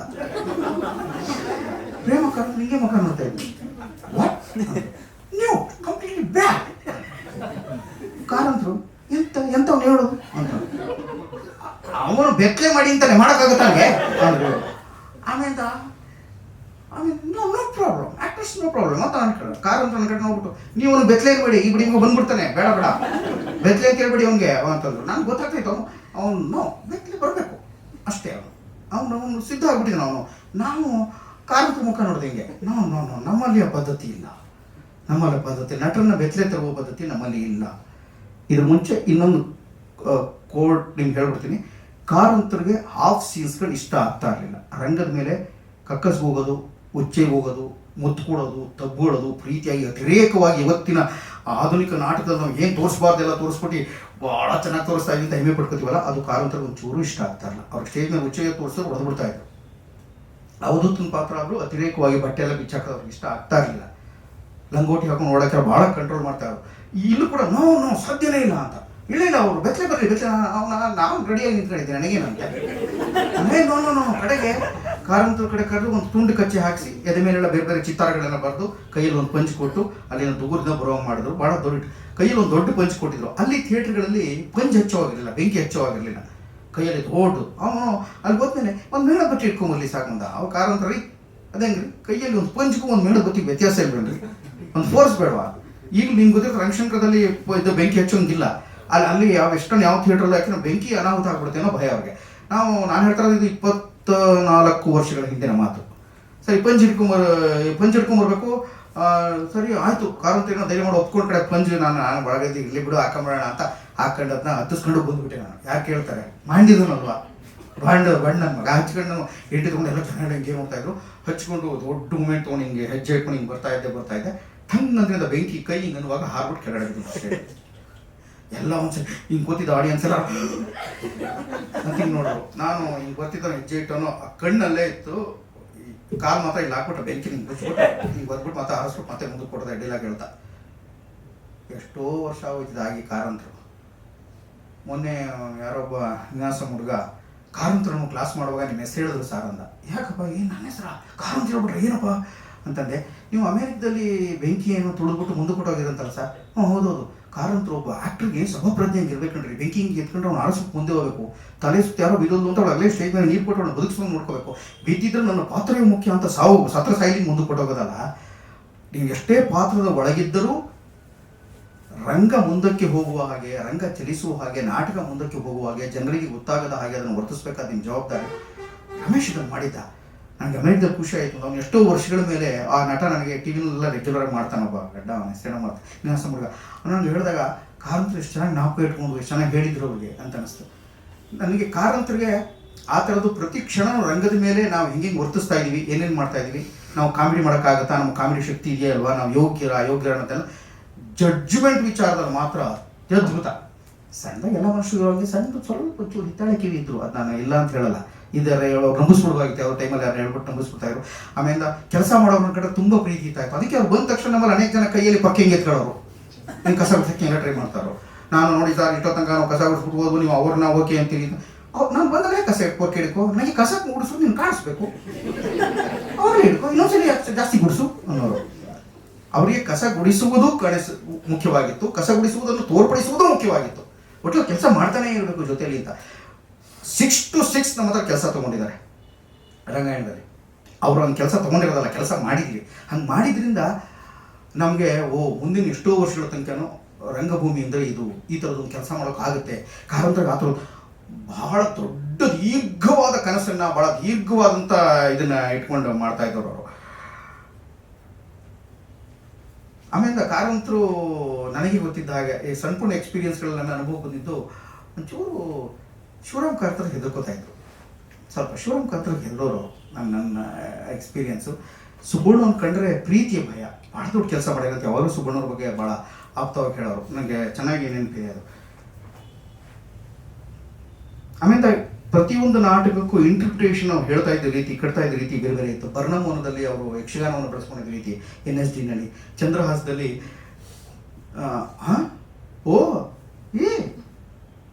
ಅಪ್ಪ ಹೌದಾ, ಬರೀ ಇದನ್ನು ಬಳಸ್ಕೊಂಡು ಹಾಡು ಮಾಡ್ಬಿಡ್ತಾರೆ ಕಣ್ರಿ. ಕಾಪುಗಳು, ಕಾಮ, ಫುಲ್ ಸ್ಟಾಪು, ಎಕ್ಸ್ಕ್ಲಮೇಟರಿ ಕ್ವಶನ್ನು, ಈ ಕ್ವಶನ್ ಮಾರ್ಕ್ಗಳು, ಈ ಥರದ ಉದ್ಗಾರಗಳನ್ನು ಬಳಸ್ಕೊಂಡು ಹಾಡು ಮಾಡಿದ್ದಾರೆ. ನೀವು ಚಂದ್ರಹಾಸ ನಾಟಕದ ಮ್ಯೂಸಿಕ್ ಕೇಳಿದ್ರೆ ಗೊತ್ತಿರ್ತದೆ. ಆ ಥರ ಭಾಳ ಚೆನ್ನಾಗಿ ಮಾಡೋದು, ಉದ್ಗಾರಗಳನ್ನೇ ಬಳಸಿ. ಆಮೇಲೆ ನೀವು ಯಾವುದಾರೋ ಒಂದು ನ್ಯೂಸ್ ಪೇಪರ್ ಕೊಟ್ಬಿಟ್ರು ಅವ್ರಿಗೆ. ಇವತ್ತು ಅವ್ರು ಯಾವುದೋ ಒಂದು ನ್ಯೂಸ್ ಪೇಪರ್ ಅವ್ರ ಕೈಗೆ ಸಿಕ್ಬಿಡ್ತು ಅಂದ್ಕೊಳ್ತಾರೆ. ನ್ಯೂಸ್ ಪೇಪರ್ ಹಿಂಗೆ ತೊಗೊಂಡ್ರೆ ಅವರು ಇದು ಯಡಿಯೂರಪ್ಪ ಯಡಿಯೂರಪ್ಪ ಯಡಿಯೂರಪ್ಪ ಶೋಭಾ ಶೋಭಾ ಯಡಿಯೂರಪ್ಪ ಶೋಭಾ ಇನ್ನೊಂದು ಶುರು ಮಾಡ್ಬಿಡೋರು. ನೀವು ಪ್ರಪಂಚದ ಯಾವುದೇ ಸಾಹಿತ್ಯವನ್ನು ಅದು ಎಂಥದರಾಗಿ ನೀವು ಕೊಟ್ಟರೆ ಅದಕ್ಕೆ ಮ್ಯೂಸಿಕ್ ಜೋಡಿಸ್ಕೊಂಡು ಅದಕ್ಕೊಂದು ಲಯ ಹಾಕಿ ನೀವು ಹಿಂಗೆ ಮಾಡಿ ಮಾಡಿ ಮಾಡಿ ನೀವು ಮಾಡಬೇಕು. ಓದಿ ಎಲ್ಲರೂ ಅಂತ ಮಾಡಿಸೋರು. ಪ್ರತಿಯೊಬ್ಬರನ್ನು ಆ ಕ್ಷಣಕ್ಕೆ ಇನ್ಸ್ಪೈರ್ ಮಾಡ್ತಿದ್ದೆ ಕಾರಂತರ ಮೂಲ ಗುಣ. ಪ್ರತಿಯೊಬ್ಬರು ಆ ಕ್ಷಣದಲ್ಲಿ. ಆಮೇಲೆ ಆ ಪ್ರತಿಯೊಬ್ಬರ ಹತ್ರ ಏನೋ ಒಂದಿದೆ ಅಂತ. ಸಂಘಟನೆಯಲ್ಲಿ ಎಷ್ಟು ದೊಡ್ಡ ಮನುಷ್ಯ ಅವರು ಅಂತಂದ್ರೆ ಸಂಘಟನೆ ಮಟ್ಟಿಗೆ ಕಾರಂತರ ಪರ್ಯಾಯ ಇಲ್ಲ ಅಂತ ಒಂದು ಘಟನೆ ಹೇಳ್ಬಿಡ್ತೇನೆ. ರಂಗಾಯಣದಲ್ಲಿ ಒಂದು ಹುಡುಗಿಗೆ 3 ವರ್ಷ ಆಯಿತು, 4 ವರ್ಷ ಆಯಿತು, 5 ವರ್ಷ ಆಯಿತು, ಸ್ವರ ಪ್ರಸ್ಥಾನಗಳು ಸೇರ್ತಾ ಇಲ್ಲ, ಸಾಪಾಸ ಬರ್ತಾ ಇಲ್ಲ, ಏನೂ ಬರ್ತಾ ಇಲ್ಲ. ಒಂದು ಹುಡುಗಿ, ಹೆಸರು ಬೇಡ, ಯಾಕೆಂದ್ರೆ ಇವತ್ತು ನಾಳೆ ನೋಡಿರ್ತೀರಿ, ಭೇಟಿ ಆಗ್ತೀರಿ, ಅವ್ರು ಏನಾದರೂ ಬರ್ತಾ ಇಲ್ಲ. ಕಾರಂತ ತಡ್ಕೊಳಕ್ಕಾಗದೆ ಒಂದ್ಸಲಿ ನೀನು ಏನಕ್ಕೆ ಉಪಯೋಗ ಇಲ್ಲ, ನೀವು ಪ್ರಯೋಜನ ಇಲ್ಲ, ನೀನು ಅಂದ್ಬಿಟ್ರು. ಒಂದ್ಸಲಿ ಕೋಪ ಮಾಡ್ಕೊಂಡು ಅವ್ರ ಕಡೆ ಅವ್ರು ಎತ್ತೋದು. ಆದರೆ ಅವರ ಒಬ್ಬ ಗುರುವಾಗಿ ಅನುಭವಿಸಿದನ್ನು ಹೇಳ್ಬಿಟ್ರು. ಇವಳು ಸರ್ ಅಂತ ಬಂದು ರೂಮ್ಗೆ ಎಲ್ಲ ಪ್ಯಾಕ್ ಮಾಡಿಕೊಂಡು ಕಾರಂತರಿಂದ ಟೈಮ್ ಅಂತ ಹೊಟ್ಟಬಿಟ್ಲು. ಬಸ್ ಹತ್ತು ಕೂತ್ಕೊಂಡ್ಬಿಟ್ಟಿದ್ದಾಳೆ. ಇವಾಗಿನ ಥರ ಅದು ಫೋನು ಗೀನೋ ಬಾಮ ಮೆಸೇಜ್ ಕಳ್ಸೋದು ಏನೂ ಇಲ್ವಲ್ಲ, ಆಗ ಮೊಬೈಲ್ ಇಲ್ವಲ್ಲಪ್ಪ ನಮ್ಮ ಹತ್ರ. ಸರಿ ಕಾರಂತ ಯಾರೋ ಬಂದು ಹೇಳಿದ್ರು. ಕಾರಂತ ಕರೆದು ಹೊಟ್ಟೆಗೆ ಬಿಟ್ಲ ಅವಳು. ಬೈ ಹಂಗೆ ಕರೆದ್ಬಿಟ್ಟು ಸರ ಒಂದು ಲೆಟ್ರ್ ಹಿಂಗೆ ಬರ್ಕೊಟ್ಬಿಟ್ಟು ನನಗೆ ಕೊಟ್ಟರು. ನಾವು ತೊಗೊಂಡೋಗ್ಬಿಟ್ಟು ಅವಳು ಕೊಟ್ಟು ಅವಳಿಗೆ ನೋಡ್ಬಿಟ್ಟು ವಾಪಸ್ಸು ಸರ ಅಂತ ಹೇಳಿದ್ ಮನೆ ಒಂದು ಹೆಂಗೆ ಕಾರ್ ಅಂತ ನನಗೆ ಒಂದು ಲೆಟ್ರ್ ಕೊಟ್ಟು ಕರೆಸ್ಕೊಂಡ್ರು ವಾಪಸ್ಸು ಅಂತ. ಅವಳಿಗೆ ಅವ್ರ ಸುತ್ತ ಇದ್ದವರು ಹೌದಾ ಕಾರ್ ಅಂತ ಒಂದು ಲೆಟ್ರ್ ಬರೋದು ಮತ್ತೆ ವಾಪಸ್ ಕರೆಸ್ಕೊಂಡ್ಬಿಟ್ಟು ನೋಡಿ ಅವಳು ಬೈದ್ಬಿಟ್ಟು ಸಾರಿ ದಯವಿಟ್ಟು ನಿಮ್ಗೆ ಕ್ಷಮಿಸ್ಕೊಡು ಅಂತ ಹೇಳ್ಬಿಟ್ಟು ಅವಳಿಗೆ ಭಾರಿ ಹೆಮ್ಮೆ ಅಂತ. ನನಗೆ ಅವ್ನ ಕಂಡುಬಿಟ್ಟು ವಾಕರಿಕೆ ಬಂದ್ಬಿಡ್ತು. ಆಮೇಲೆ ಕಾರಂತರ ಬಗ್ಗೆ ಇನ್ನಿಲ್ಲದ ಜಾಸ್ತಿ ಪ್ರೀತಿ ಮತ್ತು ಗೌರವ ಬರೋಕ್ಕೆ ಶುರುವಾಗ್ಬಿಡ್ತು. ಅಂದರೆ ಆ ಹುಡುಗಿ ಹೋಗಿದ್ರು ಇನ್ನೊಬ್ಳು ಯಾವುದೋ ಒಂದು ಹುಡುಗಿ ಪಾತ್ರ ಮಾಡಿಸ್ಬಿಡೋದಾಗಿತ್ತು. ಆದರೆ ನಾನು ಒಂದು ಹುಡುಗಿನ ಕಳ್ಕೊಂಬಿಟ್ರೆ ರಂಗಭೂಮಿಗೆ ಒಂದು ಹುಡುಗಿ ಹೊಟ್ಟೋಗುತ್ತೆ ಅನ್ಯಾಯವಾಗಿ. ನಂಗೆ ಆಗಬಾರ್ದು. ಅವಳು ಹಿಂಗಾರಗಳಲ್ಲಿ ಮತ್ತೆ ತಿದ್ದಿ ಕೆಲಸ ಒಳಗೆ ಏನು ಮಾಡಬೇಕು. ನನ್ನ ಇಲ್ಲ ಸಾರಿ ಕೇಳ್ಕೊಂಡ್ರು ಸರಿ ಇಲ್ಲ, ನನಗೆ ತಪ್ಪಿಲ್ಲ, ಅದು ನಾನು ಕ್ಷಮೆ ಕೇಳ್ಕೊತೀನಿ, ಏನು ತಪ್ಪಿಲ್ಲ. ರಂಗಭೂಮಿಲಿ ಅವರೆಲ್ಲ ಹುಡುಗಿ ನಾಟಕಕ್ಕಾಗಿ ನಾನು ಕೆಲಸ ಮಾಡ್ತಾ ಇರೋದು, ಏನು ತಪ್ಪಿಲ್ಲ ಅಂತ ಕಾರಣ ಅವಳನ್ನ ಕರೆದು ಕೂರಿಸ್ಕೊಂಡು ಮತ್ತೆ ಮಾಡಿಸೋರು, ಕಂಟಿನ್ಯೂ ಮಾಡಿಸಿದ್ರು. ನನಗೆ ನಮಗೆ ಯಾವಾಗಲೂ ಯಾವುದೋ ನಾನು ತಪ್ಪು ಮಾಡಿದಾಗ ಡೈರೆಕ್ಟ್ ಮಾಡುವಾಗ ಶಾರ್ಟ್ ಟೆಂಪರ್ ಆಗಿ ಬೈದು ಜಗಳ ಮಾಡಿ ಏನೋ ಮಾಡ್ಕೊಂಡು ಮತ್ತೆ ನಾನು ಸಾರಿ ಕೇಳೋಕ್ಕೆ ಇವತ್ತಿಗೂ ನನಗೆ ನಾನು ಅದು ರೋಲ್ ಮಾಡಲ್ಲ ಅಂತಿದ್ರೆ ಕಾರಂತ ತಪ್ಪಿಲ್ಲ. ಯಾಕೆಂದರೆ ನಾಟಕ ಚೆನ್ನಾಗಬೇಕು, ರಂಗಭೂಮಿ ಉಳಿಬೇಕು ಅಂದರೆ ಸಣ್ಣ ಪುಟ್ಟ ಸಾರಿ ಕೇಳ್ಕೊಡೋದು ಹೋಗ್ಲಿ. ಒಂದು ಸಾರಿ ಏನೀಗ ಅವ್ರು ಸಿದ್ಧಗೋದು ನೀವು ಗೊತ್ತಲ್ಲ ನಾಳೆ ಸರಿಯಾಗ್ಬೋದು ಅಂತ. ಅವರ ಪ್ರತಿ ಚಲನೆಯಲ್ಲಿ ಪ್ರತಿ ನಡವಳಿಕೆಯಲ್ಲಿ ನನಗೊಂದು ಪಾಠ ಸಿಗ್ತಾ ಇತ್ತು. ಅದನ್ನು ನಾನು ಕಲ್ತ್ಕೊಳ್ಳೋ ಪ್ರಯತ್ನ ಮಾಡಿದೆ. ಮತ್ತು ಯಾವಾಗಲೂ ಒಬ್ಬ ಡಾಕ್ಟರ್ಗೆ, ಒಬ್ಬ ಇಂಜಿನಿಯರ್ಗೆ, ಒಬ್ಬ ಲಾಯರ್ಗೆ ಏನು ಗೌರವ ಸಿಗುತ್ತೆ ರಂಗಭೂಮಿ ಕಲಾವಿದರಿಗೂ ಅದು ಸಿಗಬೇಕು ಅಂತ ವಾದಿಸ್ತಾ ಇತ್ತು. ಅವ್ರಿಗೂ ಅಷ್ಟೇ ಮರ್ಯಾದೆ ಬರಬೇಕು. ನನಗೆ ಮೊದಲನೇ ಸಲ ನಾನು ಕನ್ನಡದಲ್ಲಿ ಮಾತಾಡ್ಬಿಟ್ಟೆ, ವೀಸಾ ಸಿಗಲಿಲ್ಲ ನನಗೆ ಅಮೆರಿಕಕ್ಕೆ ಹೋಗುವಾಗ. ಕಾರಂತರು ನಾನು ಪರವಾಗಿಲ್ಲ ವೀಸಾ ಸಿಗಲಿಲ್ಲ ನನಗೇನಂತೆ ನಾನು ಮನೆಗೆ ಹೋಗ್ತೀನಿ, ನಾನು ಬಂದ್ಬಿಟ್ಟಿದ್ದೆ. ಇನ್ನೊಂದು 2-3 ಜನಕ್ಕೆ ಸಿಕ್ಕಿರಲ್ಲ, ಬಸ್ಸಿನವ್ರಿಗೂ ಸಿಕ್ಕಿರಲ್ಲ ಅಂತ ನನ್ನ ಪ್ರಕಾರ. ಆಗ ವೀಸಾ ಮತ್ತೆ ಆಗುವಾನೆ ಮತ್ತೆ ವೀಸಾಗೆ 6 ತಿಂಗಳ ತನಕ ಆ ವೀಸಾ ಕೊಡೋಂಗಿರಲಿಲ್ಲ ಅಂತ ಇತ್ತಾಗ ರೂಲ್ಸ್. ಒಂದ್ಸಲ ವೀಸಾ ರಿಜೆಕ್ಟ್ ಆದರೆ ನಾವು ಮತ್ತೆ ಕರೆದ್ಬಿಟ್ರು ಇಂಟರ್ವ್ಯೂಗೆ, ಮತ್ತೆ ಪಾಸ್ ಮಾಡಿ ಮತ್ತೆ ಕರ್ಕೊಂಡು ಹೆಂಗೆ ಕರೆದ್ಬಿಟ್ರು ಅಂತ. ಆಗ ಕಾರಂತರು ಕಾಂಟ್ಯಾಕ್ಟು ಎಲ್ಲಿವರೆಗೂ ಇತ್ತು ಅಂತಂದರೆ, ಅವರ ಸಂಪರ್ಕ ಯಾವ ತುದಿವರೆಗಿತ್ತು ಅಂದರೆ, ಅದು ಭಾಳ ಸರ್ವಶ್ರೇಷ್ಠವಾದ ತಂಡ, ಒಳ್ಳೆ ನಟಗಳು ಬರ್ತಾರವರು, ಅವ್ರು ನಂಗೆ ಬಿಡೋಂಗೇ ಇಲ್ಲ ಅಂತ ಮತ್ತೆ ಇಂಟರ್ವ್ಯೂ ಕೊಡಿಸಿ ಪಾಸ್ ಮಾಡಿಸಿ ವೀಸಾ ಆಫೀಸ್ ನಾನು ಕರೆಸ್ಕೊಂಡಿದ್ದು ಅಮಿತಾಬ್ ಬಚ್ಚನ್. ಅವ್ರದ್ದೊಂದು ಲೈಟ್ ಆ್ಯಂಡ್ ಶೋನಲ್ಲಿ ಕಾರಂತರಿಗೆ ಭಾಳ ಅತ್ಯದ್ಭುತವಾಗಿ ಕಳಿಸ್ಬಿಟ್ರು ಅಂತ. ಅಮಿತಾಬ್ ಬಚ್ಚನ್ ಡೆಲ್ಲಿಯ ಫತೇಪುರ್ ಸಿಕ್ರಿಲಿ ಲೈಟ್ ಆ್ಯಂಡ್ ಶೋ ಎಲ್ಲ ಮುಗಿದಾದ್ಮೇಲೆ ಹಿಂಗೆ ಬಂದು ನಿಂತ್ಕೋತಾರೆ ಬಚ್ಚನ್. ಕಾರಂತರು ಏನು ನಿಮ್ಮ ರೆಮ್ಯುನೇಷನ್ ಏನು ಅಂತ ಕೇಳ್ತಾರೆ. ಹಿಂದಿನ ಬರೋದ್ರಿಂದ ಅವ್ರು ಕೇಳಿದ್ದು, ನಾನು ಅನುವಾದ ಹೇಳ್ತಾ ಇದ್ದೀನಿ. ನೀವೇನಾದ್ರು ಕೊಡಿ ಅಂತಾರೆ ಕಾರಂತರು. ನನ್ನ ಹತ್ರ ಏನಿದೆ ತಗೋ ₹1 ಕೊಟ್ಟು ಕಳಿಸ್ತಾರೆ. ಇಸ್ಕೊಂಡು ಹೋಗ್ತಾರೆ ಅಮಿತಾಬ್ ಬಚ್ಚನ್. ₹1 ಇಸ್ಕೊಂಡು ಫತೇಪುರ ಸಿಕ್ಕಿದೆ ಲೈಟ್ ಆ್ಯಂಡ್ ಶೋ ಎಕ್ಸ್ಪೀರಿಯನ್ಸ್ ಮಾಡ್ಕೊಡಿದ್ದಾರೆ ಅಮಿತಾಬ್ ಬಚ್ಚನ್. ಕಾರಂತರ ಜೊತೆ ಅಷ್ಟು ಪ್ರೀತಿ, ಅಷ್ಟು ಭಯ, ಅಷ್ಟು ಭಕ್ತಿ ಅವ್ರಿಗೆ. ಇಡೀ ಭಾರತದಲ್ಲಿ, ಕರ್ನಾಟಕದಲ್ಲೆಲ್ಲ ಕಾರಂತರ ಪ್ರೀತಿ ನೀವು ನೋಡಬೇಕು ಅಂತಂದರೆ ಉತ್ತರ ಭಾರತದಲ್ಲಿ ನೋಡಬೇಕು, ಮಹಾರಾಷ್ಟ್ರದಲ್ಲಿ ನೋಡಬೇಕು, ಮಧ್ಯಪ್ರದೇಶದಲ್ಲಿ ನೋಡಬೇಕು. ಕಾರಂತರು ಅಂತಂದರೆ ಅದೊಂದು ವಿಶ್ವಮಾನ್ಯವಾದಂಥ ನಮಗೂ ಅಷ್ಟೇ ಒಂದು ದೊಡ್ಡ ವಿಶ್ವಪ್ರಜ್ಞೆಯನ್ನು ತೋರಿಸಿದಂತಹ ಮನುಷ್ಯ. ಅಂದರೆ ಎಷ್ಟು ಸರಳವಾಗಿದ್ದುಕೊಂಡು ಎಷ್ಟೊಂದು ದೀರ್ಘವಾಗೆಲ್ಲ ಹೇಳ್ಕೊಡಕ್ಕೆ ಸಾಧ್ಯ ಇತ್ತು ಅಂತ. ಆಮೇಲೆ ಅವ್ರಿಗೆ ಬೇರೆ ಬೇರೆ ಬೇರೆ ಬೇರೆ ತುಂಬ ವಿಶೇಷಗಳಿತ್ತು. ಎಲ್ಲ ಈ ರಂಗಾಯಣದಲ್ಲಿ ಏನು ಮಾಡ್ತೀವಲ್ಲ ಕಂಪ್ನಿ ನಾಟಕಗಳು, ಇದರಲ್ಲಿ ಕಂಪ್ನಿ ನಾಟಕಗಳು ತಯಾರಾಗಬೇಕು ಅಂತ ನಮ್ಮಲ್ಲೇ ಹುಡುಗರೆಲ್ಲ ಸೇರಿಕೊಂಡು ಒಂದು ಪತ್ತೆದಾರಿ ನಾಟಕ ಮಾಡಿಸಿದ್ರು. ಪತ್ತೆದಾರಿ ಹುಡುಗರೇ ಪತ್ತೆದಾರಿ, ಇವನೊಂದು ಸೀನ್ ಹೇಳೋದು, ಅವನೊಂದು ಕೊಲೆ ಸೀನ್ ಹೇಳೋದು, ಒಂದು ಮರ್ಡರ್ ಸೀನ್ ಮಾಡೋದು, ಒಂದು ಕಂಪ್ನಿ ನಾಟಕ ಮಾಡಿ ಒಂದು ಪ್ರತಿಶೋಧ ಒಂದು ಕಂಪ್ನಿ ನಾಟಕ ಮಾಡ್ತಾ ಇತ್ತು. ಟೂರ್ ಮಾಡಿಸೋದು ನಮ್ಮ ಕರ್ಕೊಂಡು ತಿಂಗಳಗಟ್ಟೆ ಟೂರ್ ಮಾಡಬೇಕು ಅಂತ ಒಂದೊಂದು ತಿಂಗಳು ಬೇರೆ ಬೇರೆ ಕಡೆ ಟೂರ್ ಮಾಡಿಸಿದ್ದಾರೆ ಕಾರಂತರು. ಅವಾಗ ಅಲ್ಲಿರೋ ರಣ ಉರಿಯುವ ಬಿಸಿಲಿನಲ್ಲಿ, ಕೊರೆಯುವ ಚಳಿನಲ್ಲಿ ತಿಂಗಳಗಟ್ಟಲೆ ಅಲ್ಲಿ ಸ್ಟೇಜ್ಗಳ ಮೇಲೆ ಮಲಗಿಸಿದ್ದಾರೆ, ಓಡಾಡ್ತಾರೆ, ಎಕ್ಸ್ಪೀರಿಯನ್ಸ್ ಆಗಬೇಕು ಅಂತ. ನಿಮಗೆ ನೋವಿಂದು, ಅಸಹಾಯಕತೆಯದು, ಬಡತನದ್ದು ಮತ್ತು ನಿರಾಶೆಯದು, ಫ್ರಸ್ಟ್ರೇಷನ್ನು ಏನೂ ಗೊತ್ತಾಗದೆ ನಟರಾಗೋದಕ್ಕೆ ಸಾಧ್ಯವೇ ಇಲ್ಲ. ಅವೆಲ್ಲ ಅನುಭವಿಸೇ ನಟರಾಗಬೇಕು ಅನ್ನೋದು ಅವ್ರ ವಾದವಾಗಿತ್ತು. ಅದನ್ನು ಕಾರಂತರು ತುಂಬ ಚೆನ್ನಾಗಿತ್ತು. ಸುಖವಾಗಿ ಯಾವುದು, ಆಮೇಲೆ ಶಾರ್ಟ್ ಕಟ್ ಇಲ್ಲ, ಈಸಿಯಾಗಿ ನಿಮಗೆ ಪಟ್ ಅಂತ ಸಿಕ್ಬಿಡುತ್ತೆ, ನೋ ಇಲ್ಲ ಸಿಗಲ್ಲ ಅಂತ. ಆ ಥರದ್ದು ಎಲ್ಲನೂ ಅವ್ರು ಅದಕ್ಕಾಗಿ ಬಿಜಾಪುರದಲ್ಲಿ ರಣ ಬಿಸಿಲು, ಆ ಬಿಸಿಲು ಮಧ್ಯೆ ನಮ್ಮ ನಿಲ್ಲಿಸ್ಬಿಟ್ಟು ಬ್ಲಾಕಿಂಗ್ ಮಾಡೋರು ಸ್ಟೇಜಲ್ಲಿ. ಆಮೇಲೆ ಹೋಗಿ ಕಂದರ ಹನುಮಂತ ರಂಗಮಂದಿರ ನಮ್ಮದೇ ಉದ್ಘಾಟನೆ, ನಮ್ಮದೇ 1 ತಿಂಗಳಲ್ಲಿ ಉಳಿದು ಆ ಥರ ಅನೇಕ ಎಲ್ಲ ಟೂರ್ ಮಾಡ್ಕೊಂಡು ಬರ್ತಾ ಇತ್ತು. ಅವ್ರಿಗೆ ಒಂದೇ ಒಂದು ಆಸೆ ಇತ್ತು, ಅದಾಗಲಿಲ್ಲ. ನನಗೂ ಜೀವನದಲ್ಲಿ ಆಸೆ ಇದ್ದೇ ಇದೆ. ಬನಶಂಕರಿ ಕ್ಯಾಂಪ್ನಲ್ಲಿ ಕಾರಂತರು ಮಾಡುತ್ತಿರುವಂತಹ ನಾಟಕವನ್ನು ಇಟ್ಕೊಂಡು 1 ತಿಂಗಳು ಕ್ಯಾಂಪ್ ಹಾಕಬೇಕು. ಇವಾಗಲೇ ಕುಂಟಕೋಣ ಮುಖ ಜನ 5,000 ಶೋ ನಡೀತದೆ. ಒಂದು ದಿವಸಕ್ಕೆ 3 ಶೋ ಮಾಡ್ತಾರೆ. ಒಂದು ದಿವಸಕ್ಕೆ 6 ಲಕ್ಷ, 8 ಲಕ್ಷ, 20 ಲಕ್ಷ ಎಲ್ಲ ತೆಗಿತಾರೆ ಕುಂಟಕೋಣ ಮುಖ ಜನ. ನಮ್ಮ ನಾಟಕಗಳು ಒಂದು ತೆಗಿಯೋಂಗೆ ಆಗಬೇಕು. ನಟರ ಸಂಬಳದ ದುಡ್ಡನ್ನು ಮಾತ್ರ ಸರ್ಕಾರ ಕೊಡಬೇಕೆ ಹೊರತು ಉಳಿದ ಎಲ್ಲ ನಾಟಕದ ಖರ್ಚನ್ನು ಜನರ ದುಡ್ಡಿನಿಂದಲೇ ಎತ್ತಬೇಕು ಅನ್ನೋದ್ರ ಹಠ ಆಗಿತ್ತು. ಅವ್ರು ಅಲ್ಲಿಂದ ತೆಗಿಬೇಕು ಅದನ್ನ ಅಂತ ಯಾವಾಗಲೂ ಹೇಳ್ತಾರೆ ಅವರು. ಅದನ್ನ ಸಂಬಳ ದುಡ್ಡು ಪಾಪ ಅಷ್ಟೊಂದು ಒಟ್ಟಿಗೆ ಕಷ್ಟ, ಸಂಬಳ ದುಡ್ಡು ಮಾತ್ರ ಅದು ಕೊಡಲಿ, ಮಿಕ್ಕಿದೆಲ್ಲ ಇವತ್ತಿನ ಒಂದೊಂದು ನಾಟಕಗಳಿಗೆ, ರಂಗಾಯಣ ನಾಟಕಗಳಿಗೆ, ಬೇರೆ ಬೇರೆ ಕಡೆ ಎಲ್ಲ ರಂಗಾಯಣ ನಾಟಕ 4 ಕೋಟಿ, 1 ಕೋಟಿ, 2 ಕೋಟಿ ಹಿಂಗೆಲ್ಲ ಕೊಡುತ್ತೆ. ನಾನು ರಂಗ ಸಮಾಜದಲ್ಲಿ ಇದ್ದಾಗ ನನಗೆ ಗೊತ್ತಿರೋದು 2 ಕೋಟಿ ಹಿಂಗೆಲ್ಲ ಕೊಡ್ತಲ್ಲ. ಆ ನಾಟಕಕ್ಕಾಗಿ ನೋ ನೀವು ಅಲ್ಲೆಲ್ಲ ದುಡಿತೀರಿ, ಒಂದು ನಾಟಕದಲ್ಲಿ ಖರ್ಚು ಮಾಡಿ ಜನಪ್ರಿಯವಾದ ಕ್ವಾಲಿಟಿ ಇಟ್ಕೊಂಡು ಅದರಲ್ಲಿ ಕಲಾತ್ಮಕ ನಾಟಕಗಳನ್ನು ಮಾಡ್ಕೊಂಡು ನೀವು ಅದರಲ್ಲೇ ದುಡಿಬೇಕು. ಜನ ಕೊಡ್ಬೇಕು ನಿಮಗೆ, ಜನ ನಿಮ್ಮನ್ನು ಪ್ರೀತಿ ಮಾಡೋಗೋಗಬೇಕು. ಇದನ್ನು ಪ್ರಸನ್ನ ಹೇಳ್ತಾರೆ. ಜನರ ದುಡ್ಡಿನಿಂದಲೇ ಒಂದು ಸಂಸ್ಥೆ ನಡೆಯುವಂಗಾಗಬೇಕು. ಅವಾಗ ಅವ್ರು ಚುಚ್ಚು ಕೆಲವಕ್ಕೆ ಮಾತ್ರ ನಟರ ಬದುಕುವುದಕ್ಕೆ ಮಾತ್ರ ಬೇಕಾದ್ರೆ ಸಂಬಳ ಕೊಡಲಿ, ಅನಿವಾರ್ಯ. ಸರ್ಕಾರಿ ಸಂಸ್ಥೆ ಅದು ಸರ್ಕಾರದ ಕಂಪನಿ ನಾಟಕಗಳೇನೆ, ಆ ಥರದ ನಾಟಕಗಳು ಮಾಡಬೇಕು ಎಲ್ಲರೂ. ಎಲ್ಲ ಕಲಾತ್ಮಕವಾದಂಥ ಹೊಸ ರೀತಿಯ ಪ್ರಗತಿಪರವಾದಂಥ ತುಂಬ ಬೌದ್ಧಿಕ ನಾಟಕಗಳನ್ನ ಆಡೋದ್ರ ಜೊತೆಗೆ ಜನಪ್ರಿಯ ನಾಟಕಗಳನ್ನು ಆಡಬೇಕು ಅನ್ನೋದು ಅವರ ಕಡ್ಡಾಯವಾದ ವಾದ ಆಗಿತ್ತು. ಅದಕ್ಕಾಗಿ ಕೃಷಿ ಸಂಧಾನ ಮಾಡಿಸ್ತಾರೆ ಆಗಲೇ ಕಾರಂತರು. ಆಮೇಲೆ ಜದ್ದುಮಣಿ ಹತ್ರ ಕರೆಸಿ ನಮಗೆ ಬಾಡಿ ಮಾರ್ಷಲ್ಲು, ಎಕ್ಸೈಸ್ಗಳು, ಚಾಹು ಅಂತ ಒಬ್ಬನು ಕರೆಸ್ತಾರೆ. ಆ 3 ತಿಂಗಳು ನಮ್ಮನ್ನು ನಾವು ಆಲ್ಮೋಸ್ಟ್ ಸತ್ತೋಗ್ಬಿಟ್ಟು ಪ್ರತಿಯೊಬ್ಬ ನಟರ ಮೇಲೆ ಚಪ್ಪಡಿ ಕಲ್ಲನ್ನು ಇಡಿಸ್ಬಿಟ್ಟು ದೊಡ್ಡ ದೊಡ್ಡ ಸ್ವತ್ತಿಗೆ ಹಿಂಗೆ ಓಡಿಸ್ತಾ ಕಂಡ್ರಿ. ನನಗೆ ಇಲ್ಲೂ ಮಾಡ್ತೇವೆ, ನನಗೆ ಅದೇ ಇನ್ನೂ ಮಾಡ್ತೇವೆ, ಪಠ ಓಡಿಸ್ತಾರೆ, ಅದು ಬ್ರೇಕ್ ಆಗುತ್ತೆ. ಆಮೇಲೆ ಅದೇ ಥರ ಬೆಂಕಿಯ ಪಂಚೊಳಗೆ ನಾವು ಕಂಪಲ್ಸರಿ ಹಾರಬೇಕಾಗಿತ್ತು, ಹಾರದು.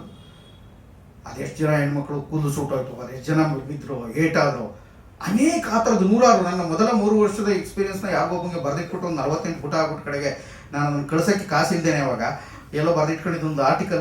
ಆಮೇಲೆ ನನ್ನ ಕನವರಿಕೆ ಅಂತ ನಾನು ಒಂದು ಪುಸ್ತಕ ಬಿಡುಗಡೆ ಆಗಿದೆ, ಅಣ್ಣನ ಬಿಡುಗಡೆ ಮಾಡಿದ್ರು ಉಮೇಶ ರಂಗವಲ್ಲಿ ಅಂತ. ಅದರಲ್ಲಿ ಮಾಡ್ಕೊಂಡಿದ್ದೇನೆ ಅಂತ ನನಗೆ ಅವಾಗ ಓದಾಗಲ್ಲ ನೆನಪಾಗ್ತದೆ. ಬೆಂಕಿ ಪಂಚಿ ಮುಂದೆ ಹಾಕ್ತಿದ್ದು, ಚಪ್ಪಡಿ ಕಲ್ಲು ಹೊಡ್ತಿದ್ದು, ಅದು ಸರ್ಕಸ್ಸು ಮತ್ತು ಅದು ಬರೀ ಇದು ಅಂತಲ್ಲ. ನಟನಿಗೆ ಆ ಥರದ್ದೊಂದು ಇಚ್ಛಾಶಕ್ತಿ ದೈಹಿಕವಾಗಿ ಮಾನಸಿಕವಾಗಿ ಎರಡೂ ಇರಬೇಕು. ಅವನು ಪಕ್ಕಾ ಆಗಿರಬೇಕು, ಅವನು ಫಿಟ್ ಆಗಿರಬೇಕು. ನಟಿ ಒಬ್ಬಳು ಲಾಯಿತಿಪೂರ್ಣವಾಗಿ ಎಲ್ಲ ಥರದ ಪಾತ್ರಗಳಿಗೂ ಅವಳು ಸಿಗುವಂಥ ಪ್ರತಿ ಪೇಪರ್ ತುಂಡೋದನ್ನು ತೆಗೆದು ನೋಡ್ಬಿಟ್ಟು ದೀಪಿಕಾ ಪಡ್ಕೊಂಡೆ ನಮ್ಮ ಸಂಬಂಧ ಇಲ್ಲ, ದೀಪಿಕಾ ಪಡ್ಕೊಂಡೆ ಹೆಂಗೆ ನಿಂತ್ಕೊಂಡು, ಅವಳು ಏನು ಫ್ರಸ್ಟ್ರೇಷನ್, ಅವಳದು ಏನು ತಾಪತ್ರಯ, ಅವಳ ಲವಿನ ವಿಫಲತೆಗಳೇನು, ಯಾಕಂಗಾಯಿತು, ಅವಳು ಕೂದಲು ಹೇಗೆ ಸುಟ್ಟಾಯಿತು, ಅವಳು ಹೆಂಗೆ ನಡೆದು ಏನೇನಾಯಿತು, ಅವಳ ನಡವಳಿಕೆಗಳೇನು, ಅವಳು ಹೆಂಗೆ ಕೂತ್ಕೊಂಡು ಎಲ್ಲವನ್ನೂ ಅಭ್ಯಾಸ ಮಾಡ್ಕೊಳ್ಬೇಕು. ಅವನು 24 ಸ್ಟ್ಯಾನ್ಸ್ಟೋವ್ಸ್ಕಿ ಹೇಳ್ತಾನೆ, ನಟನೆ ಎನ್ನುವುದು ಒಂದು ಕಠೋರವಾದ ತಪಸ್ಸು. ನಟನೊಬ್ಬನ ತುಟಿಯು ಸದಾ ತಲ್ಲಣಿಕೆಯಿಂದ ಅದುತ್ತಾ ಇರ್ತಾವೆ. ಅವ್ನು ಮಲ್ಕೊಂಡಾಗಲೂ ಅವ್ನ ಕಾಲು ಇನ್ನಂತ ಇರ್ತಂತೆ, ಕೈ ಯಾವುದೋ ಲೇಯಾಗಿ ಹೇಳ್ತಾ ಇರ್ತಂತೆ, ಕಣ್ಗಳು ಚಲಿಸ್ತಾ ಇರ್ತವಂತೆ. ಒಳಗೆ ಮಲ್ಕೊಂಡಿದ್ರು ನಿದ್ದೆಯಲ್ಲೂ ಕೂಡ ಅವನು ನಟನೆಯನ್ನು ಕನ್ವರ್ಸ್ತಾ ಇರ್ತಾನೆ. ಹಂಗಿದ್ರು ಮಾತ್ರ ಒಳ್ಳೆ ನಟ ಅಂತ. ರಾಜ್ಕುಮಾರ್ ಉದಾಹರಣೆಗಳು ಆ ಥರ ನೂರೆಂಟಿವೆ. ರಾಜ್ಕುಮಾರ್ ಸಂಧ್ಯಾ ವಂದನೆ ಮಾಡೋಕ್ಕೆ ಯಾವುದೋ ಸಿನಿಮಾ ಕರ್ಸ್ಕೊಂಡ್ಬಿಡ್ತಾರೆ, ರಾಯರ್ ಪಾತ್ರ ಮಾಡಿದಾಗ ಅವ್ನು ಯಾವನೋ ಬಂದು 2 ದಿವಸಕ್ಕೆ ವಾಪಸ್ ಹೊರಟೋಗ್ತಾನೆ. ಯಾಕೆಂದ್ರೆ ನನಗೆ ಚೆನ್ನಾಗಿ ಇವರೇ ಸಂಧ್ಯಾ ವಂದನೆ ಮಾಡಿದ್ರೆ ಸರ್ ಎಲ್ಲ ಕಲ್ತ್ಕೊಂಡ್ಬಿಟ್ಟು 2 ದಿವಸದಲ್ಲಿ ಈ ಥರ ರಾಯರ್ ಪಾತ್ರ ಮಾಡೋದಕ್ಕೆ. ಆ ಥರದ ಅನೇಕ ತುಂಬ ಒಳ್ಳೆ ನಟಗಳು ನಾನು ಯಾರೋ ನೋಡಿದ್ದೀನಿ, ಅವರೆಲ್ಲರೂ ಆ ಥರ ಮುಳುಗೋಗ್ಬಿಟ್ಟಿರ್ತಾರೆ, ಕರಗೋಗ್ಬಿಟ್ಟಿರ್ತಾರೆ. ಆಯ್ತು ಹೊರಗಡೆ ಆಯ್ತು. ಓ ಸಾರಿ, ನಮ್ಮ ಮತ್ತೆ ಟೈಮ್.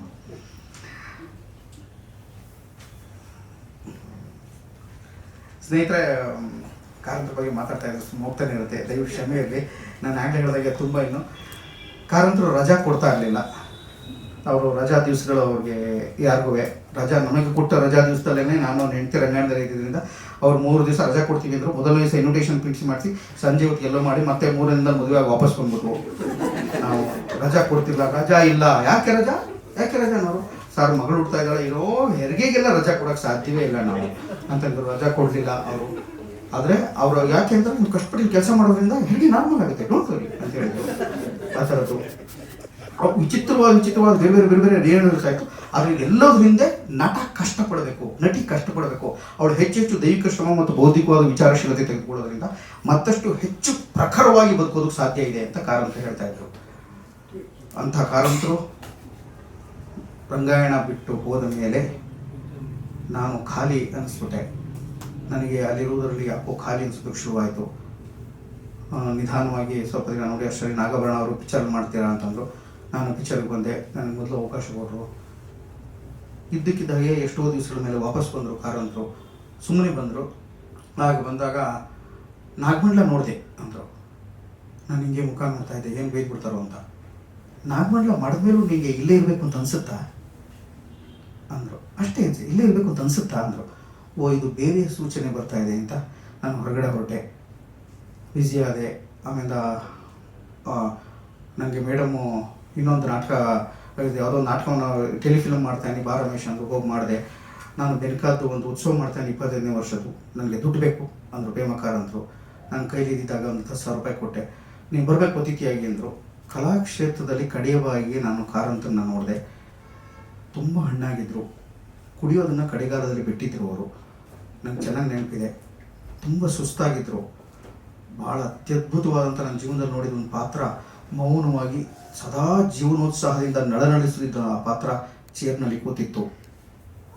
ನಾನು ಈ ಕಡೆ ಅವ್ರ ಪಕ್ಕದಲ್ಲಿ ಕೂತ್ಕೊಳ್ಳೋ ಭಯ ಆ ಕಡೆ ಕೂತ್ಕೊಂಡ್ಬಿಟ್ಟೆ. ಸುಮ್ಮನೆ ಆ ಕಡೆ ನೋಡ್ತಾನೆ ಇರಲಿಲ್ಲ. ನಮ್ಮಿಬ್ಬರ ಮಧ್ಯೆ ಶಶಿಧರ್ ಬಾರಿಗಾಟ ನಮ್ಮ ಮಗಳು ಮಗು ಅಲ್ಲಿ ಕೂತಿತ್ತು, ಆಟ ಆಡ್ತಾ ಇತ್ತು. ಅದೊಂದು ಸ್ಪಷ್ಟ ರೂಪಕ ನನ್ನ ಬದುಕಿನಲ್ಲಿ. ಅಲ್ಲಿ ಬೆನಕಾದ್ದು ಮಕ್ಕಳ ನಾಟಕ ನಡೀತಾ ಇತ್ತು. ಒಂದು ಚೈನೀಸ್ ಶೈಲಿನಲ್ಲಿ ನಡೀತಾ ಇದ್ದಂಥ ಕಕೇಶನ್ ಚಾಕ್ ಸರ್ಕಲ್ಲು, ಪ್ರೇಮ ಕಾರಂತರು ಡೈರೆಕ್ಟ್ ಮಾಡಿದ್ದು. ಕಾರಂತರು ಹಿಂಗೆ ಬಗ್ಗೆ ಏನು ಹೇಳಕ್ಕೆ ಟ್ರೈ ಮಾಡಿದ್ರು. ನಾನು ಹಿಂಗೆ ಬಗ್ಗದೆ, ಸಿನಿಮಾದಲ್ಲಿ ದುಡ್ಡು ಕೊಡ್ತಾರ ನಿಮಗೆ ಅಂದರು. ನಾನು ಯಾಕೆ ಈ ಮಾತು ಕೇಳಿದ್ರು ಗೊತ್ತಾಗಲಿಲ್ಲ. ಆ ಮಾತನ್ನು ಅವ್ರು ಯಾಕೆ ಕೇಳಿದ್ರು, ಆದರೆ ಅವರಿಗೆ ಒಟ್ಟು ದುಡ್ಡು ಕಾಸಿನ ಮಟ್ಟಿಗೆ ಅವ್ರಿಗೆ ಜೀವನದ ಆದಂಥ ನೋವು, ಅಸಹಾಯಕತೆ, ತೊಂದರೆಗಳದ್ದು ಏನಿತ್ತು ಒಟ್ಟು ಅನುಭವಿಸಿದ್ರು. ಆ ಮಾತಿನ ಅರ್ಥ ನನಗೆ ಕಡೆವರೆಗೂ ಜೀರ್ಣ ಮಾಡ್ಕೊಳ್ಳೋಕ್ಕಾಗಲಿಲ್ಲ. ಕೆಲವು ಟೈಮ್ ಕೊಡ್ತಾರೆ, ಕೆಲವು ಟೈಮ್ ಮೋಸ ಮಾಡ್ತಾರೆ ಅಂದೆ. ನನ್ನ ಕಡೆ ಒಂದ್ಸಲಿ ಹಿಂಗೆ ನೋಡಿದ್ರು, ಸುಮ್ಮನಾದರು. ಒಂದಷ್ಟು ದಿವಸ ಆದ ತಕ್ಷಣ ಕಾರಂತರು ಹುಷಾರಿಲ್ಲ, ಸೀತಾ ಸರ್ಕಲಲ್ಲಿ ಒಂದು ಹಾಸ್ಪಿಟಲ್ ಬಿಟ್ ಮಾಡಿದೆ, ವಿನಾಯಕ ನರಸಿಂಹ ಹೇಳಿದ್ರು. ಹೋಗಿ ನೋಡಿದೆ, ಮತ್ತೆ ವಾಪಸ್ ಬಂದೆ. ಅವರ ಸಾವು ಕೂಡ ನಾಟಕೀಕರಣ ಆಗೋಗ್ಬಿಡ್ತು, ಅಂದರೆ ಸತ್ತೋಗ್ಬಿಟ್ರು ಅಂತ ಕಾರಂತರು ಹೇಳಿದ್ರು. ಅವ್ರ ಮನೆ ಹತ್ರಕ್ಕೆ ಹೋದೆ. ನಾನು, ರಘು, ಅರುಣ, ಒಂದು 3-4 ಜನ ಇತ್ತು ಆ ಟೈಮಲ್ಲಿ. ಅವರ ಬಾಡಿಯನ್ನು ಎತ್ಕೊಂಡು ಹಿಂಗೆ ನಾವು ಮನೆ ಬಾಗಿಲನ್ನ ಸರಿಸಿ ಒಳಗಡೆ ಈಚೆ ಕಡೆ ಆಂಬುಲೆನ್ಸ್ಗೆ ಹಾಕಬೇಕು ಅಂತ ಇತ್ತು, ಹೊರಗಡೆ ಕಲಾಕ್ಷೇತ್ರಕ್ಕೆ ತೊಗೊಂಡು ಹೋಗೋಕ್ಕೆ ಅಂತ. ಯಾರು ಹಿಡಿದು ಎಳಿತಾ ಇದ್ದಾರೆ ಅಂತ ನಾನು ನೋಡಿದೆ. ಯಾರು ಹಿಡಿದು ಎಳಿತಾ ಇದ್ದಾರೆ ಅಂತ ನನ್ನ ಕಾಲನ್ನು ಹಿಡಿದು ಎಳಿತಾ ಇತ್ತು. ಯಾರು ನೋಡಿದ್ರೆ ಅವರ ಮನೆಯ ನಿಂಜ ಅನ್ನೋ ನಾಯಿ ನನ್ನ ಪೈಜಾಮನ್ನು ಹಿಡಿದು ಎಳಿತಾ ಇತ್ತಿಂಗೆ, ಬಾಡಿಗೆ ತೊಗೊಂಡೋಗ್ಬೇಡ ಅಂತ. ಅದರ ಅರ್ಥ ನನಗೆ ನಾಯಿಯನ್ನು, ಕಾಗೆಯನ್ನು, ಕೋಳಿಯನ್ನು, ಮನುಷ್ಯನನ್ನು, ಹೆಣ್ಣುಗಳನ್ನ, ಗಂಡುಗಳನ್ನ, ಪರಿಸರವನ್ನು ಇಷ್ಟೊಂದು ಪ್ರೀತಿ ಮಾಡೋದಂಥ ನಮಗೊಂದು ದೊಡ್ಡ ಜಗತ್ತನ್ನು ತೋರಿಸ್ಕೊಟ್ಟಂಥ ಕಾರಂತ ಮುಂದಿನ ಎಷ್ಟೋ ದಿವಸಗಳ ನಂತರನೂ ಇವತ್ತು ನನ್ನ ರಂಗಮಂದಿರದಲ್ಲಿ ಅವ್ರ ಫೋಟೋ ಹಾಕಿದರೆ ಯಾರು ಸಾರ್ ಅಂತ ಹೊಸ ಹುಡುಗ ಕೇಳ್ತಾರೆ. ಅವ್ರನ್ನ ಮತ್ತೆ ಪೂರ್ಣ ಹೇಳೋಕ್ಕಾಗದೆ ಇವರು ಒಂದು ಮೌನವಾಗಿ ನಗ್ತೇನೆ ಅಷ್ಟೇ. ಈ ಕಾರಣಕ್ಕಾಗಿ ನಿಮ್ಮ ಜೊತೆಯಲ್ಲಿ ಹಂಚ್ಕೊಳ್ಳೋಕ್ಕೆ ನನಗೆ ಸಹಾಯ ಮಾಡಿದ್ದಕ್ಕಾಗಿ ಸುಂದರಂಗೆ, ನಾಗಭರಣ ಸರ್ಗೆ, ಬೆನಕದ ಎಲೆಗಳಿಗೂ ಪ್ರೀತಿಪೂರ್ವಕವಾದ ನಮಸ್ಕಾರಗಳು. Thank you.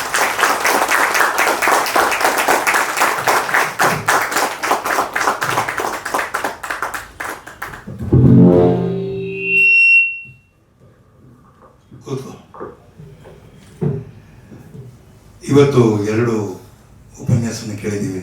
ಬಹುಶಃ ನಮಗೆ ಕಟ್ಟಂತೆ ಹೇಳಬೇಕು ಅಂತ ಅನಿಸ್ಲೇ ಇಲ್ಲ. ಅದಕ್ಕೆ ಇವತ್ತು ದೀರ್ಘವಾದ ಒಂದು ಉಪನ್ಯಾಸ ಆಗಿದೆ. ಇದು ಉಪನ್ಯಾಸ ಅಂತ ಹೇಳಲ್ಲ ನಾನು, ಬಹುಶಃ ಆ ಭಾವನೆಗಳನ್ನ ಹಂಚ್ಕೊಂಡಿದ್ದಾರೆ. ಮೊಟ್ಟ ಮೊದಲನೇದಾಗಿ ನನಗೆ ಹೇಳಬೇಕು ಅಂತಂದರೆ, ಮಂಡ್ಯ ರಮೇಶು, ನಾನು ನೋಡಿದ ಮಂಡ್ಯ ರಮೇಶು ರಂಗಾಯಣದಲ್ಲಿದ್ದ ಒಬ್ಬ ವಿದ್ಯಾರ್ಥಿಯಾಗಿದ್ದವನು ಈಗ ಒಬ್ಬ ಡಾಕ್ಟ್ರೇಟ್ ತೊಗೊಳಂಥ ವಿದ್ಯಾರ್ಥಿ, ಪ್ರೊಫೆಸರ್ ಥರ ಕಾಣಿಸ್ತಾ ಇದ್ದಾರೆ. ಒಂದು ವಿಚಾರ ನಾನು ಹೇಳಕ್ಕೆ ಇಷ್ಟಪಡ್ತೀನಿ. ನಾನು ಇದನ್ನು ಹಿಂದೆ ಒಂದ್ಸಲಿ ಹೇಳಿದ್ದೆ. ಬಹುಶಃ ಒಂದೆರಡು ನಿಮಿಷ ನಿಮ್ಮದು ಸಮಯಾವಕಾಶ ತಗೋತೀನಿ. ಕಾರಂತರ ಈ ಸಂಘಟನೆ ಬಗ್ಗೆ ಒಂದು ಉದಾಹರಣೆಯನ್ನು ಕೊಟ್ಟಿದ್ದಂಥ ಈ ಮದುವೆ ಸೀನ ಮಾಡಿ ಅಂತ ಹೇಳಿ, ಹೇಗೆ ಒಂದು ಸಂಘಟನಾಕಾರ ಹೆಂಗೆ ಉದ್ಭವ ಆಗ್ತಾನೆ ಅನ್ನೋದನ್ನು ಭಾಳ ಸರಳವಾಗಿ ಹೇಳ್ಕೊಟ್ಟಿದ್ದು. ಮತ್ತು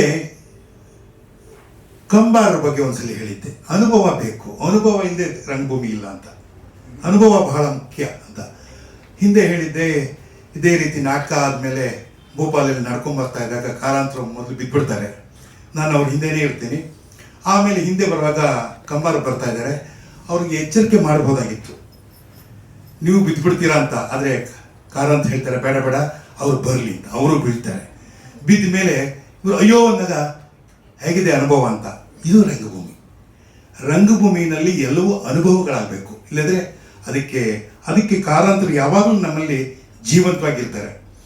ಬಹುಶಃ ನಾನು ಇವತ್ತು ಸತ್ತವರನ್ನ ನಾಟಕದ ಒಂದು ಭಾಗವನ್ನು ಓದ್ಕೊಂಡು ಬರ್ತಿದ್ದಾಗ ಒಂದು ಅನ್ನಿಸ್ತು ನನಗೆ, ಹೇಗೆ ಕಾರಂತರ ವಿಚಾರಗಳು ಅಂತ. ಎಲ್ಲಿ ಪುರಂದರದಾಸ, ಎಲ್ಲಿ ಜಿ ಬಿ ಜೋಶಿ. ಆ ನಾಟಕ ಓದ್ತಾ ಇದ್ರೆ ನಿಜವಾದ ನಾಟಕ ಮಾಡೋಕ್ಕಾಗತ್ತೆ ಅನ್ನೋದು ಸಾಧ್ಯನೇ ಇಲ್ಲ. ಬರೀ ಎಲ್ಲ ಅಕ್ಷರಗಳ ಥರ ಇದೆ. ಆದರೆ ಇದೇ ನಾಟಕವನ್ನು ಸಮತೆಂತು ಅವರು ಬಹುಶಃ ಕಾರಂತರಿಂದ ಮುಂಚೆ ಮಾಡಿದಂತ ಕಾಣುತ್ತೆ, ನಾರತ್ನ ಅವರು. ಅಲ್ಲಿ ಧ್ವನಿ ಅಂತ ಇದೆ. ಧ್ವನಿ ಅಂತಂದರೆ ನಮ್ಮ ಕಾರಂತರಕ್ಕೆ ಆಮೇಲೆ ಅದನ್ನು ಒಂದು ಹರಿಕಥಾ ದಾಸರಾಗಿ ಮಾಡ್ತಾರೆ. ಗುಂಪು 1 ಗುಂಪು 2 ಅನ್ನುವಾಗ ಅಲ್ಲಿ ಸಮತೆಂತು ಸಮುದಾಯದ ಒಳಗಡೆ 2 ಸ್ಪೀಕರ್ಗಳನ್ನ ಹಾಕ್ತಾರೆ, ಬಹುಶಃ ಕರೆಕ್ಟ್ ಅಂತ ಅನ್ಸುತ್ತಲ್ಲ ಉಮೇಶ್ ಸರ್. ಇದನ್ನ ಕಾರಂತರ ಒಂದು ಹ್ಯೂಮನ್ ವಾಲ್ ತರ ಮಾಡಿ ಪುರಂದರದಾಸರುಗಳ ಹಾಡುಗಳನ್ನ ಹಾಕೊಂಡು 8 ಜನ ದಾಸರನ್ನ ತಂದ್ರೆ ಹಾಡುಗಳಾಗ್ತಾರೆ, ಎಲ್ಲ ರೀತಿಯ ಒಂದು ತೋರಿಸ್ತಾರೆ. ಆ ನಾಟಕವನ್ನ ಹೇಗೆ ಅದಕ್ಕೆ ಜೋಡಿಸಿದ್ರಪ್ಪ, ಸತ್ತವ್ರನ್ನ ನಾಟಕಕ್ಕೆ ಪುರಂದರದಾಸನ ಜೋಡಿಸಿದ್ರು ಮಾತ್ರ ಅಲ್ಲ, 500 ವರ್ಷಗಳ ಹಿಂದೆ ಏನು ಪುರಂದರದಾಸರು ಹೇಳಿದ್ರು, ಜಿ ಬಿ ಜೋಶಿ ಅವರು ಹೇಳಿದ್ರು, ಅದು ಎಷ್ಟು ಅರ್ಥಪೂರ್ಣವಾಗಿದೆ ಅನ್ನೋದನ್ನ ಕಾರಂತರ ಕೈಯಲ್ಲಿ ಮಾತ್ರ ಮಾಡಕ್ಕೆ ಸಾಧ್ಯ ಆಯಿತು, ಬೇರೆ ಯಾರ ಕೈಯಲ್ಲಿ ಮಾಡಕ್ಕೆ ಸಾಧ್ಯ ಆಗಿಲ್ಲ. ಈ ಎಲ್ಲ ವಿಚಾರದಿಂದ ನಮಗೆ ಕಾರಂತರ ಬೇಕಾಗತ್ತೆ. ಇದು ನಮ್ಮ ಮತ್ತೆ ಬರ್ಣಾವರ ಆಸೆ ಏನಪ್ಪಾ ಅಂದ್ರೆ, ನಮ್ಮ ಬರುವ ರಂಗಕರ್ಮಿಗಳಿಗೆ ಮುಂದೆ ಮಾಡೋರಿಗೆ ದುಡ್ಡೇ ಇಂಪಾರ್ಟೆಂಟ್ ಅನ್ಸ್ಬಾರ್ದು. ಮಾಡಿ ಕೆಲಸ ಕೂಡ ಮಾಡಕ್ಕೆ ರೆಡಿ ಇದ್ದಂತ ಕಾರಂತರಿಗೆ ಮನಿ ಬೇಕಾಗಿರ್ಲಿಲ್ಲ, ಮಾಡಿ ಕೆಲಸ ಮಾಡುವಂತ ಕಾರಂತರಿಗೆ ಮನಿ ಬೇಕಾಗಿಲ್ಲ, ಆದ್ರೆ ಮನಸ್ಸು ಗಟ್ಟಿಯಾಗಿರ್ಬೇಕು. ಅವ್ರು ಕೊನೆಯವರೆಗೂ ಅವ್ರು ಹೇಳಿದ್ರು, ಒಂದು ಮಾತು ಹೇಳ್ತಿದ್ರು, ನಿನಗೆ ಶಾಂತಾರಾಮ್ ಗೊತ್ತಾ ಅಂತ. ಯಾರು ಶಾಂತಾರಾಮ್? ಅದೇ ಹಿಂದಿ ಪಿಕ್ಚರ್ ಯಾರೋ ತೆಗಿತಾರೆ ಅಂತ ಗೊತ್ತಿಲ್ಲ ಅಂದ್ರೆ ಆ ಮನುಷ್ಯ ಸತ್ತೋಗ್ಬಿಟ್ಟ ಅಂತ ಅರ್ಥ. ಕೆಲಸ ಮಾಡ್ತಾ ಇರಬೇಕು. ನೀನು ಜೀವಂತವಾಗಿದೆಯಾ ಅಂದ್ರೆ ಕೆಲಸ ಮಾಡಬೇಕು. ಬಹುಶಃ ಕಾರಂತರ ಒಂದು ಅರ್ಥವನ್ನ ರಮೇಶ್ ಬಹಳ ಚೆನ್ನಾಗಿ ಹೇಳ್ದ, ಕೆಲಸ ಮಾಡಿ, ರಂಗಭೂಮಿಲಿ ಕೆಲಸ ಮಾಡಬೇಕು. ಯು ಕೆನಾಟ್ ಸಿಟ್, ಸುಮ್ಮನೆ ಕೂತ್ಕೊಂಡ್ಬಿಟ್ರೆ ಅಷ್ಟೇ ಅನ್ನೋ ವಾಕ್ಯನ ಬಹಳ ಚೆನ್ನಾಗಿ ಹೇಳಿದ್ದೀರಾ ಸರ್. ಈಗ ಸಮಯ ತುಂಬಾ ಕಡಿಮೆ ಇರೋದ್ರಿಂದ ನಾರಾಯಣಸ್ವಾಮಿ ಅವರು ಏನೋ ಪ್ರಶ್ನೆ ಕೇಳಬೇಕು ಅಂತಿದ್ರು. ಗೋವಿಂದ ಸ್ವಾಮಿ ಸಾರಿ ಏನಿಲ್ಲ, ಕಾರಂತರು ಕೊನೆ ದಿನದಲ್ಲಿ ನನ್ನ ಹತ್ರ ಹೇಳಿದ 1-2 ಮಾತಿಗೆ ಉತ್ತರ ಬೇಕಾಗಿತ್ತು. ನಾನು ಮಂಡ್ಯ ರಮೇಶ್ ಅವ್ರನ್ನ ಕೇಳ್ತೀನಿ, ಗೊತ್ತಿದೆ. ಹೇಳಿ. ಏನಂದ್ರೆ ಅವರು ನಟರು ರಂಗಾಯಣದಲ್ಲಿ ಪರ್ಮನೆಂಟ್ ಆಗೋದ್ರ ಬಗ್ಗೆ ನಾನು ಎಲ್ಲ ಹೇಳಿದ್ದೀನಿ ಪರ್ಮನೆಂಟ್ ಆಗಲಿ ಅಂತ. ನಂಗೆ ತುಂಬಾ ನೋವಾಗಿದೆ ಈ ವಿಷಯದಲ್ಲಿ. ನೀವು ಇದ್ರ ಬಗ್ಗೆ ಒಂದು ವಿಚಾರ ಸಂಕಿರಣ ಏರ್ಪಡಿಸಿ, ನಾನು ಬಂದು ಮಾತಾಡಬೇಕು ಅಂತ ಹೇಳಿ ಕೊನೆ ದಿನದಲ್ಲಿ ಆಗಲಿಲ್ಲ. ಅದು ಆಮೇಲೆ ನಾವು ಏರ್ಪಡಿಸಿದ್ವಿ ಬೇರೆ ಒಂದು. ಇನ್ನೊಂದು, ಅವರು ನಮ್ಮ ನೋವಾಗಿದ್ದು ಬೌದ್ಧಿಕ ನಟರು ನಮ್ಮ ದೇಶದಲ್ಲೇ ಇಲ್ಲ, ಇರೋದೇ 2-3 ಜನ, ಅದರಲ್ಲಿ ಶಂಭುಮಿತ್ರ ಒಬ್ಬರು ಅಂತ ಹೇಳಿ ದೊಡ್ಡ ಹಗರಣ ಆಗಿತ್ತು ಅದೊಂದು. ಮತ್ತೊಂದು ಸರಿ ನಾನು ಕಾರಂತರು ಅವ್ರ ಬಗ್ಗೆ ರಿಸರ್ಚ್ ಮಾಡುವಾಗ ಡಾಕ್ಟ್ರೇಟ್ಗೆ ಜೊತೆಗೆ ನಡ್ಕೊಂಡು KGS ನಾಟಕ ನೋಡೋಣ, ಫ್ರೀ ಇದ್ರೆ ಬನ್ನಿ ನನ್ನ ಜೊತೆ ಕರ್ಕೊಂಡು ಹೋಗಿದ್ರು. ಹೋಗ್ತಾ ದಾರಿಲಿ, ಈಗ ನಾನು ಫೇಮಸ್ ಆಗಿದ್ದೀನಲ್ವಾ, ಹಂಗೆ ಹೇಳಿಲ್ಲ ಅವರು. ರಾಜ್ಕುಮಾರ್ ಅವ್ರು ತುಂಬ ಫೇಮಸ್ ಅಲ್ವಾ ಅಂದರು. ಹೌದು ಸರ್ ಅಂದೆ. ಈಗ ನಾನು ಅವರಷ್ಟು ಫೇಮಸ್ ಆಗಿದ್ದೀನಾ ಅಂತ ಕೇಳಿದರು. ನನಗೇನು ಹೇಳ್ಬೇಕಂತ ಗೊತ್ತಾಗಿರಲಿಲ್ಲ. ಇದ್ರ ಬಗ್ಗೆ ಮಂಡ್ಯ ರಮೇಶ್ ಅವ್ರು ಉತ್ತರ ಹೇಳ್ಬೋದು, ಯಾಕಂದರೆ ಅವ್ರಿಗೆ ಅದರ ಬಗ್ಗೆ ನಾಳೆ ಅವ್ರು ಕೆಲಸ ಮಾಡಿರೋದ್ರಿಂದ ಹೇಳ್ತಾರೆ ಅಂತ ನಾನು ಬಯಸಿದ್ದೆ. ಇಲ್ಲ ಗೆಳೆಯ, ಇದು ಈ ಕ್ಷಣಕ್ಕೆ ಈಗಲೇ ಹೇಳೋಕ್ಕೆ ಸಾಧ್ಯ ಇಲ್ಲ, ಕಷ್ಟ ಆಯ್ತು ತುಂಬ ಅದು ವಿವರವಾಗಿ ಮಾತಾಡಬೇಕು. ಅವರು ನಟರನ್ನ ರೆಪರ್ಟರಿ ಆರ್ಟಿಸ್ಟ್ ಹತ್ರ ಅಲ್ಲಿ ಗೌರ್ಮೆಂಟ್ ಹೆಂಗೆ ಮಾಡಿದೆ ಹಾಗೆ ಇಲ್ಲಿ ಉಳಿಸ್ಕೋಬೇಕು ಅಂತ ಆಶ್ವಾಸನೆ ಕೊಟ್ಟಿದ್ದು ನಿಜ. ಅದಕ್ಕೆ ಅಧಿಕೃತವಾದ ಲೆಟರ್ಗಳಿದೆ ಅವರು. ಆದರೆ ಅವರು ಕೆಲಸ ಜಾಸ್ತಿ ಮಾಡುತ್ತಿರುವ ಅವರಿಗೆ ಸಂಬಳ ಕೊಟ್ಟು ಉಳಿಸ್ಕೊಳ್ಳಬೇಕು ಅಂತ ಹೇಳಿದ್ರು. ನಿಮ್ಗೆ ಅರ್ಥ ಆಗುತ್ತೆ ಅಂತ ಹೇಳಿದೆ. ಅಂದ್ರೆ ನಟರುಗಳ ಬೇಕು, ದುಡ್ಡು ಕೊಡಿ ಅಂತ ಹೇಳಿದ್ರು. ಅವರು ಉಳಿಸ್ಕೋತೀವಿ, ಗೌರ್ಮೆಂಟ್ ಜಾಬ್ ತರ ಕೊಡ್ತಾರೆ. ಆದರೆ ಅವರಿಗೆ ಸರ್ಕಾರದ ರೂಲ್ಸು ರೆಗ್ಯುಲೇಷನು ಕಾನೂನುಗಳು ಏನು ಗೊತ್ತಿದೆ. 25 ಜನ ಅತ್ಯದ್ಭುತವಾಗಿ ನಟರನ್ನ ಆರಿಸ್ಕೊಂಡ್ಬಿಟ್ರು. ಆದರೆ ಹಾಗೆ ಆರಿಸುವಾಗ ಸರ್ಕಾರದ ರೋಸ್ಟರ್ ಸಿಸ್ಟಮ್ ಇದೆ, ಆಮೇಲೆ ಮೀಸಲಾತಿ ಇರ್ತದೆ, ಇಷ್ಟು ಜನ ಇವರು ತಗೋಬಾರ್ದು, ಇದೇನೂ ಗೊತ್ತಿಲ್ಲ. ಅದಕ್ಕಾಗಿ ಅವರು ರೂಲ್ಸ್ ಮಾಡ್ಕೊಳ್ಳೋದ್ರಿಂದ ಇವತ್ತಿನವರೆಗೂ ಅವರು ಸರ್ಕಾರಿ ಕಲಾವಿದರಲ್ಲ, ಸರ್ಕಾರಿ ಸಂಸ್ಥೆ ಆಗಿದೆ ಹೊರತು ಅವರಿಗೆ ಯಾವುದೇ PFಗಳು ಅಥವಾ ರಿಟೈರ್ಡ್ ಆದ್ಮೇಲೆ ಕೊಡಬೇಕು ಅದೆಲ್ಲ ಏನೂ ಇಲ್ಲ. ಅವ್ರ ಜಾರಿಗೆ ಯಾವತ್ತೂ ಆಗೋದೇ ಇಲ್ಲ. ಮೊದಲಿನವರಂತೂ ಆಗಲೇ ಕೊಡೋದು, ಪೋಸ್ಟ್ ಕ್ರಿಯೇಟ್ ಮಾಡಬಾರ್ದು ಅಂತಾಗಿದೆ. ಹಾಗಾಗಿ ಕಾರಂತರು ಹೇಳಿದ ರೀತಿ ಬೇಕು. ನೀವು ಕೆಲವು ಮಾತುಗಳನ್ನು ಕಾನೂನಾತ್ಮಕವಾಗಿ ತೆಗೆದುಕೊಳ್ಳುವುದಕ್ಕಿಂತ ಬೇರೆ ಅರ್ಥದಲ್ಲಿ ಗ್ರಹಿಸಬೇಕಾಗ್ತದೆ. ಇದು ಗ್ರಹಿಕೆಗೆ ಸಂಬಂಧಪಟ್ಟಿದ್ದು. ಅದು ಕಾರಂತರು ನನಗೆ ಹೇಳೇ ಇಲ್ಲ ಅಂತ ತಪ್ಪಿಸ್ಕೊಳಕ್ ಮಾಡಿದ ಅಷ್ಟೇ. ಅಂದ್ರೆ ಅರ್ಥ ಆಯ್ತು ಯಾಕೆ ಅವ್ರಿಗೂ ಒಂದು ಜೀವನ ಬೇಕು ಅನ್ನೋದು ಇತ್ತು ಅವ್ರಿಗೆ ಅಷ್ಟೇ. ಅವ್ರದೊಂದು ಮಗುವಿಗೆ ಹಾಗೆ ಅವನು ಪಾತ್ರವಾಗಿ ಕರೆಗೆ ಹೋಗ್ಬಿಡ್ಬೇಕು ಅಂತ ತುಂಬಾ ಬುದ್ಧಿವಂತಿನೇ ಅಡ್ಡ ಬರ್ತಾರೆ. ಆಕ್ಟ್ ಮಾಡೋದು ಕಷ್ಟ ಆಗುತ್ತೆ ಅನ್ನೋದನ್ನ ಅವ್ರು ಹೇಳ್ತಾ ಇದ್ರು. ನಟ ಬುದ್ಧಿವಂತ ಆಗಿರ್ಬೇಕು ಅಂತ ಅವ್ರು ಯಾವತ್ತಿನ ವಾದವಾಗಿತ್ತು. ಹಾಗಂತ ಅವರು ಬೇರೆ ನಟಗಳನ್ನೆಲ್ಲ ನಾನು ಹೇಳಿದ್ನಲ್ಲ, ಅವ್ರು ದ್ವಾರಕ ಪ್ರಸಾದ್ ಅವ್ರ ಮೆಚ್ಚಿನ ನಟ ಆಗಿದ್ದ, ಅವನು ವಿದ್ಯಾವಂತ ಆಗಿದ್ದ. ಆದರೆ ಅವನಿಗಿದ್ದ ಗ್ರಹಿಕೆ, ಜೀವನದ ಗ್ರಹಿಕೆಯನ್ನು ಚಂದವಾಗಿ ಬಳಸಿ ಅದನ್ನು ಚಂದವಾಗಿ ತಾದಾತ್ಮತೆಯಿಂದ ಹಾಡು, ಸಂಗೀತ, ನಾಟಕ, ಹರಿಕತೆ ಅವ್ರ ಫೇವ್ರೇಟ್. ಪಾಂಡವರಿ ಅವ್ರ ಫೇವ್ರೇಟ್ ಫಾರ್ಮ್ ನನಗೆ ಗೊತ್ತು. ಕೈಯಲ್ಲೇ ಕಥೆ ಹಿಡ್ಕೊಂಡು ಎಕ್ಸ್ಪ್ಲೈನ್ ಮಾಡ್ತಾರೆ, ಬರೀ ನೆಕ್ಸ್ಟ್ ಸೆಕೆಂಡ್ ಕೊಳಲು ಮಾಡ್ಕೊಂಡ್ಬಿಟ್ಟು ಹಂಗೆ ಹೇಳೋದು. ಹಾಗಾಗಿ ಅದನ್ನ ಅವ್ರ ಆ ಥರದ ನಟಗಳನ್ನ ತುಂಬ ಇಷ್ಟಪಡ್ತಾ ಇರ್ತಾರೆ. ಅವರ ತುಂಬ ಒಳ್ಳೆ ನಟಗಳು ಅಂದರೆ 5 ಜನ ರಂಗದ ಮೇಲೆ ಕೂತ್ಕೊಂಡು ಮಾಡ್ತಾ ಇದ್ದಂಥ ನಮ್ಮ ಇವರು, ನಾವು ಗಮಕಾಂತ ಈ ಕಡೆ ಕರಿತೀವಿ, ಅವರು ತಾಳಮದ್ದಳೆ ಅಂತಾರೆ. ತಾಳಮದ್ದಳೆ ತುಂಬ ಇಷ್ಟವಾದ ಫಾರ್ಮ್ ಆಗಿತ್ತು ಅವ್ರದ್ದು. ಅವ್ರ ಬಗ್ಗೆ ಅವರ ಬೇರೆ ಬೇರೆ ಥರದ ಹೆಚ್ಚು ಹೆಚ್ಚು ವಿಚಾರ ಸಂಕಿರಣ ನೀಡುವ ಚಲನೆಗಳೇನೂ ಆಗಿಲ್ಲ. ಈ ಥರದೊಂದು ಪ್ರಯತ್ನ ಆಗಿದೆ. ಇಷ್ಟು ದೀರ್ಘವಾಗಿ ಎಲ್ಲೂ ಕಂಟಿನ್ಯೂ ಪ್ರತಿ ವಾರನೂ ಬಂದು ಈ ಥರದ್ದು ಮಾಡಿಲ್ಲ. ಈ ಥರದೊಂದು ಪ್ರಯತ್ನ ಮಾಡಿದ್ದಾರೆ ವರ್ಣ ಸರ್ ಮತ್ತು ಅವರು, ಅದಕ್ಕಾಗಿ ಸ್ಪೆಷಲ್ ಥ್ಯಾಂಕ್ಸ್.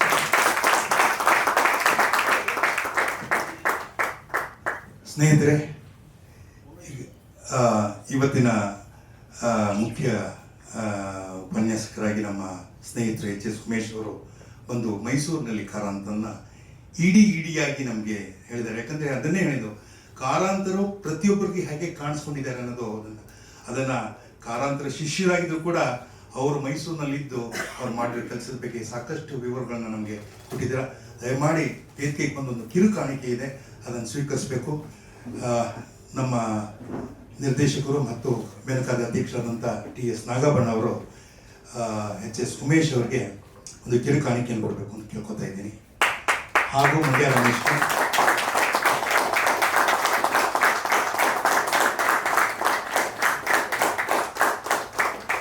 ಬಹುಶಃ ನಾನು ಬಹಳ ವಿಚಾರ ತಿಳ್ಕೊಂಡಿದ್ದೀನಿ ಇವತ್ತು.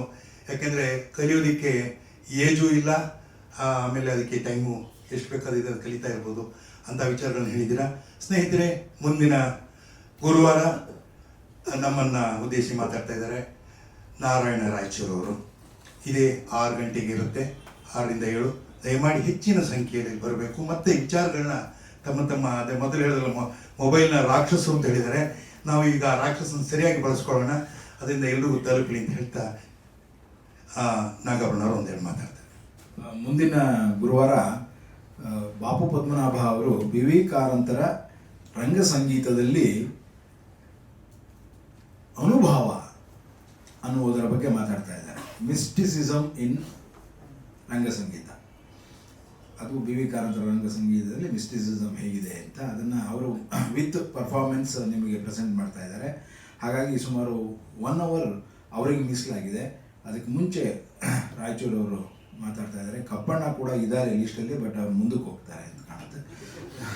ಇವತ್ತು ನಾಳೆ ಇದು ಕೆಂಪೇಗೌಡ ಪ್ರಶಸ್ತಿ ಸ್ವೀಕರಿಸಿದ್ದಾರೆ, ಹಾಗಾಗಿ ಇವತ್ತು ಇಲ್ಲಿ ಬಂದಿಲ್ಲ ಅವರು. ಗೊತ್ತಿಲ್ಲ.